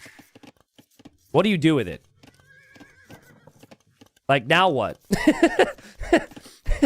That you pick Mongols for that bonus, but Mongols then become really good in the super, super, super late stages of a game. And I know people want to say go fast imp, but even that many elephants or rhinos is not enough. I kind of feel bad. Like, look at all the elephants just lie there dead. And they're just rotting as well. I kind of feel bad for them. Never felt bad for elephants before, but now it just looks kind of depressing. Just think about it. Congrats, Stone, please, I guess, but... maybe you just go scouts. Like, maybe you go scouts and boom. And expect some big pressure from Margugu. Margugu's on Stone. Bohemians are a great civ for this map. What was wild was Margugu chose to go to this map. Sorry, Stone Please chose to go to this map. Wait, no. Margugu did. He lost the previous game. So I think he saw Bohemians and thought Bohemians is a better civ than anything he has. Margugu is going fast castle, and Margugu is... He's getting loom. Which means this game will be even crazier. Because Margugu is definitely going castle drop. I think if you go castle drop as Stone Please clicks up, you probably want to castle the side with the stone and the golds. Initially, people were castle dropping here because it's very easy to walk forward and pressure. But long-term, blocking off the stone and the gold is really valuable. And actually, if he castles from this side, it also denies some of that stone and gold. But Margugu doesn't know any of that, obviously. Chomsky says, why take berries with so much meat? Hasn't your mom told you... What's the saying? A couple berries a day keeps the doctor away or something like that? There's nothing wrong with having some berries every now and then. It's important to have a balanced diet, okay? But for now, is moving over to zebras. Yeah, you don't get the full food because it was killed. Realistically, what you could have done is once the gates closed, you can just kill one at a time, and then they would all hover here and get stuck. But one time somebody did that, and then the one elephant came over here, and it got stuck, and the guy never saw it behind the walls. Which was so funny. It was so funny. Because it wanted to wander back where it came from, and that was as close as it could get, and it was just peering through the gap, like yearning for home. I think he eventually did end up finding it way later in the game, but... Okay, Margugu attacks the wall, which would alert Stone Please, and Stone Please is like, why are you attacking my wall? I have a stronger scout, and there's the castle from Margugu. I'm not in love with this castle spot. I am in love with dropping a castle and pressuring. But let's see how Stone Please ends up defending from this. Stone Please sees it. We'll go for a second town center. We'll build a siege workshop. It's going to be Hussite wagons from Margugu. And one mangonel can shut that down. The problem is the monks. I wonder if Margugu placed this castle here because he wants to take this stone and gold. There could actually be some logic to the castle spot then. Because if you castle here, then you're stuck between the stones and golds, which side you want to go. I think Margugu should always recognize that his opponent is going to go for mangonel defense, and you should never make anything more than one Hussite wagon. Yeah, that explains the castle spot. Margugu wants the stone and gold. Yeah. But no, I think play like the second you see it, full monks. A Stone Please looking around. Stone Please. He doesn't have... he does have another boar in there, but he can't really think about hunting the same way now. And Stone Please actually sees the villagers there from Margugu. Mangonel sees the Hussite wagon, and Margugu cancels the next one. So he had two, and he canceled the next one. Yeah, you just go... Your game plan now is you go Redemption Monks really quickly. The Stone Please is pretty heavy on stone, which is the first time you say that with him this series, so that's kind of fun. For someone named Stone Please, he is not really mined that much stone. Love how active he's been with the scout. There's a chance that Margugu could always go for relics or something. But I also love that from Margugu. He healed up that weak scout. Stone Please probably didn't realize that right away. Stone Please feels like he can win the fight. It's actually the same amount of hits. It's 3 hits for both. Ooh, but the scout gets sniped by the Hussite wagons. Well played. Yeah, and now Redemption is coming in. So Bohemians get both gold mining upgrades for free. It's instant. And there's a lot of gold being mined. And it's double monastery for Margugu. Siege defense will not work for Stone Please anymore. And he wants his own castle. Probably before this pressure starts to come in. Things could start to get really nerve-wracking for him. Where does he even place the castle? Probably right there. All right. Redemption's in, though. You have to delete your mangonel, and oh, God, this push is so strong. There's nothing else he could really do. He had to delete his mangonel. He had to make the first mangonel. Margugu's played it perfectly. The scout as well from Margugu was helping. That's 2 villagers dead. Margugu's doing it for the elephants right now. Margugu, the animal activist, says, how dare you? And, okay, 4 villagers killed. I mean, could have been worse. But that was also a lot of idle time and inefficiency for Stone Please's eco. Because, and Stone Please loses the mangonel there. And Margugu, looking pretty good. He's on farms, right? So he's got farms. And Margugu also has the scout to be able to look out here eventually. But he can't go that direction. He sees that gold, though, so he wants to maybe pressure over to the left side. We'll add a mangonel and start to attack the walls. There's not a lot Stone Please can do against monks right now. But Mangadai may be one of the best units you can get to as the Mongols. Just feels like his economy is so very weak right now. Look at the 6 different clicks he just did with those villagers. Indecisiveness on where to go, what to do. And look at his eco balance. 6 on wood. Very few farms. Margugu is through with the monks. But I think he picked Mongols for the hunt. He picked Mongols for the elephants. And even with that many elephants, there's still some big question marks right now on what you do. Margugu is playing super solid here. Second TC on the outside. And Margugu now starts to convert the market. Oh, man. I mean, you don't have to delete your market. You can give him the market. But you need the market for this economy setup to balance out your resources. Monks have 9 range, guys. Monks will convert the Mangadai if a good player's controlling them. And yeah, Margugu takes his market. Another castle for Stone, please. It places a castle behind. But I just don't know about that castle. Like, does that castle change the game state where you're behind? It doesn't. A forward castle on Margugu's face changes the game state. In theory, this castle gives you more Mangadai, I guess. But Margugu can still pressure this town center and still sit back here. Stone Please has more castles than villagers working on gold right now. His eco has been so inefficient. All because of this push from Margugu. And he doesn't have the food to even get fletching. This is a horrible spot for Stone Please to be in. Margugu's booming. Worker efficiency last minute stat. 46% for Stone Please. 69% for Margugu. Overall, 6% greater efficiency for Margugu. Worker lead for Margugu. Town center lead for Margugu. And, well, I guess it's not a town center lead because Stone Please has this. But yeah, we'll just see how the Mangadai perform. No fletching. They do have a bonus against siege. The monks do have 9 range. You gotta at least save for fletching. If you can get fletching and full clear this, it changes the game. I'm worried for the Mangadai, though. I've seen this matchup enough. I feel like the Hussite wagons are a pretty damn good unit here. Dunner's Bear. The best response to this strategy that Margugu's doing, it's simply not one that... I think the best response is full Mangadai, but it's not one that's easy with the Mongol tech tree. There are other civs that have more competitive monks and some bonuses of flexibility.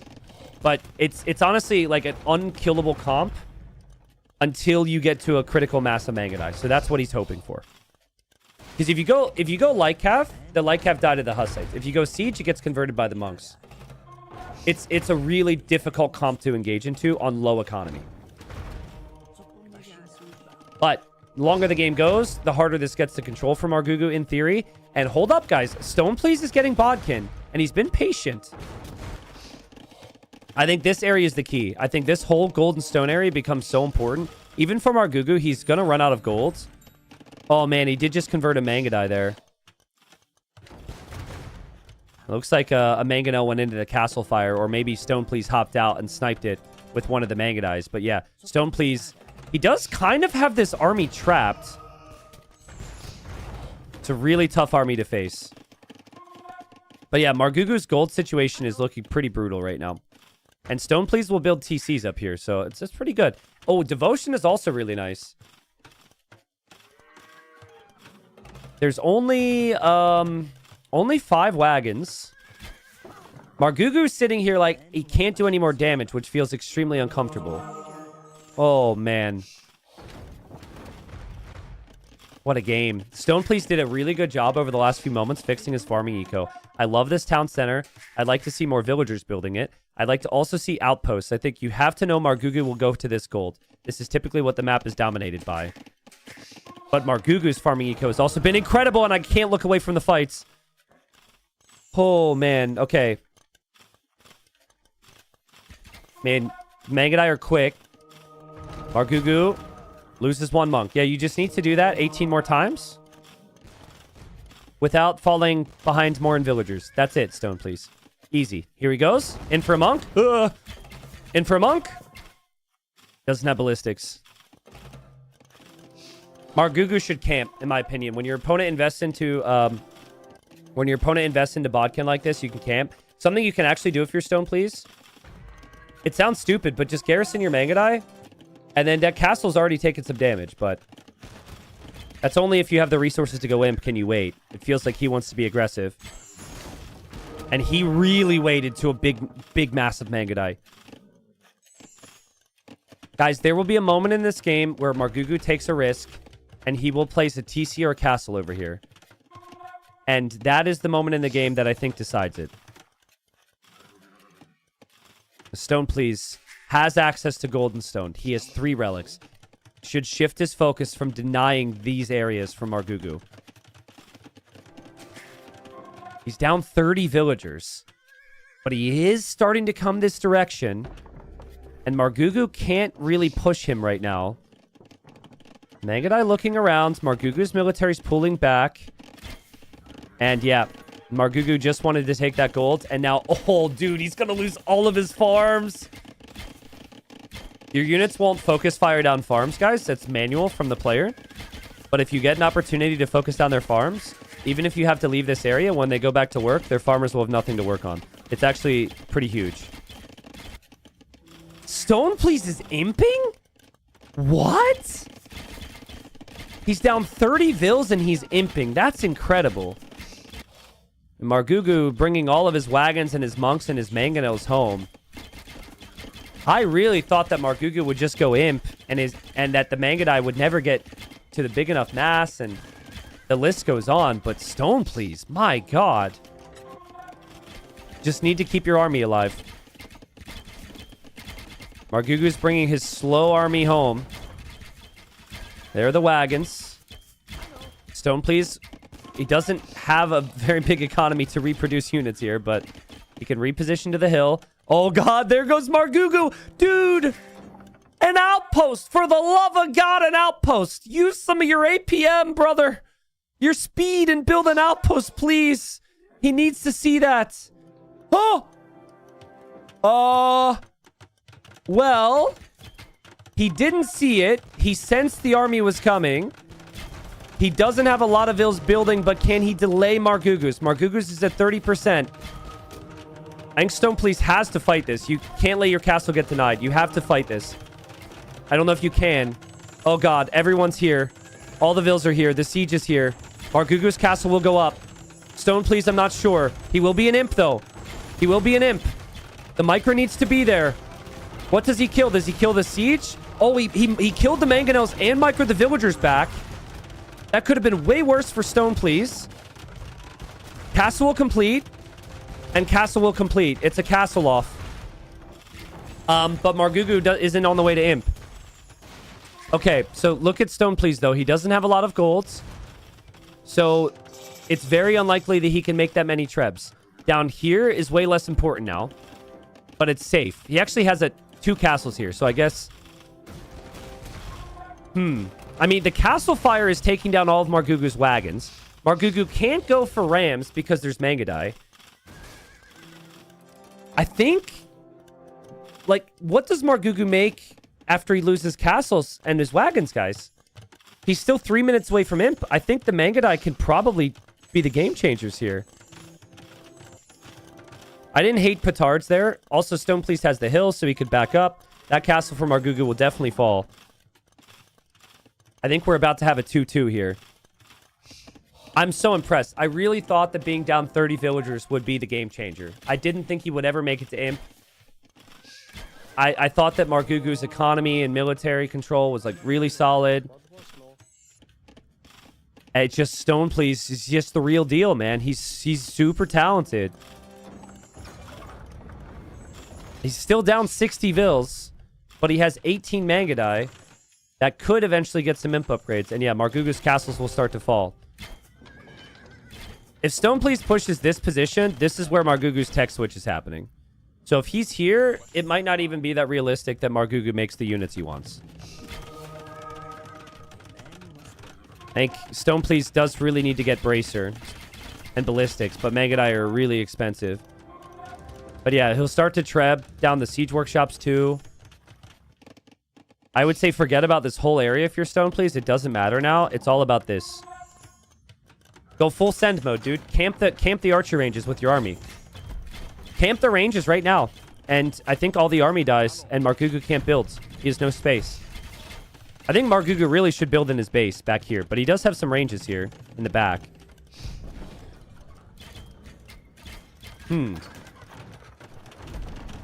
I mean, Bracer's in.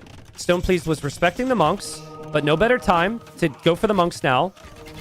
That's the perfect timing. Oh, it's so good. He loses 1 or 2 units. He's killing a lot of the skirms, a lot of the villagers on the production buildings. His trebs will move forward now to pressure the buildings as well, and it's an absolute feast for Stone Please. Oh my goodness. And 3 castles to produce Mangadai too. This is Margugu's farming eco. He does have some space down here to expand into, but Margugu can't take golds.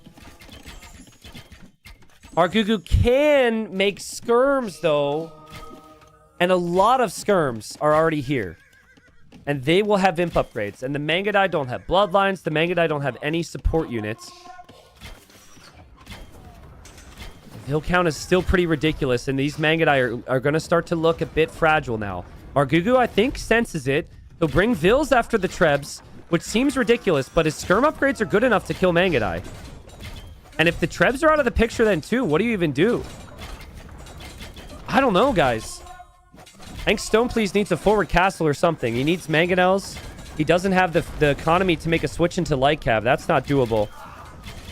He might have hit a wall with the lack of eco. Margugu is pushing this back. Margugu will have more skirms on the field than Mangadai. And the upgrades can still be improved as well. Guys, Hussar is not achievable with this economy. The economy's so weak. You can make 2 light cav before you even get an armor upgrade. Like, it's pretty much... Your low eco option would be a mangonel or 2. But there's the stable. I think, if anything, it's for bloodlines. He's hoping for hill bonus and damage output being enough. And the micro. Of course, the micro. You're dodging the shots. Man, I would have... I think Stone Please was a little hesitant to attack when Margugu was building up some of these buildings, right? Like, it was so low military. I think that was the opportunity for Stone Please to pressure there. Micro is pretty insane, to be honest. Mangadai have chemistry now. And, Margugu... Ooh, also, fun fact, Margugu needs the final armor upgrade on the skirms, and he's losing his blacksmith. Damn. Margugu also running out of woodline in his base. 18 Mangadai, only 10 skirms. The Mangadai are doing it. And Bloodlines is on the way. Margugu won't have golds. He'll have compromised food eco. Stone Please has 2 TCs. In theory, adding a 3rd now and trying to recover with Vils makes sense, but also you're just in this kill state of mind. You just gotta push. What arena players will do here is they'll bring Vils, they'll buy stone, they'll build a castle next to where your army is, and that way it really controls the position. I think that's what Stone Please would need to try. I mean... Subs, can we please spam the nerd emote right now? Like, this is ridiculous, dude. I mean, without this, he maybe loses. And it's really annoying for someone in Margugu's position because you're not able to focus on it as much.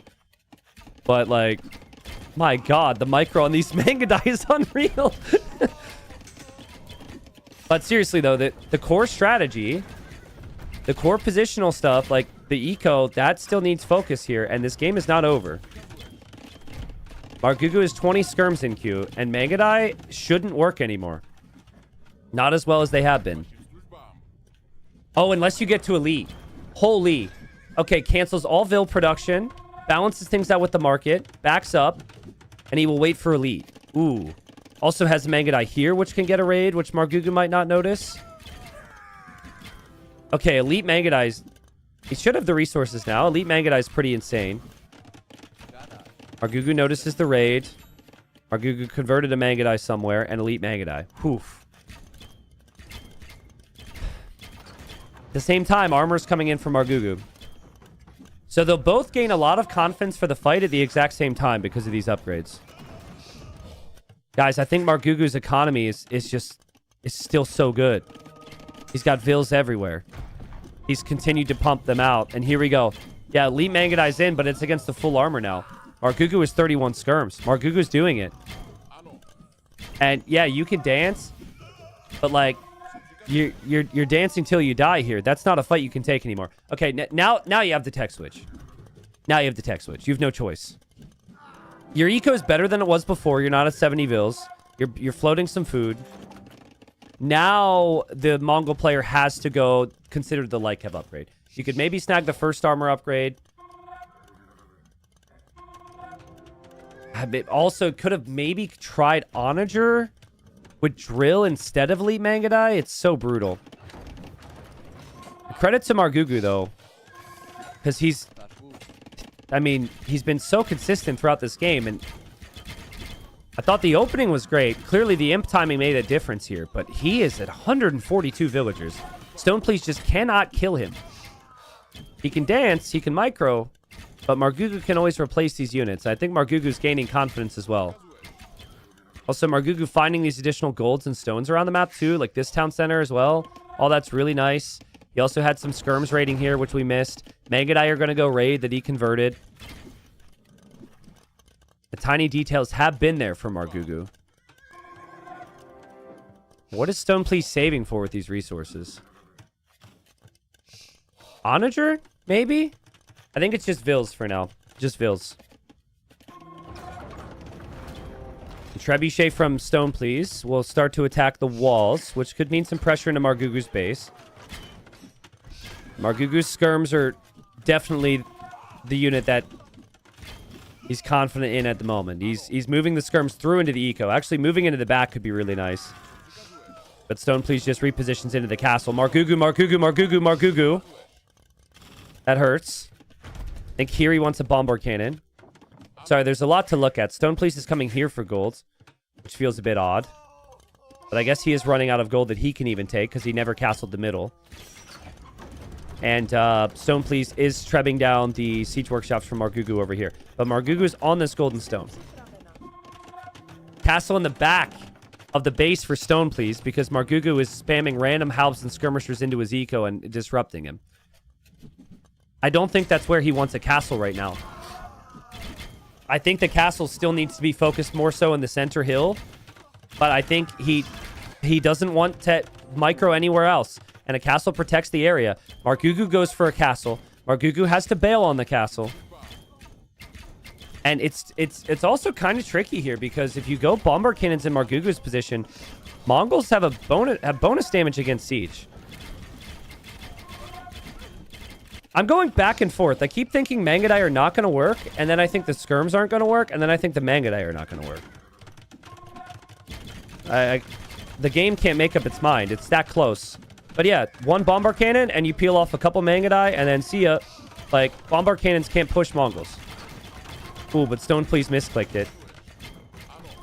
He's busy. There's skirmishers, or sorry, halbs there. There's other things to look at. There's blinking all over the screen. There's mangonels. There's trebs. Bombard cannon got sniped. If you get to 60 mangadai, maybe you don't need anything else. But also, it's the same for Margugu. If he gets to, like, 60 skirms, you're feeling pretty good about things. Vilcount is much closer. Margugu will castle out here now to protect that area, because he can't really castle over here. What a game. Who wins? Husbandry's already in, so he has the movement speed for the Mangadai. It is literally... The main thing for Stone Please is, will he ever tech switch? But he's yet to be up on... I know it looks like he has a lot of food, but he only has 15 on food. Okay, this is a key castle. This is what he's lacked. He hasn't had castles with his fight. And those defensive castles are kind of a small win for Margugu. Like, this castle could have been here. But that's going up, man. That's going up, and that castle's staying up for a long time. Gold shaft mining and heavy plow for Stone Please, so he is balancing out, at least with his upgrades. And Margugu's bombard cannon and skirmishers pushing up the hill. But I think once the castle completes... Look at Stone Please even repair the treb. Once the castle completes, he can just march right down the hill. And, oh, dude, the treb actually hit the bombard cannon. Mangadai are insane! Mangadai are insane! Is Margugu out of gold yet? Another castle here for Stone Please. I think he's just counting on Margugu running out of gold. I mean, he might also run out of gold, but he's got more of it available. I would love to see Stone Please add some farms. I think now if he adds some farms and can go for Hussars, it might be a game changer, but Skirmisher raid from Margugu over here. Skirmisher defense from Margugu over here. The true Mongol dream. Screw your tech switch. Screw your tech switch. We just make Mangadai. Oh, man. Yeah, I mean, Margugu's got one more push. He doesn't have a lot of golds. One more push of cannons and skirmishers, and that might be it for him. And then he truly can't push this. I still don't like this castle for Stone Please. Margugu can just take that down for free. But I think it's safe to say it's nervous times. No Thumb Ring and no Parthian Tactics for the Mangadai. So they're still missing 2 upgrades to be fully upgraded. Where's Margugu taking gold? There's a mining camp there, so he'll gain it some extra golds. He's still taking this gold. Who wins, chat? Again, every time I think that Stone Please has enough, Margugu pushes back. Every time I think Stone Please has enough, Margugu... Or, well, you know, the same thing in reverse.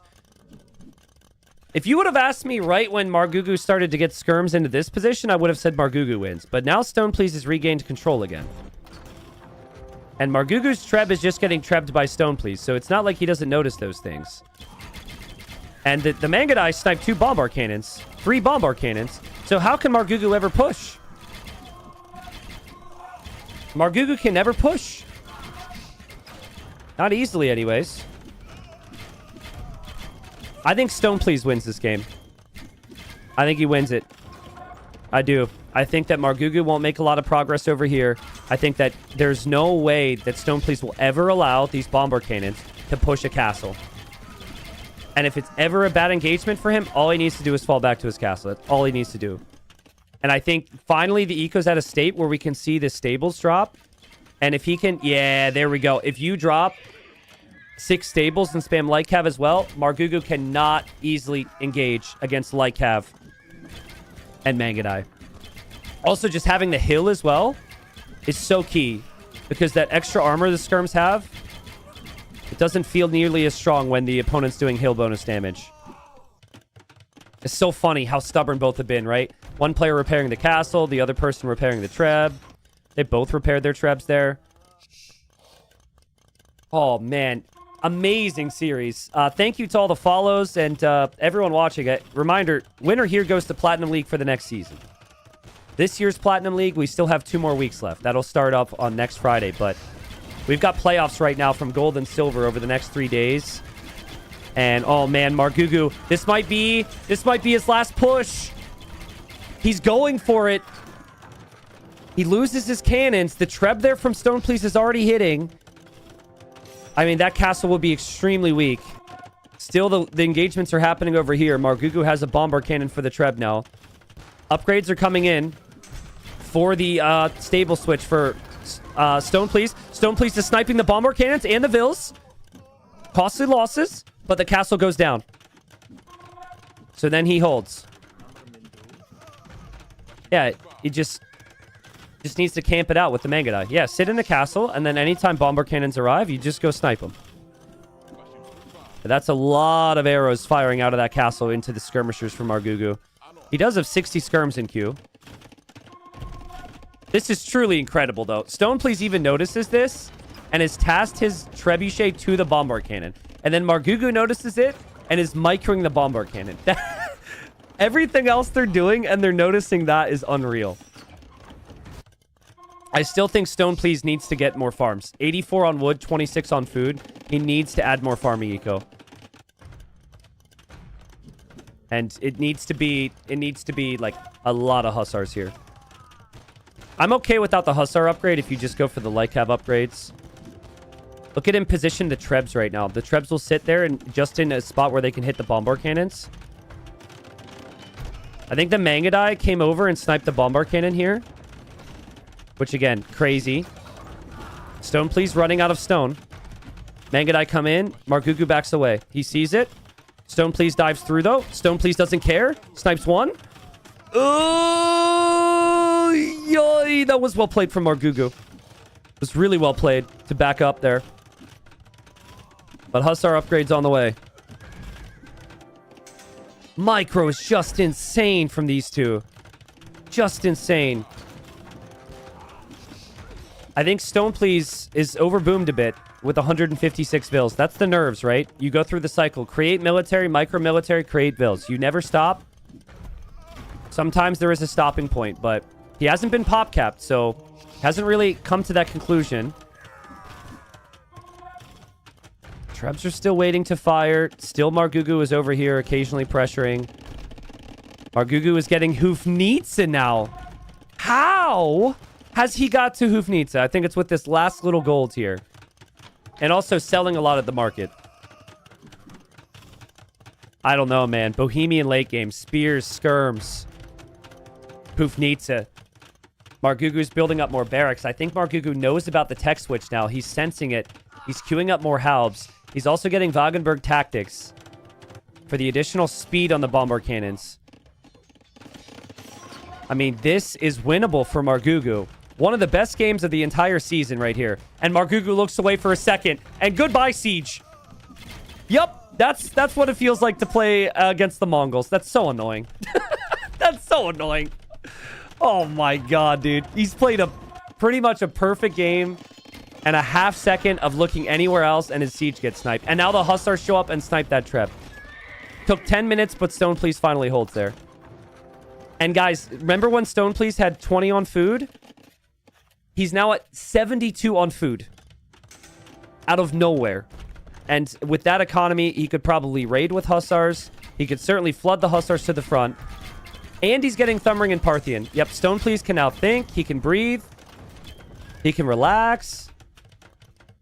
We are almost out of gold on the map. If the game goes no golds, it is way better for the Bohemians. Having Halb is amazing in the late game.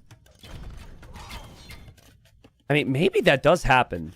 But the castle positions feel pretty nice for Stone Please. He's even getting hoardings right now. He is still making vills, but you can solve that problem by just deleting villagers at any point in time. So with this economy, it's okay. Margugu's castle here is pretty nice. Margugu's castle here is pretty nice. He really could use a castle down here. This is where he's exposed. And oh my god. Margugu went to take the wrong wood line. All right, well, interesting moment coming because Margugu will lose 20 vills, which means he gets 20 more military. Margugu tried to convert a Treb. Hoofnitsa Halb Skirm Raid is coming from this direction, so Stone Please will peel some army over to deal with that. Stone Please is getting murder holes and all these techs he hasn't gotten before. He's going for raids. Hussar's still getting kills. Mangadai sniped the Hoofnitsa. Megadai move forward into skirms and need to back up towards the castle again. Stone Please has killed 120 villagers this game. How is Margugu not dead?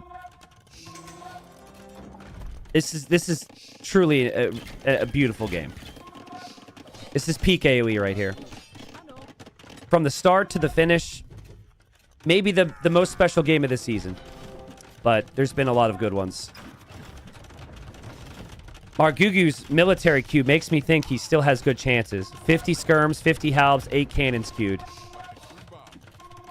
I mean, how can you complain about that? The Mangadai and the Hussars are beginning to look for the wood choppers in the corners. So there isn't any from Margugu over here. Missed a big shot, I think, with the Hufnitsa. There's only 24 Mangadai for Stone Please, guys. I mean, Stone Please is a great player, but he can't recover in the series losing this one. Right? Like, that has to be an accurate statement. Losing this game and then being down 3-1 and having to win 3 straight, that would be tough. But I think he's winning it. I think the raids should work really well through the middle and on the outside. His castle still stands. He's even repairing it. And anytime he gets an opportunity, he hops out with Mangadai to snipe siege. He's actually being really patient with the Mangadai. He's actually going for barracks technologies now, too. So he's thinking about a champion switch. But this is the problem for Margugu. You've got most of your army here trying to push up the hill, and then you just can't defend the rest of your eco. And without a castle down here, I don't think there's any easy answers to the raid. Hussars will send themselves in. That's a decent fight. Most of the halves have been cleared out, so the Hussars are getting good kills, and I think Margugu is struggling now. He does have a ridiculous military queue, which will get better. He'll get up to 100 army here, but he's losing too much economy. Stone Please is still holding. This is the final wave for Stone Please to hold now. You kill 30 villagers, that's 30 more military you have to snipe, but Margugu misclicks his cannons! And he's under pressure. He needs to push. He loses 1. Stone Please's Treb is exposed 2. Margugu bringing halbs and skirms back, but simultaneously needs to push with halbs and skirms on the front. Still 190 pop, but he's now down 30 villagers. He does still have this over here. This castle has 27 kills for Stone Please. It's catching halbs going home in a panic. Ooh, but big shots there from the Hufnitsa onto the skirms.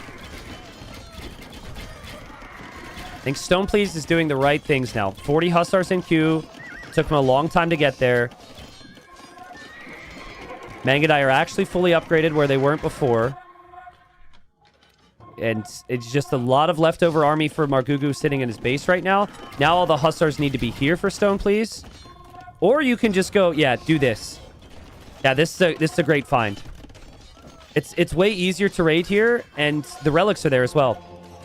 Which players will probably forget about at this point, but you do just need to take down that monastery because Margugu doesn't have gold. Margugu losing more vills. More villagers going down. He is also trying some counter raids here too. But now Stone Please is bringing Trebs this way to pressure that. He just can't lose this position. If you lose the hill to take the left corner, it's not worth it. It's looking dangerous though. Again, Bohemian late game is incredibly strong. Okay, here come the Mangadai. They're back. Margugu micros it back again. And now the Mangadai fall back again. Guys, I actually think it's winnable for Margugu because the army for Bohemians is just so strong. But he will lose a castle. And he will lose another castle. 2 castles gone for Margugu at the same time. He will be castleless now. Wow. Hufnitsa come over to take the Trebs. The Mangadai can head that direction and take the trades, though. That should be 4 Hufnitsa dead. Yeah, 4 Hufnitsa dead. For 2 Trebs, 1 Treb. You take that. And then here as well, you take down that castle, you're feeling very good. My God. Notice Margugu no longer has the queue anymore. He doesn't have 70, 80 units in queue. He only has like 10. And he has a lot of leftover halbs, which are not always good in the situations he needs them in. Against the Mangadai and the skirms. And he loses another Hufnitsa. Margugu will lose all of this, which includes villagers and town centers. And even then, Margugu's, I think, only on, what, 3 TCs? I guess Stone Please has been on 2 the whole game. Yep, Mangadai snipe another cannon, right back to the castle. Castle is 80 kills. This castle was critical. And Trebs are still firing. Hussars are still running in. Can Stone please do it? Can Stone please do it? Can he tie up the series? What a game. What a game, man. I think he's going to do it. He just needs a bit more patience now. I think Margugu is running out of steam. He's at 85 ills. He still has a strong army. But eventually, these cannons are going to get sniped again. And then I don't think he can make any more. Yeah, we see champion switch coming in for Stone, please. Pretty expensive when you don't have... When there's... Well, how much gold is even left on the map? Okay, there's 300 gold left on the map. That's actually a really bad move then. It's like, you're sinking gold into a tech that you can't necessarily justify. But maybe he can sort it out anyways. Oof, oof. That's not what you want.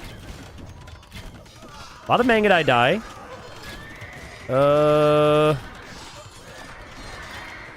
Margugu's pop is really low, though. Town center will go down. He's lost 230 villagers. Another Hussar's finding kills over here. Castle still stands. I think the unit queue for Stone Please is good enough. Crazy game.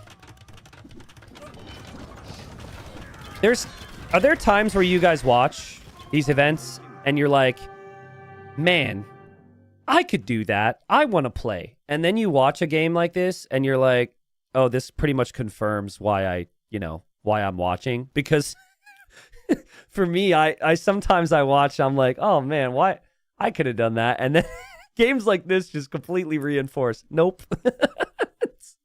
I'm a caster for a reason. What a game. What a game. That was ridiculous. My God. Well played from both. 2-2 though, guys. And this is for that invitation to Platinum League. That's some of the best Age of Empires you'll ever see. It had everything. It had like the clowny shenanigans in the early game. It had completely different civ bonuses at play here, right? One civ was more so with monks and the wagons and the mining bonuses. The other civ was like full food bonus with the Dark Age, with the elephants. Cannot say enough good things about it. In the end, even though Margugu collected a lot more resources, he could not get the kills. Like, Mangadai were just ridiculously strong. I think if it was flat grounds most of the game, maybe the fight swing the other way. But having this hill and having this position was the game changer. 277 Mangadai made that game against 581 skirmishers. And 581 skirmishers couldn't do the job. There were 30 Hufnitsa from Margugu that game. That's ridiculous. Love the patience from Stone Please, though. Like, I think for him, sometimes it's a worry. Is he going to get those transitions in? Is he going to fix the eco? Sometimes you watch him play, and it's very clear that he feels he can win the game right there. But you can't do that all the time. And that switch from 20 on food to 70 on food within 2 minutes was a crazy switch. I think just Hussars and raiding the sides essentially just did enough. So, GG. 3 more games in this, we hope. Scores 2-2. Nerves are probably very high after that one. They probably need a bit of a breather and a break. But Mongols make sense to me now. I was a little critical. I thought Margugu was going to win that when he was 30 villagers ahead. But Mangadai, you don't see it in competitive AoE too, I guess. So people, or me, I kind of forget how good Elite Mangadai is because it's just so expensive to get to. But yeah, that was 3rd pick from both in the draft. This is very even. I think as far as the civ priority goes, Margugu's favored because he has Japanese there. That's his first pick. But Japanese, not sure where he'll play them necessarily. So far, Stone Please has lost on Valley. He's won on Northern Crossings. He's won on Zimbabwe. And we actually haven't seen any of the home maps for Margugu. So yeah, I think High Tides Japanese is a really nice play. My guess for Stone Please is maybe he'd go like Italians, maybe Portuguese there. Also could go probably Italians, Portuguese on Coast Arena.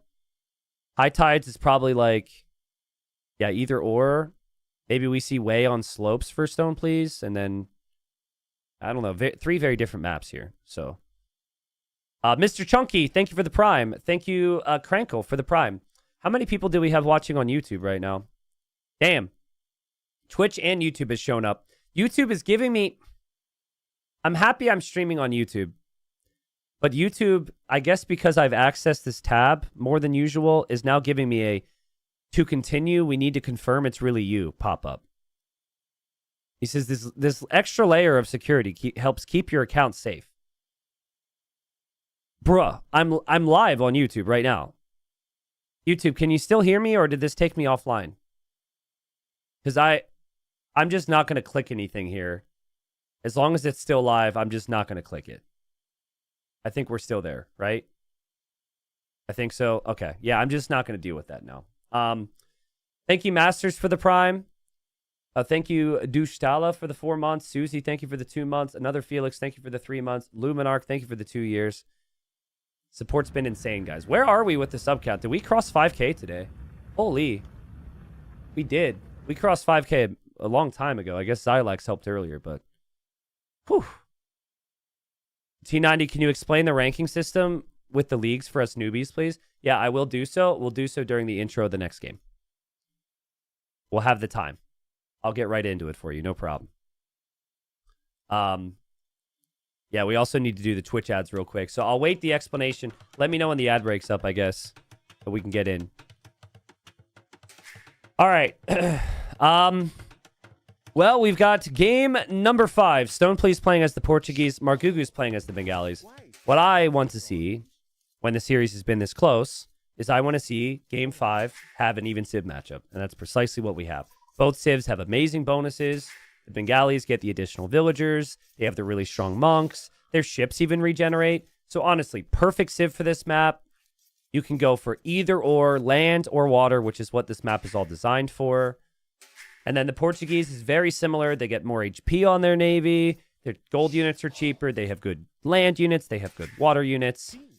So just awesome to see when the series is this close what the matchup looks like. So someone was asking about how the tiers in the leagues work, which I'll answer now. I think the ads are done on Twitch. So basically you have 3 tiers. You have Platinum League, which is top 24 and 64K. You have Gold League, which is 25K and 24 more players. And then you have Silver League below that, which is 24 more players at 10K.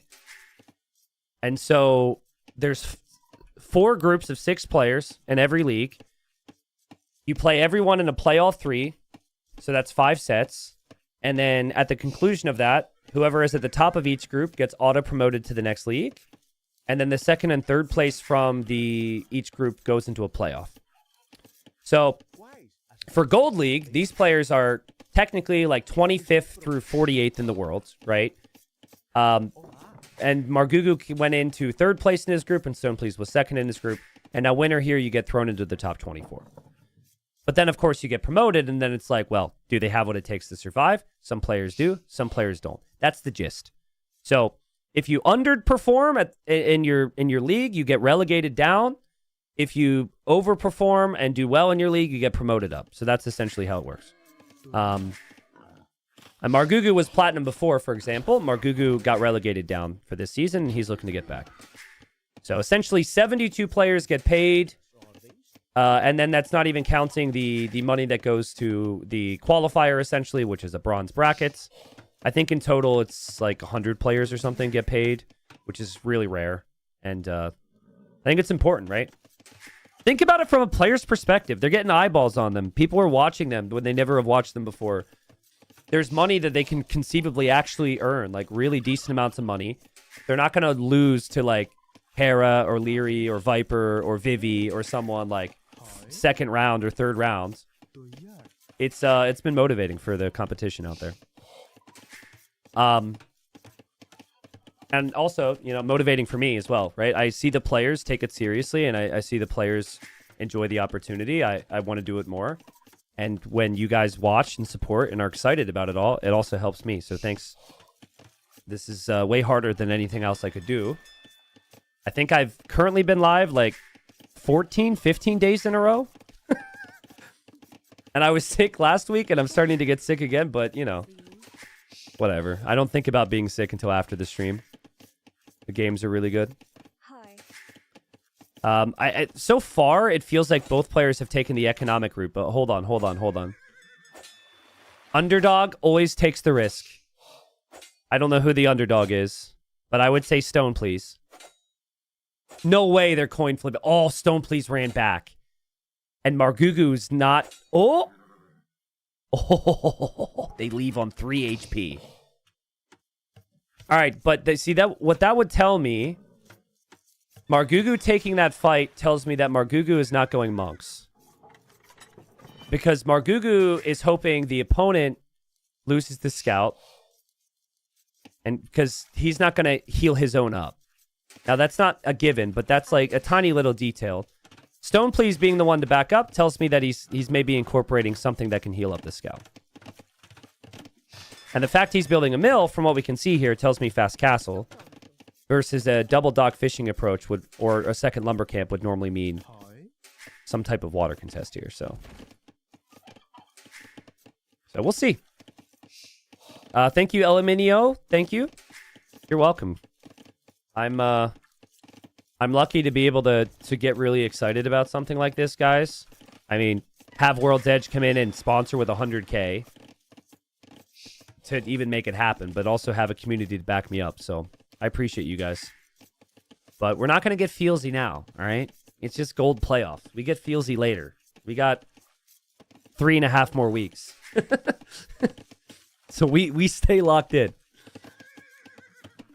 Yeah, the golds are always positioned on the front of the player bases, which is something both players will know. Stone as well. And if you need backup gold, you do have these oysters. The oysters you can take with fishing ships or with villagers.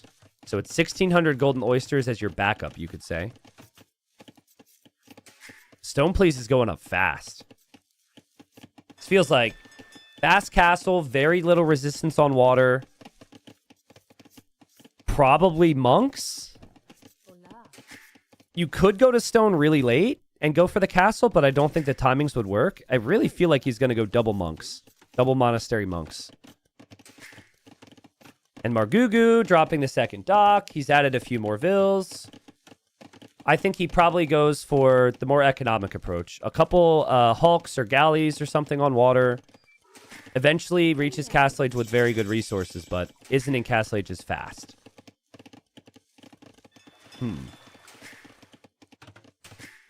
Market Blacksmith. Still one dock for stone, please, which will get less efficient over time. Margugu, I mean, he can gather from the uptime. Maybe a little bit, but there's not that big of a difference, right? It's just one villager. I don't think that tells you that Stone Please is going for this lightning fast castle time. And now Stone Please goes to Stone. All right. So 2 games in a row he goes to Stone. Castle, if you're going to do this, though, needs to be on the opponent's gold. In theory, you're giving up water because you're playing just one dock and low production there. So if you're giving up water, you probably need to pressure the land. He did scout. He sees the stone. This is a bit awkward, but sometimes you don't fully scout it. Hey. Another reason why the scout is so valuable. Hi. I mean, organ guns are a really good unit, but I think it's a cycle where if you go organs, your opponent will go siege or their own monks, and then you go your own monks to then convert their monks. That's the cycle of the clown right there. Wow, 3 docks for Margugu. Okay. And Margugu's up. Neither scout has moved out across the map to take the risk right now. Yo, Powwow, thank you so much for the gifted sub. Ian, with 8 months, I promise not a paid chatter, guys. Says, I watched T90 to learn how to optimally place farms. Oh, well, thank you. Thank you, Jax. Thank you, Klutz, for the prime. Anyone new watching today? We have 5K on Twitch, 3K on YouTube. We have Vikram says, finally, I'm seeing a live casting, ... First time for Vikram on YouTube. Welcome in. Welcome in, everybody. 2-2, best of 7. What's up, Tashida? These names are tough for me to pronounce. This one has a lot of caps and lowercase. I don't know how to say that. I tell you, that's not it. Sorry. Locky, thank you. New for 37 months. Head charge new for 19 months. Nice. What's up, guys? You're welcome, Massman. Luxinator says, T90, last game was insane. Don't pronounce my name. Too late. Thank you. Here come the Vills. Here come the Vills for the castle. Where does he place it? He doesn't know exactly where the gold is. He knows where the stone is. He places the castle there. Hello, Margugu. Hello. All right, so it's full damage control mode right now. You see this? You probably need some walls in a position that the castle can't range. And you can luckily still mine your gold. We do actually have quite a few Hawks from both players. But Margugu has more Hawks than Stone Please, and I think we know where Stone Please's focus is right now. His focus is on the land. Now, the castle ranging the monastery is really nice. Because that Margugu is going to count on using that monastery for now. And it's going to disappear, and he's going to have to build another one, and it's just tough. Also, Margugu can take gold, but he can't take stone for his own castle. But guys, this is just a bait. This castle is just a bait. It's to pressure, but it is not actually designed to do anything but force the opponent into monk so he can go for atonement. We actually have the warships upgrade now from Stone Please. So if he backs up, they both have the upgrade, but you back up towards your dock. Now they fire some arrows. Now you will probably engage because you're... Ooh, this is bad for Stone Please. You can't garrison Vills in there. Nice pressure from Margugu. But yeah, no organ guns because he knows the opponent will go monks. Stone Please is not fighting next to his dock. So while he has the additional HP, he's not doing as much damage as he could. Both players are looking out here. The scout from Margugu goes for the monk, and Margugu will get the snipe. Nice. Nice start from Margugu. We talked about this the other day, right? Like, you get pressured off your gold, even if, move out to the middle. And Margugu hasn't really been pressured off his gold. He did lose all of his Hawks, but still remaining competitive on water, still remaining competitive on land. Still waiting for atonement from Stone Please, but I guess he's gone way heavier on fish. But he's trying to win the water, and then he will go more monks later on. I mean, Margugu didn't get redemption, right? So if Margugu's going monks freely with no redemption, maybe now you make the organ guns. You have to at least force Margugu to make some decisions. This castle, I've seen this 4 times this season, and players need to get used to it. After you break into your opponent's base, you need to change your castle trajectory and fire on something else. Continuing to take down the wall is not beneficial to you here, but taking down the monastery would be. And actually there, he shoots the monk, and now he's on the monastery. And now the organ guns are looking dangerous. Can Margugu make it back to Platinum League? Both players have a relic. It is 2 TCs for Margugu. The scout from Stone Please is running all around. But the pressure is really on Margugu right now. There's the Mangonel. And bam, big shot as well. That Siege Workshop was spotted by Stone Please. I don't think it was on his mind yet. Nice job from Margugu. And on water, I think things are still really competitive. Honestly, let's do it. Let's make it a best of 15 between these guys. It's so close. Margugu has this slight resources collected lead, but I mean, Stone Please will have the relics. The scout falls back to heal up. Stone Please has redemption now to convert siege. And then atonement to convert the monks would be the next step. If it does become a full monk war, though, Bengalis do not get heresy. And believe me, it can go that far in a monk war. Reminder that Stone Please does not have a very good eco compared to Margugu. Well, then again, they both have crap eco. It's really the fish that's keeping their eco afloat. And I guess technically Margugu will run out of golds if he gets pushed off the main gold. But he's been on the main gold the whole time. So, yeah, both civs get atonement to convert enemy monks. So that's not an issue. It's really just... And they both get redemption. The issue is going to be heresy if we get that far down the line. More Navy added from Stone, please. Falls back towards his docks. They've just been back and forth on that. And it's had to be perfect. But now Atonement and Redemption is in. And Atonement is in from Margugu.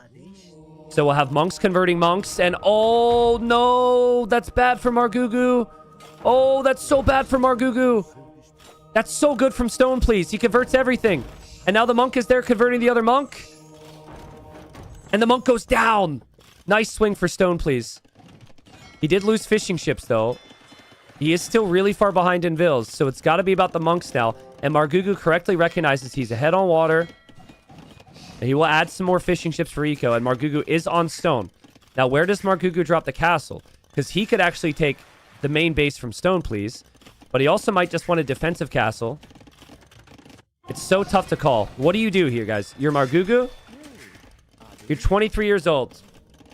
You're French. You are very fast. You have just lost all your monks, but you have enough stone for a castle. It's 2-2. You want to be back in Platinum League. What do you do? Your doorknob is functioning. Some people will get that. Other people won't. Where do you place it? Do you stay humble with the castle? You guys are really not even playing along with me. Envision it. Be in the moment. Be in the moment. Where do you place the castle? Come on. Some of you guys are trying to act all cool and make jokes. We're not about that here. Okay, castle for Stone, please.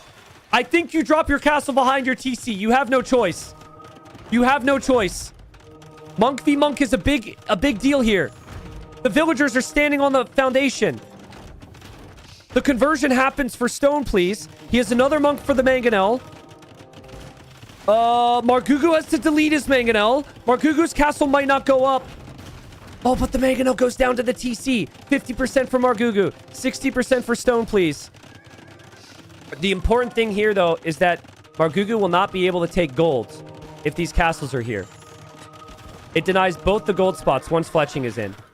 And Stone, please, still has his main gold, and he still has 3 relics. Where does Margugu go for gold?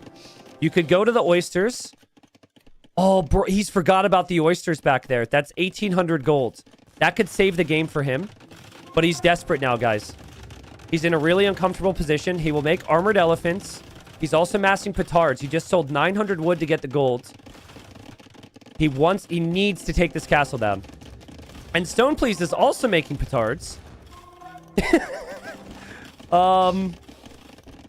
Which you normally only see when the castles are directly next to each other, but I guess that could be good. I think he needs a Mangonel to hit these armored elephants, because the armored elephants are a really strong option. He's actually making a ram. I don't know what to think. Margugu has a 30 villager lead, 15 fishing ships on the outside. More like a 20 villager lead, and then he has the fishing economy, and he has a nice navy. If he remembers the oysters, his eco's actually okay. And there he goes with petards. Is he taking this castle down, dude? Oh my god. You need 8 petards to take down a castle, by the way. How does Ram versus Elephant go? Elephant Rex. Guys, I'm really surprised Stone, please, didn't add a Mangonel behind the castle. It honestly saves the game. It's such a critical move. Him going for rams here is the wrong choice. Mangonel behind to hit the elephants with repairs, and his castle doesn't go down. But it's going to go down now, I think. And he could have some real issues. Everything else has been great. Everything else has been perfect. But Margugu's elephants have been awesome here. And it's just, you need the Mangonel. And now he's doing it, but it's too late. He had to use petards. Okay. Hold up. I mean, he uses petards. He's barely has the stone to repair. He is coming in with a big navy as well. He will actually win water. I think Margugu's fish will eventually go down. But Margugu's still getting good value. Castle has to stay up to deny the gold. This is so close. He ran out of stone! Stone, please! Literal stone, please! Stone, please! Please! Oh my god. Okay, elephant's going down. He holds it. He holds it. He holds it. Holy crap, man. Okay. Remember, Margugu can't mine the gold there. He's found the oysters now on the outside, so he's taking the gold there. We have 14 ships against 11, but it's Portuguese hawks, so the Portuguese hawks should hawk more, or whatever you say. Then again, Margugu's noticed he needs to recover on water. He has good numbers. So, props to him there. And, yeah, Margugu will control the water and maintain it. Still low on gold. Still selling resources. Is losing his market. He's losing his blacksmith. He's still under a lot of pressure. But Stone Please only needs water to kill fish. That's the only significance of water. And if Margugu doesn't notice this, he kills the fish. Clock is ticking for the gold income for Margugu. 1,300 gold left, and then that one relic. And he's got so many elephants. It's so transparent what Margugu has to do from Stone Please's perspective. I think Stone Please should win this game. He just has to keep the castle up at all times. Margugu might take a risk. He might actually try a conversion underneath the castle fire to take the mangonels. I don't know, guys. Stone Please doesn't have that good of an economy. I don't know if it's that clear. Margugu saves his fish. Maybe Margugu needs to stop producing vills and go imp, though. I think that's the play. Stop producing vills. Try and get to the Imperial Age.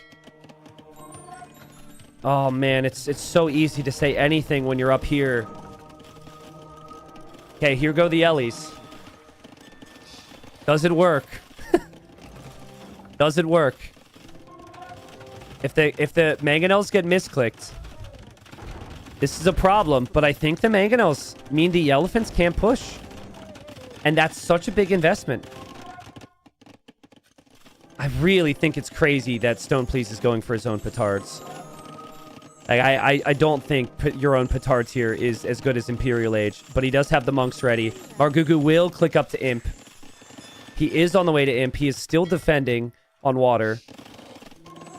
But he still does not have a lot of long-term gold secured. Stone Please needs imp. Stone Please converted a couple vills with the monks. He'll lose the monks now to the Ratha. A bit wasteful. He does have 14 monks. He is starting to convert all of Margugu's houses. There's actually 5 houses from Stone Please on screen. About to be 6. Stone Please will click imp himself. Stone Please is completely losing water. What a series. What a game.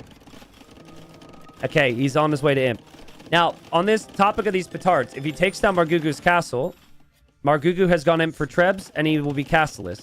So, if he keeps making them now, it could be a pretty big play. Margugu is housed, because his house just got stolen.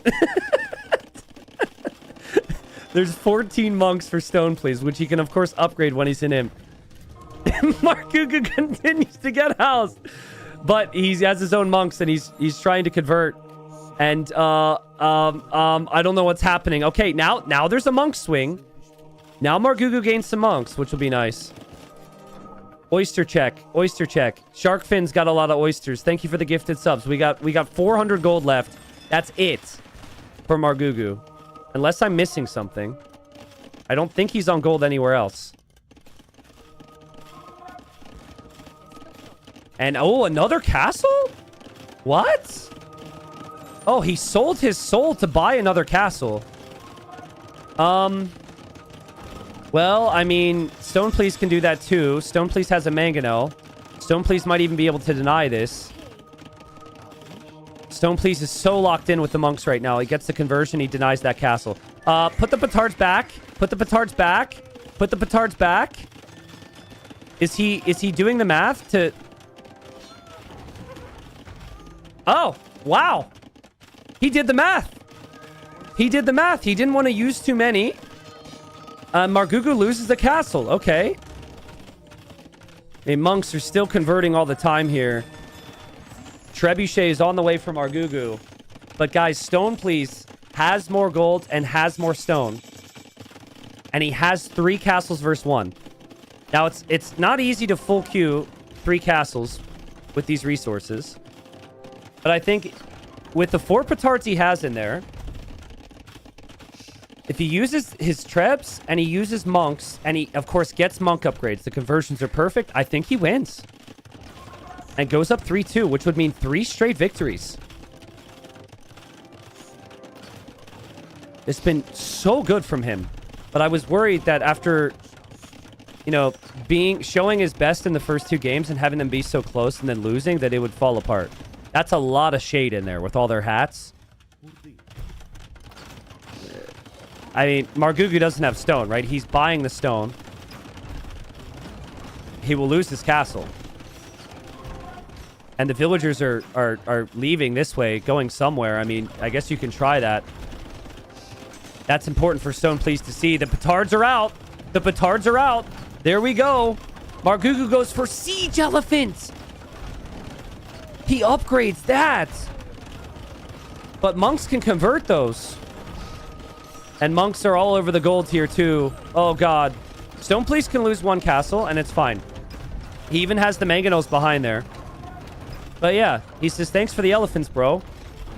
And Margugu taps out. Dude, what a game. Just continuous pressure. What a game. Honestly, every game in this series has been so unbelievably close. Like, there's never been a game where one person just snowballs a tiny advantage and it's over. Back and forth, back and forth. The amount of water engagements and land engagements we saw on this map were just unbelievable. But I think, in the end, for Stone Please, it literally just came down to the fact that his opponent didn't have access to stone and gold anymore, and that his gold units were also cheaper, right? And so I thought it would be monks because, like, yeah, Organ Guns and Wratha can happen, but then usually in these types of arena maps, it can become monks. And Portuguese monks being cheaper helps way more than having additional armor. And then also, you know, on top of that, he had access to more of the gold. I think that both players choked a little bit there because of the nerves. There's the difference in gold collected. Both players freaked out in that game, and they probably could have gone imp a bit faster, right? Like the petards from Stone Please, I think were a bit much. And then I think the elephants from Margugu as well. But also at the same time, Stone Please almost choked, and Stone Please almost didn't make mangonels against the elephants, so the elephants almost worked. So I think they both got really nervous there. Obviously, being the player who ends up winning it, it feels a whole lot better to, you know, shrug off the nerves. But yeah, Stone Please knew. He had the res over here. He knew Margugu was only here. And, yeah, he's up 3-2. Oh, man. Dude, I would love to get a 7th game from this series. It feels like it would be an Age of Empires crime to not get a 7th game from this series. Oh, man, dude. I mean, it's set up for it, guys. It's honestly set up for Game 7. Look at the Civ draft real quick. We've got Margugu. He still has Japanese and Mayans remaining, his best Civs. He loses with Bengalis, whatever. And then for Stone Please has Wei, Italians, Hindustanis. I would expect like Wei and Hindustanis on slopes, and then probably Italians on high tides. And Italians on high tides can be very good, but I think I prefer the Japanese. So, next win would send Stone Please to Platinum League, which there's just not enough good things I can say about his preparation for this tournament. Now, how serious he's taken it, so that would be exciting, of course. But, like, whew, Margugu as well. Margugu being back in Platinum League would be an amazing story, too. Final maps, sorry I didn't cross off everything. It would be high tides and slopes, which I guess I just said, but... damn. It's going to be high tides. Margugu is going to go Japanese here, Game 6. If we get a Game 7, it will be on slopes. Here we go. All right, so 3-2. Stone Please has won 3 straight, which is pretty incredible. He goes for the Italians now, and Margugu is playing as the Japanese. Both players have been firing on all cylinders today, right? It has been amazing how they have both matched the other, and they've also matched the aggression so nicely too, right? Like, these have been really active, really high APM games. It's really just unbelievable how much multitasking they're going for. Now, Stone Please, his Civ is the better water Civ. You have the cheaper dock technologies, but you do have some good archer bonuses as well. Typically, the Japanese are a bit better on the hybrid maps just because their fishing ships are really tanky. And the savings on the lumber camps, mills, and mining camps helps the early game a lot. But I've seen Stoneplease trying some pretty ridiculous things on these maps. But I think with his speed, I wouldn't expect anything too out of the ordinary here. I think he will try and be competitive in the north on water. And maybe what you do with Italians, since your archers are so strong, you try and go 2 docks on water to kill the Japanese fish, because that's very difficult to do.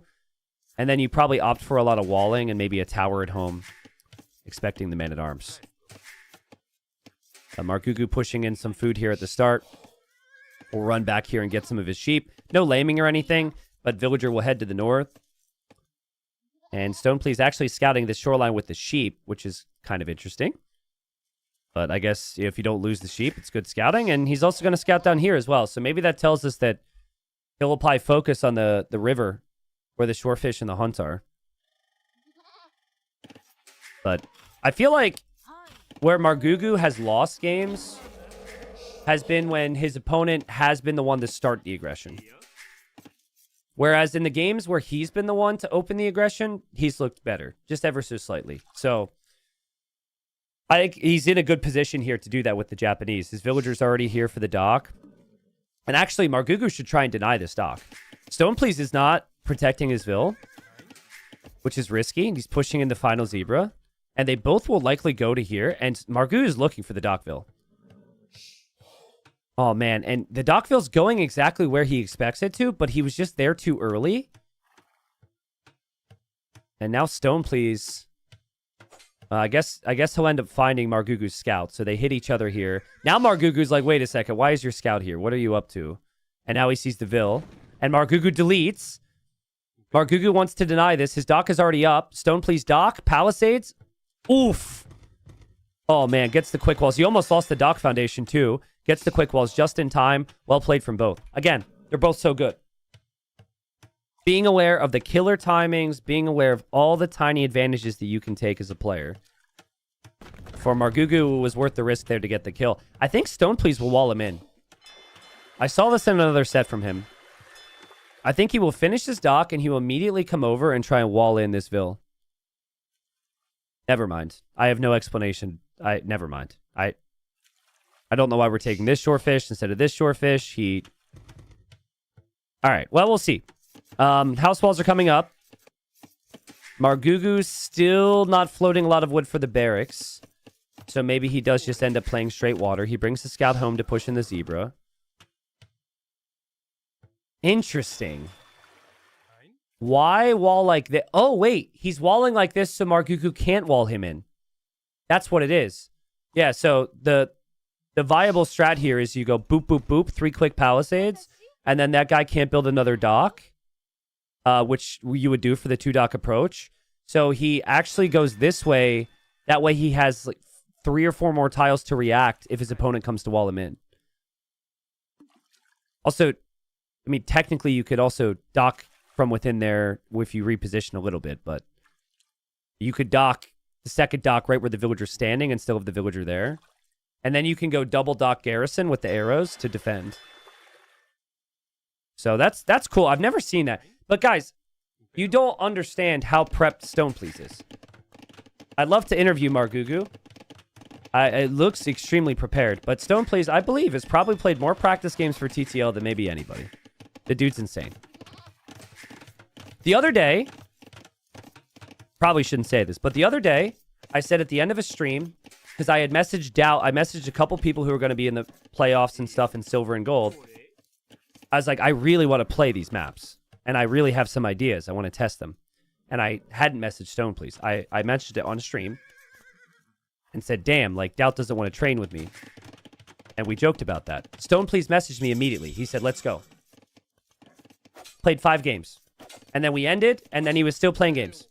Like, just so many games. Just testing, doing whatever we can. But Margugu has to be really well prepped. I could tell the timings are perfect. The militia are here.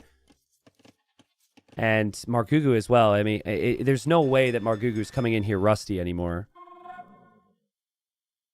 Weird walls from Stoneplease, but I guess they're effective.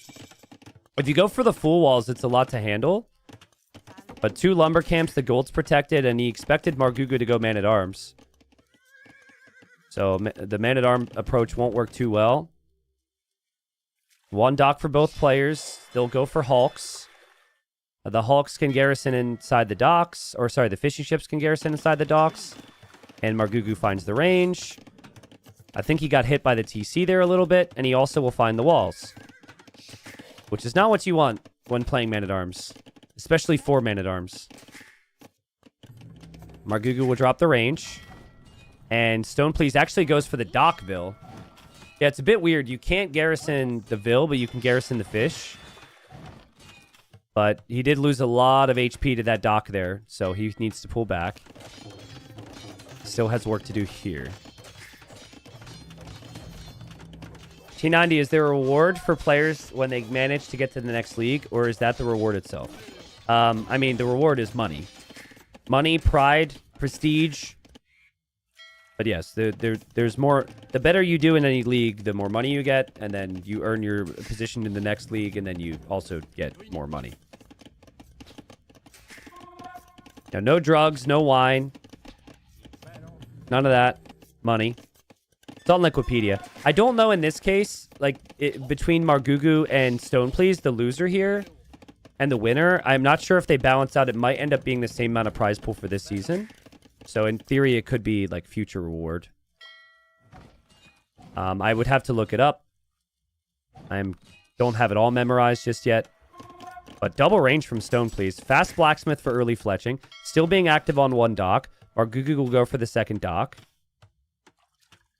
And the berries are exposed for Stone Please. Margugu's got his berries on the back, and then his gold is on the front. So maybe a tower will be needed for Margugu. It's a close game. Margugu's had these games where he opens man-at-arms, and then he still has very nice res collected lead. Very hard sometimes to balance your eco and also go for the aggression.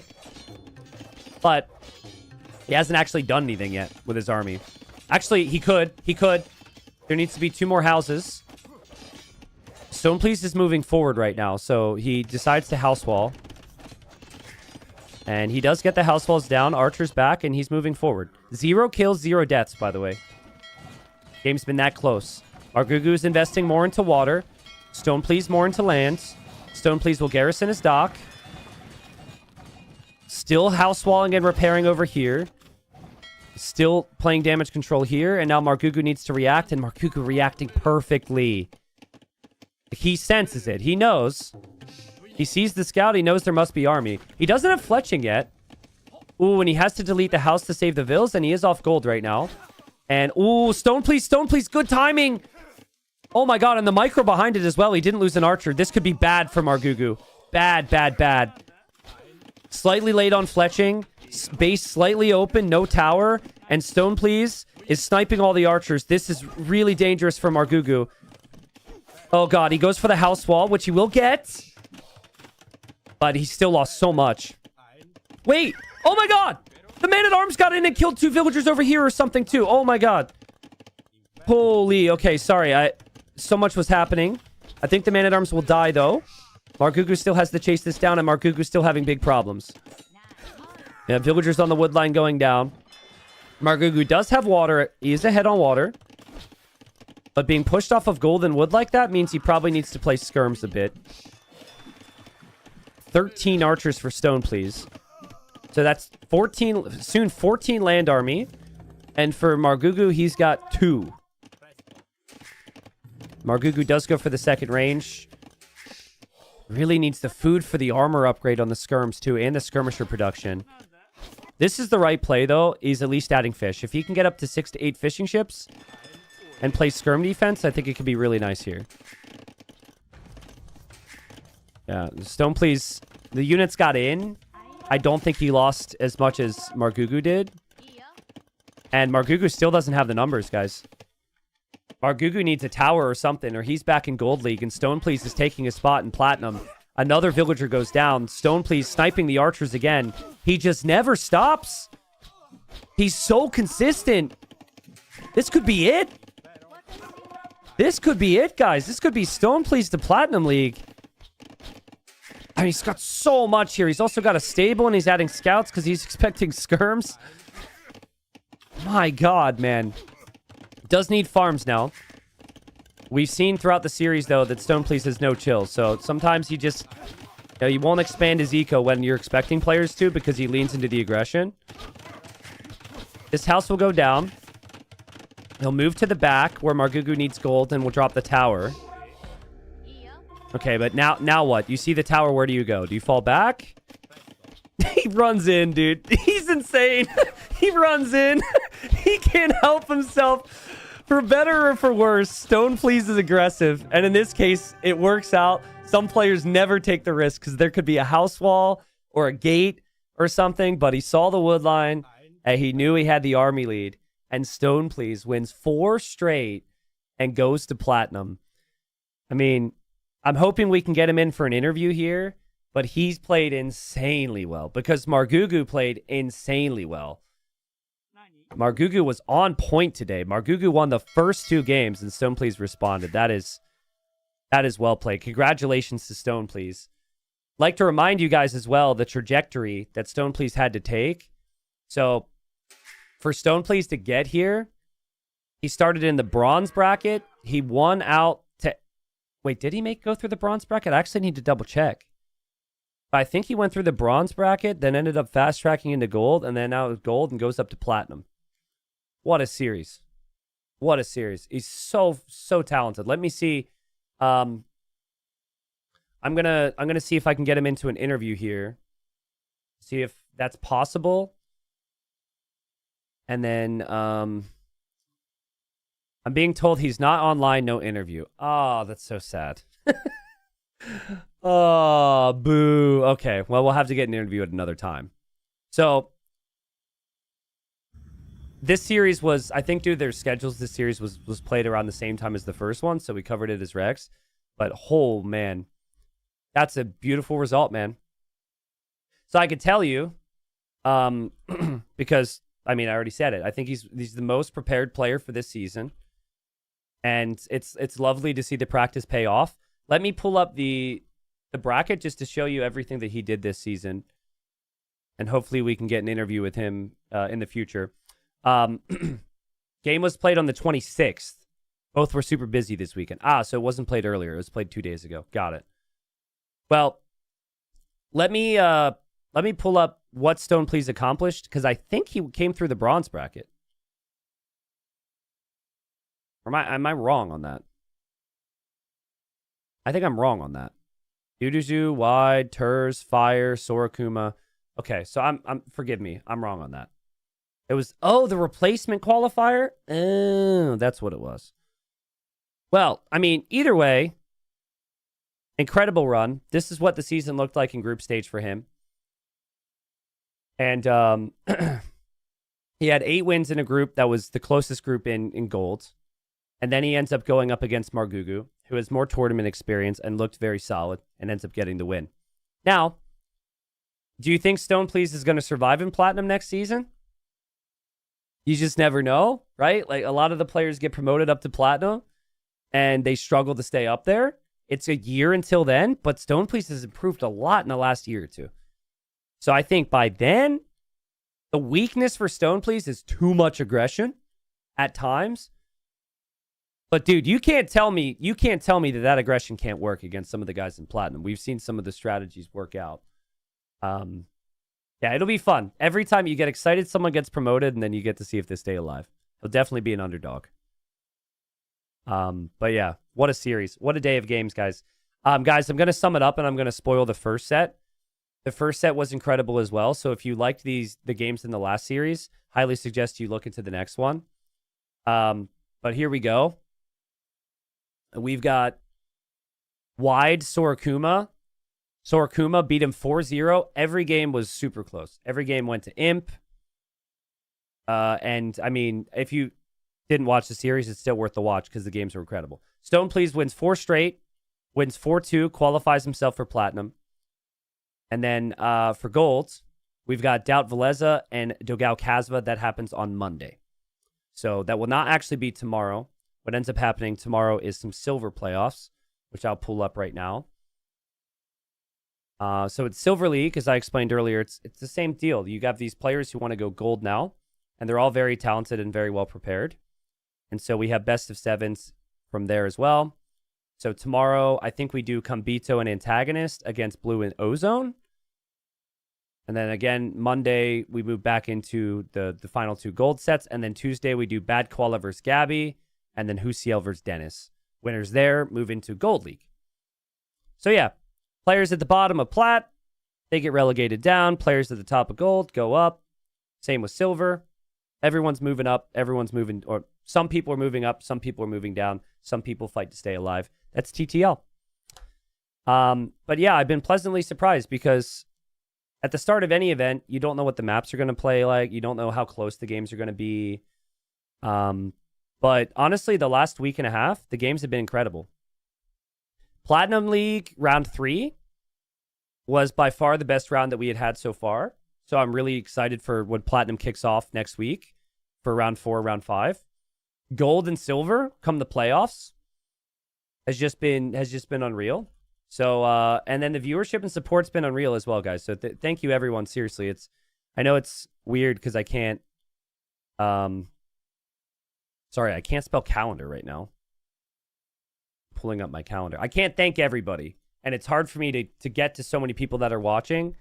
But believe me, I know there's been some big sub gifters, but just all the primes, all the resubs, all the individual supporters has meant a lot. I've seen some of your kind words, even if I can't respond to them. So thank you. I'm sure I missed a lot as well. But yeah, it's been great. It was a great day. All right. So here's the full schedule. Tomorrow we'll be back. Kambito Antagonist to start the day, followed by Blue Ozone. And then we have Doubt Veleza, Dogal Kasva on Monday. Bad Koala Gabby, Husiel Dennis on Tuesday. Here will be the first break I've had in 18 days. I will probably still be streaming on these days, but just not TTL.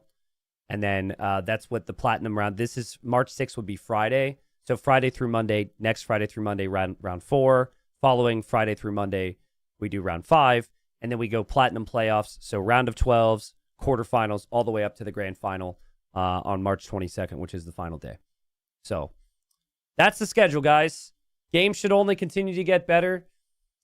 And we'll also have, I'll have some different co-casters. I'm trying to make plans for all that and just doing my best for you all. So how's your fantasy predictions going, T90? I could potentially win first in both fantasy team and predictions. Both of those things, I'm currently in the top 10, so I'm pretty proud of that. Anyone who wants to see the calendar, you can use the calendar command. So, Brendan Stander on YouTube, if Streamlabs is giving you an issue, I'm not really sure what to tell you. Since you're watching on YouTube, if you wanted to donate, you could do it via Super Chat, man. But I had issues with trying to give subs earlier, so maybe it's just PayPal being weird. I don't know. But hey, thank you for showing up and watching live, everybody who's watched on YouTube here. Looney Bob wants memes. We can look at some memes. I don't know what the memes looked like today, but maybe we've got some memes for the day. Let's see. Okay, we have a couple good ones. T90, how do you avoid the spoiler of seeing how many game wrecks there are and inferring how close it got? Game 7 would have been amazing here. Really entertaining stream. How do you avoid spoilers? So there's ways to customize the file size of Rex so it always looks the same size. So it wouldn't spoil the length of a game. We do that. Also, anytime we're doing recorded games, we always receive the max amount of games. So in a best of 7, I receive 7 files, and we just work our way through the games. Same with anything else. So, okay. So here's a couple memes. Here's the best memes of the day. May or may not get the context. My client promised gifted subs if a king was killed. Queens were never mentioned. And then there's me being convicted for fraud and multiple cases of identity theft. That's funny. It's true, though. I said king. The evidence said king. So I don't know why you guys got the subs, but come on, man. That was unfair. What is this? Oh, man. It's free real estate. I forgot about this. It's great to review the memes at the end of the day. Because I completely forgot about that game. That was so funny. He just took his base. And then when he showed up and there was nothing there, it was so funny. T90 paying more attention to the ores than the ongoing game. Okay, something's going on with those ores. They don't row properly. I'm like 80% they're rowing backwards, 20% not. But even if they're somehow rowing forwards, it doesn't look good, man. They clearly just... Their lowest paid employee was given 10 minutes to fix the oars, and then they made them move on to something else. They did not get their best employee for the job. Like, who rows their oars like that? Like that? Come on, dude. You know what would be great is if you get the speed upgrade and then the oars move. Devs. Speed upgrade, and then they actually dip their oars into the water and move them properly. Boom. Fixed. Okay, final meme. T90 practicing TTL maps. I mean, that's not fair. I'm definitely not as cute as my cat. That is also the grainiest possible version of that. But yeah, that's pretty much me because I'm not allowed to play. So I just play with players. I just practice with players because the rules don't let me play. So, but there's no way I'd be competing with the level of some of these guys, right? Like, I'd be like fighting to stay alive in gold at best, or just like mid-table silver. So I appreciate it though. Eric. Thank you. Probably hard to get a better image there. Anyways, guys, thank you. Thank you for backing me up on the dysfunctional ores. I will make sure to report that to the devs. Thank you for watching on YouTube. Thank you for the support on Twitch. Thank you for the follows. That's it for me. More best of sevens tomorrow. 2 more from Silver League. I'll be back, hopefully bringing you some quality commentary. If you want the calendar, you have the calendar commands. If you want any of that info out there, it's all on Liquipedia. Thank you, chat. You guys are awesome. It's been quite the day, but I will see you all tomorrow. See ya.